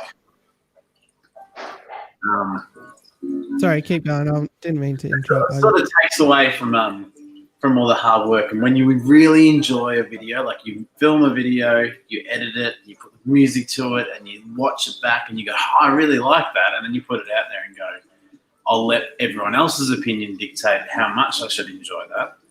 It gets, it does get very draining. But if you enjoy it and you put it out there and you can sort of ignore some of that, at some stage it'll come back and pay you back, I think. So, yeah, that's definitely true. I just wanted to bring this up because I'm interested by this. So I've been trying to work on, if you go back in time, my thumbnails are kind of all over the shop, Like I try to keep these ones consistent because that was like a series and stuff. And, I try and keep the store tours ones similar. But I've really paid a lot of attention to it the last few. Like, as you can see, these videos, they're all kind of similar thumbnails. But they don't seem to have done too well. So I don't know whether it's because of the world at the moment or because of they're not that good of a topic or whatever, but I find it really interesting. Your videos are shit. Yeah, probably. But the question is what is the question? No, so I've just been interested because like I always thought the thumbnail is the first thing that people click on, right? But maybe I don't know. Like I Hey, think that these thumbnails are what if really good, but we do?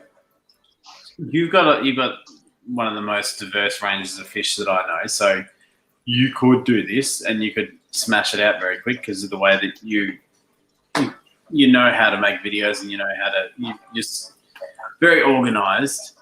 You up there, if you scroll back up, your rare fish video there has 420 views.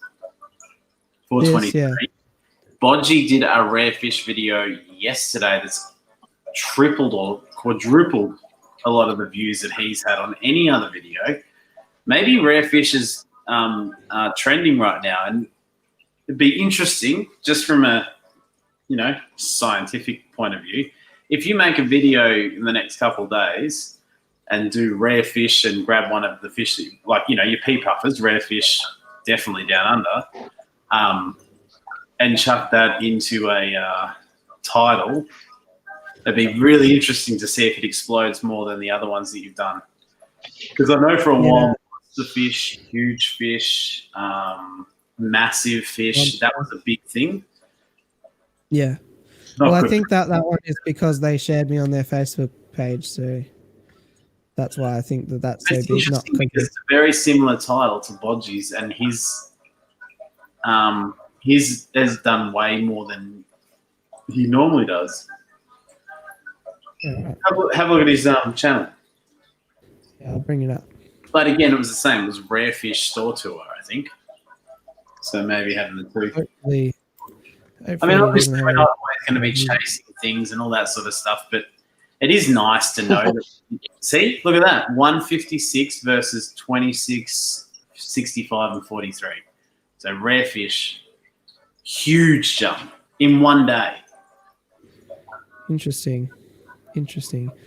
I'll just look up Aquatico and see if they shared him out though, because I know that Aquatico asked him to come and do a tour there. Yeah, when apparently after all stuff blows over, yeah. But it's interesting because Rumble, all of a sudden tomorrow you could make a video going, here's the rare fish in my fish room. And that could be, instead of a 100, 200 view video, it could be a 500 view video. Yeah. Doesn't look like they shared him out. Oh yeah, they shared him out. It definitely helps when you've got someone helping. Like Perth Nicholas keeps sharing my video at the Fish Tuber Down Under series I did with them. And because of that's pushing 900 views now. Oh, by the way, just while you're both here, like I have no plans of doing it yet, but if do a Fish Tubers Down Under Series 2, I need to have you guys involved if you're both keen. Already have one or two other Aussies say they'd be keen. Probably only want to do 6 or 7 episodes, but if you're both keen, I'll start looking into it a bit more. Yeah, I'm keen. Yeah, sure. It's just a questionnaire where you show off your channel and. It's just always a yes, Aquamate. I'll It's a good reference thing. I think we had fun doing it and it created a bit of a community. And, just do it, boys. Just do it. Just do it. Do it. I need that Shia LaBeouf thing.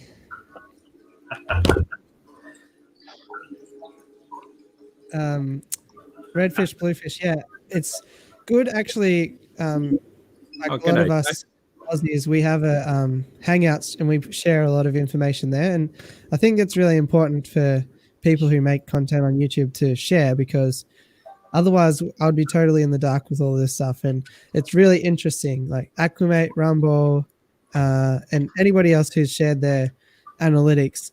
Everybody on March 8th, everybody just died immediately, and it's sort of been a slow crawl from that point to recover back to normal. And then it seems like just yesterday, everyone died again. So really, really interesting. But still just trying our best to put out the same content, and that's all you can do, really. I think everyone died again yesterday because everyone's been watching Tiger King. Yeah, probably.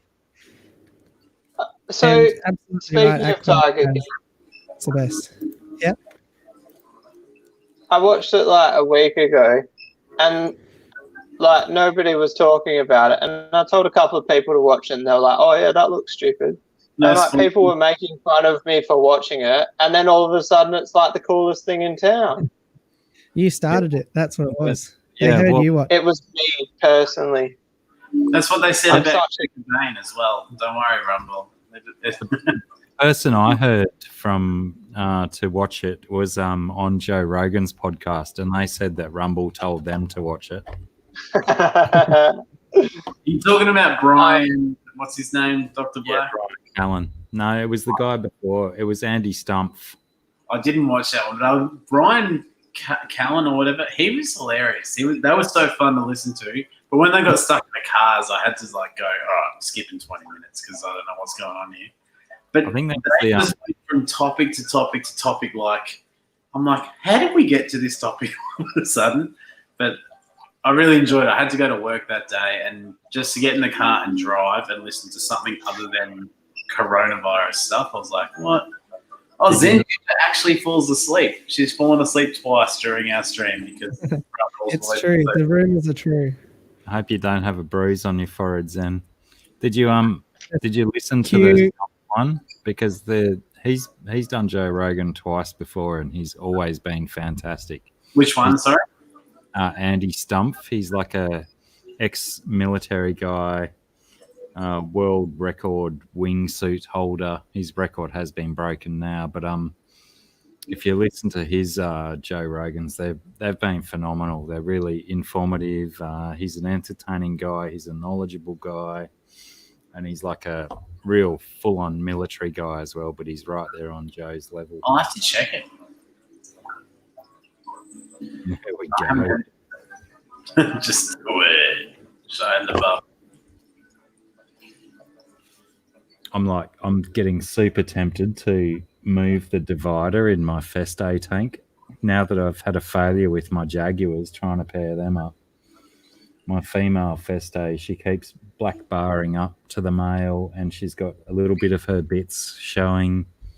He's got no bits at all showing except for super aggression.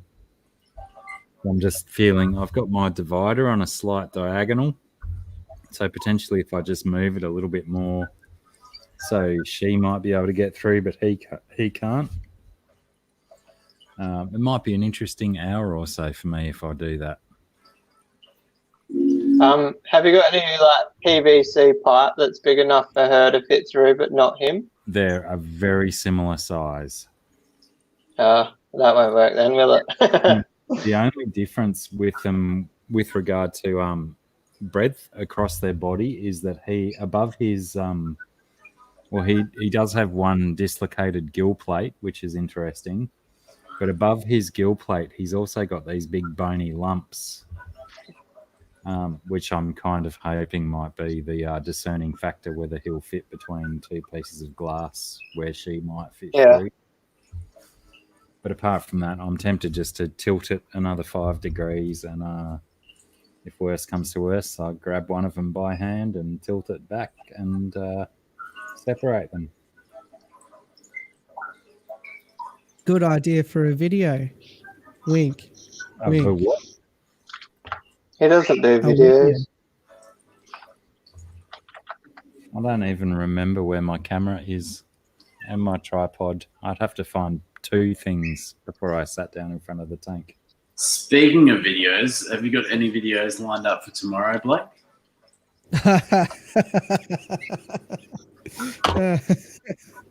Oh, good one. Good one.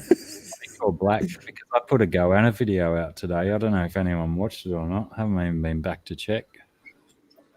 No, I would do anything just to be like you. Acclimate. Speaking of thumbnails, I'll show you. This is my thumbnail for tomorrow.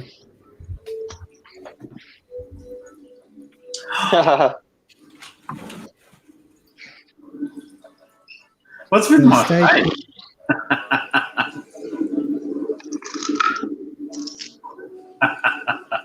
Where'd you Hey get that? guys. Hey guys, it's me, Aquamate here.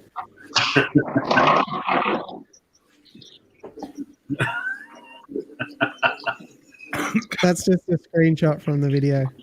It's very high quality, as you can see.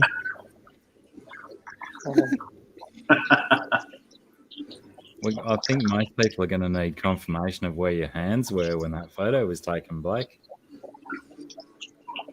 My hands. Yeah.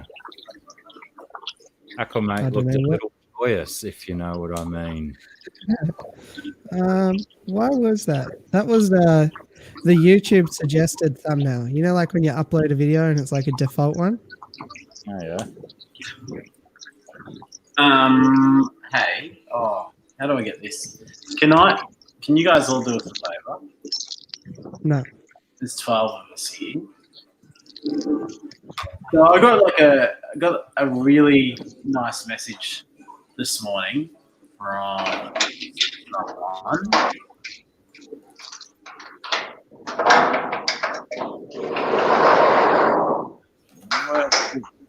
There you go.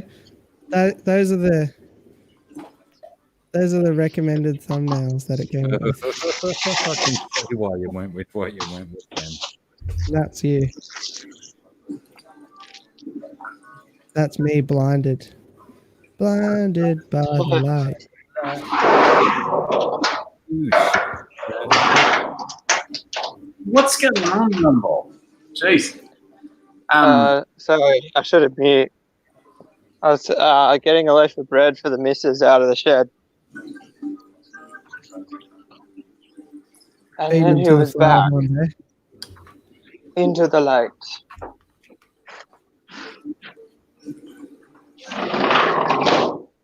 I think I'm gonna have dinner, guys. I've just put a link in the chat. Chef's Aquatics sent me a message this morning, and he said that he watched one of the Aquamat Experience episodes, and said that it inspired him to create a video, which made my morning, to be honest. Like, it's really cool to do this and share it with people, but to see someone else go, hey, I want to do that too, like, that's why I started doing it. If you guys don't necessarily have to watch it now, I know a lot of you are tired, but if you click on the link and just subscribe and then maybe set a reminder of watch it tomorrow morning or whatever, that would be awesome, because definitely would love to show them a bit of support. Maybe we'll have more content from Chef's Aquatics as well. So do you know this Yeah, for person sure. or just a viewer, or Sorry? what's the story? Is this a mate of yours, or? No, he literally just sent me a message on the Acclimate Facebook page this morning and said, hey, I watched you and Nick from Fishkeeping, Keeping Fish Simple, and I really enjoyed the video, and it's inspired me to make a video. And I said, please tell me when you do make one. And he's just released it just then. So it'd be kind of cool if we all jump on and just say, hey, good work, and I'll watch it when I finish the stream. But I've just subscribed and liked the video. 3 subs he's got. Yeah, he's got, well, there you go, 3 subs and his first ever video. So it's just one of those things that we do really, really well in the Fish Fam. Show some support. Just sort of kickstart it for him so that he knows that people are going to watch when he puts something out. Yeah, for sure. I'm going to jump off, guys. No worries. Have a good dinner. Thank you. Aquatics, Come so on. I got to have some dinner before I fade away to a shadow, you know? Anyway, it's been fun. It's one of the longer ones I've stuck around for. It's always 4 fun. hours and 18 minutes. Yeah, I even went for a bike ride in the middle. Good work. Right. Good to see Peace you. out, guys. Yeah. See you, man.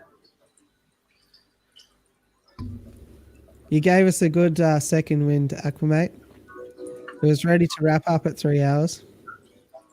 I try. You're getting tired. Where's Blackie? He just keeps walking off. Oh, I didn't care. Good work, I'm Jason. set here. Appreciate it. Yeah, I'm all good. As long as there's stuff to talk about, I'm happy to talk about it. Yeah, well, not promoting a video or anything, but I think I finished filming a video. I put it all up while you were talking, and I'm like, I don't really have to edit too much of this, so I'll try and do something about the light and the fertilizer that I came across, and create a couple more videos that we'll put out. I think while we're on sort of lockdown or restrictions and all that sort of stuff, it'd be good. We'll probably see a bit more. I mean, you do content a lot, but I'll try and put a couple more out than just one in a week or whatever. Yeah. But I do enjoy joining you guys, and the second Sundays. Are you or Blackie going live this Sunday? We haven't discussed it. Doesn't really bother me too much. The only thing is, like, on my channel, I like to have a fair bit of structure and all that, like at least in the beginning. So yes, you know. it's a very casual thing, and it's always. Yeah.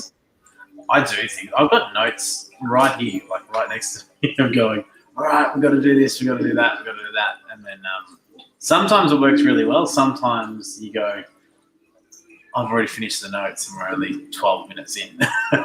Yeah, that was me tonight. I thought the top 10 would last for ages, but I didn't really have that many notes on each one, and I guess the species I talked about didn't have as much content as the bottom dwellers. So, but the other thing is, in terms of StreamYard time, just with these one a weeks, I've got an hour and a half left for the month, something like that. So yeah, I don't know.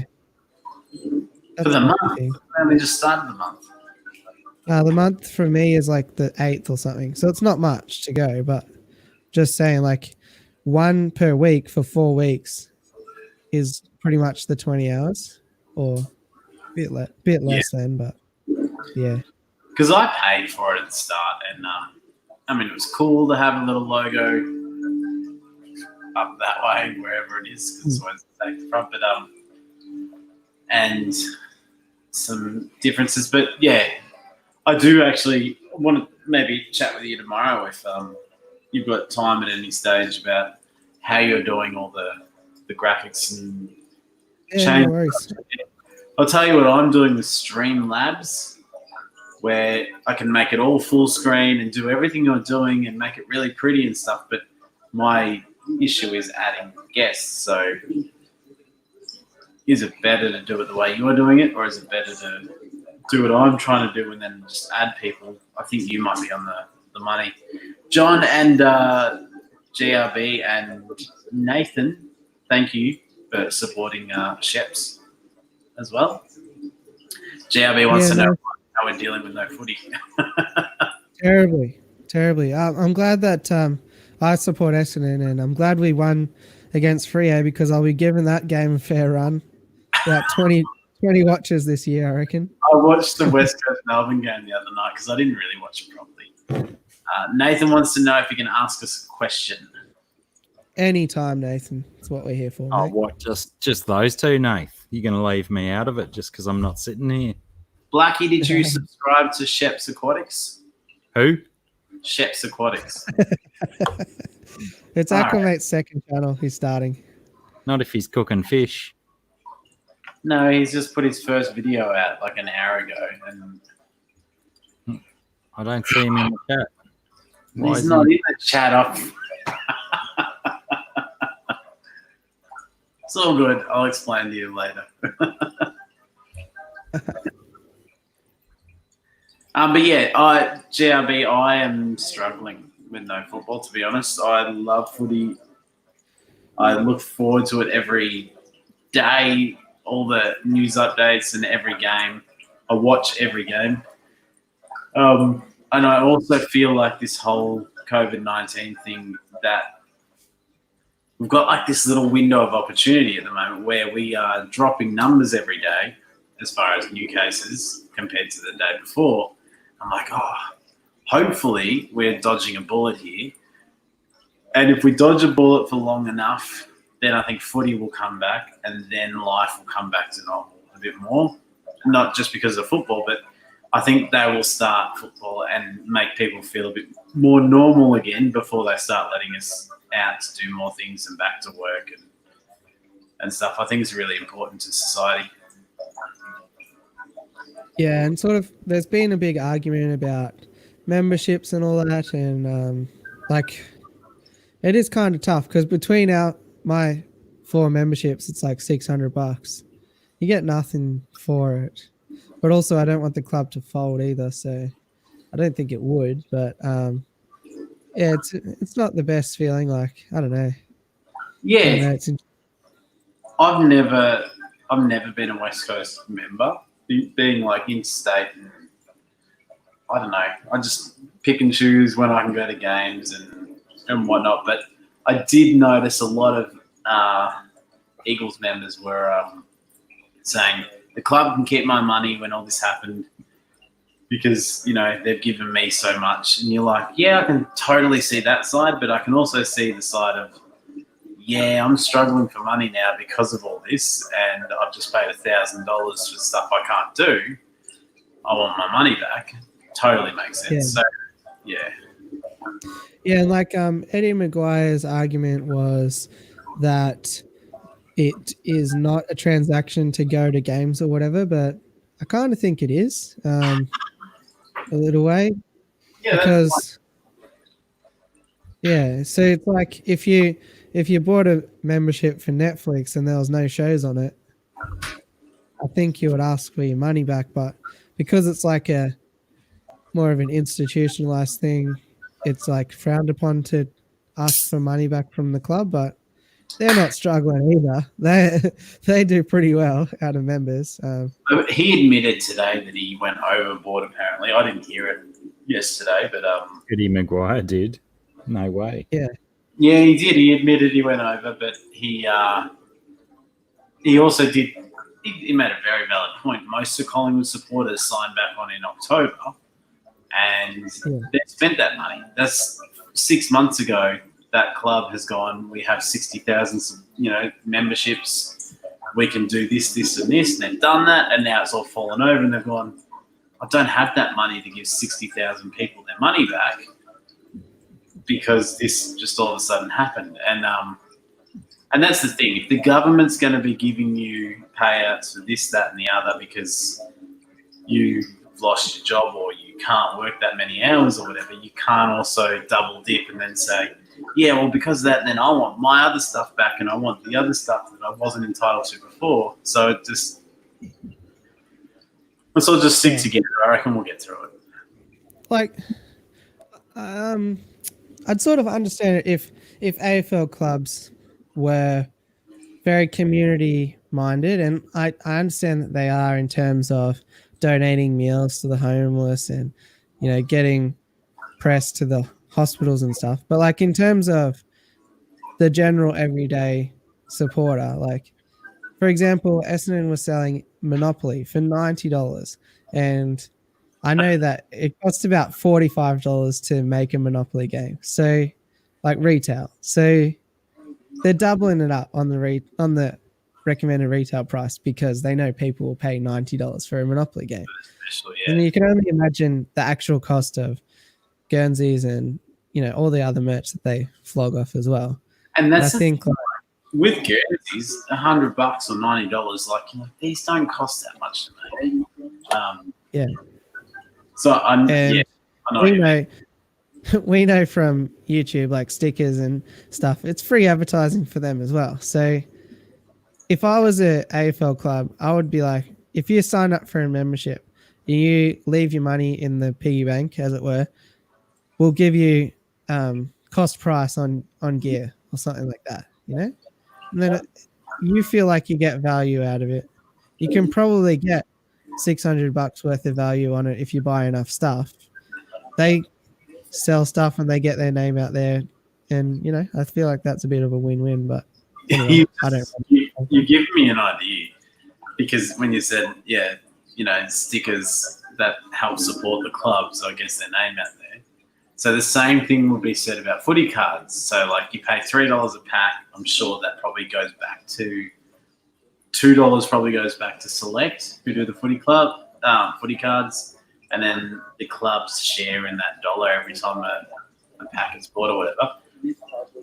So what we should do is we should have fish tuber cards, and it's just like, oh, this is a discus, or whatever. Or I got a break.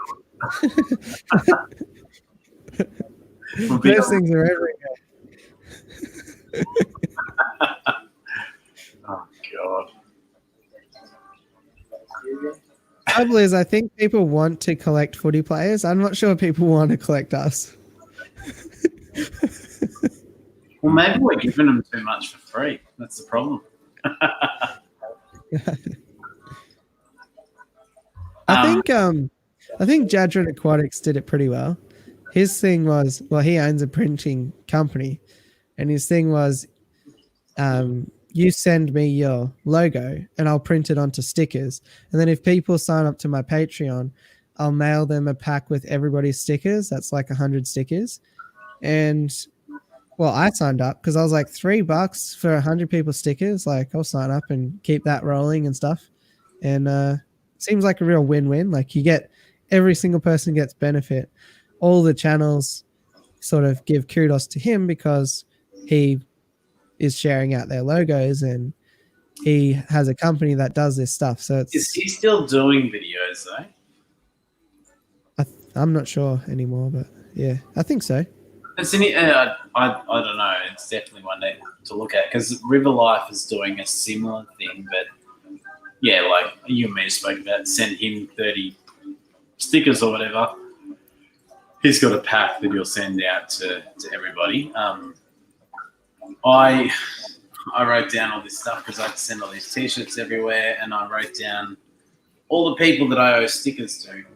And if you guys, anyone out there wants stickers, just make a comment on one of my videos and I'll add you to the list, because next week I will just send some out to these people. And yeah, Rack, I had right down the bottom going, all right, I need to send him a bunch, because but also at the same time I was like, oh, I haven't asked Rack, are you going to send me any?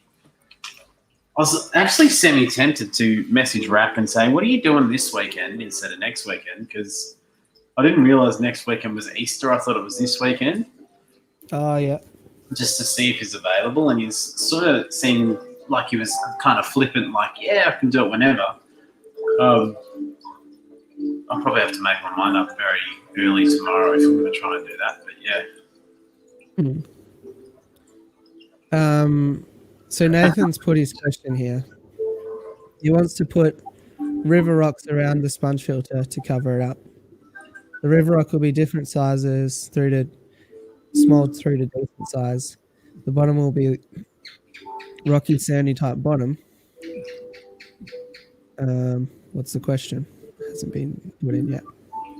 I assume is if will that work? And yeah, so long as there's gaps between the rocks for the water to flow, you'll be right. I think the idea is to have gaps towards the bottom. And I'm just looking over here. I have the filthiest sponge filter I've ever seen over here with sand in it. Oh, yeah. I've never had a sponge filter look like that. So I need to clean that tomorrow. But it's very interesting because I always look at it and go, oh, not much is going on, but that's proof that it's pulling everything out. And Jay wants a mint condition first edition Sir Prawn a lot. That will go for more than a Charizard Shadowless. Have you got multiple stickers of mine, Blake? No. I don't have any. Oh yeah, I've got one of yours. John, your whole future of t-shirts and stickers coming your way rests on your son-in-law's shoulders of providing something that I can trade with him to make that happen. I'll need to get a shirt first. I do want to try and do the Teespring jumper because the one you've got looks good, and I've done the same design on Teespring. Yeah. Candy, if you're here, you can put the Teespring for Aquamat in there. I know she's not here. But I designed it, and I thought I'd try it, but it's going to cost like $100 to get it over. Could be worth it. It doesn't cost that much, I don't think. It was Well, $40. Yeah, but plus postage from America. Maybe. I Plus, don't think I would have the paid that. Australian dollar is disgusting at the moment. Oh, yeah, there's that. Great for exports. How do you search for... Yeah. I'll be back in a sec. I was going to post Aquamate's Teespring link, but I can't find how to search. Horizontally, apparently. Typing and saying at the same time, aren't I? Thanks, Jace. To know you got that. I've typed sweet and thanks in the chat. I've got my camera pointed at my Festo tank, but I don't think it's going to show up very well, is it? No zoom on these things. Hopefully people in the chat can hear that, because I can't hear anything. Yeah, right. I was a distance away from my microphone. Oh, there we go. I can hear you now. Oh, there's the Teespring. I'll find it. There you go. Oh, it's gone. Mate's link on his own channel is broken.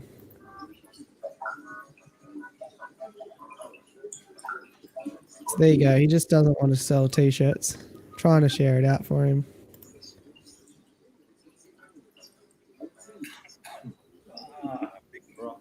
Let's see. Yeah, no. He's only got broken links on his channel. Never mind. He'll have to sort it out later.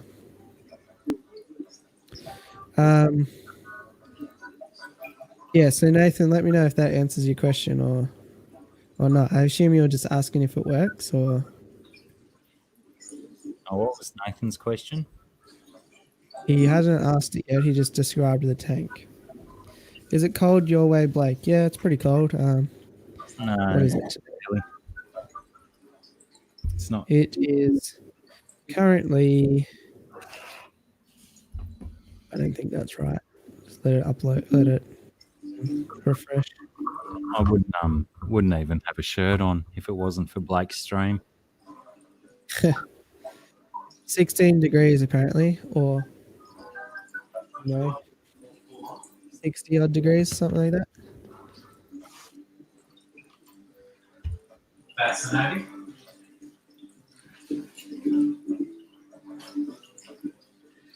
Terrible. I know. I gotta go because my wife has caught up to me on the. Also, the music is from the Super Nintendo. Mario, what is it? Mario something? Super Mario 2 or 3. It's a demo, so it's the Nintendo Classic Mini, and I've hacked it and I've put it in that little fishbowl thingy here. And when Aquamate, when you say that your wife finally caught up with you, does that mean you found her passed out on your back lawn? No, I mean she's caught up to me on Tiger. Ah, right. But yes, it's just like a little demo thing that runs in the background, Jay, and yeah, you might see it in a video soon coming to a YouTube near you. Also, just so you know, on your channel, all your Teespring links are broken. On your videos. Yeah. It's teespring.com/aquamat. And I tried to put the E on, but it still doesn't like it. So I was trying to plug your merch. Link in bio. People with Teespring. A lot of people's Teespring links are broke.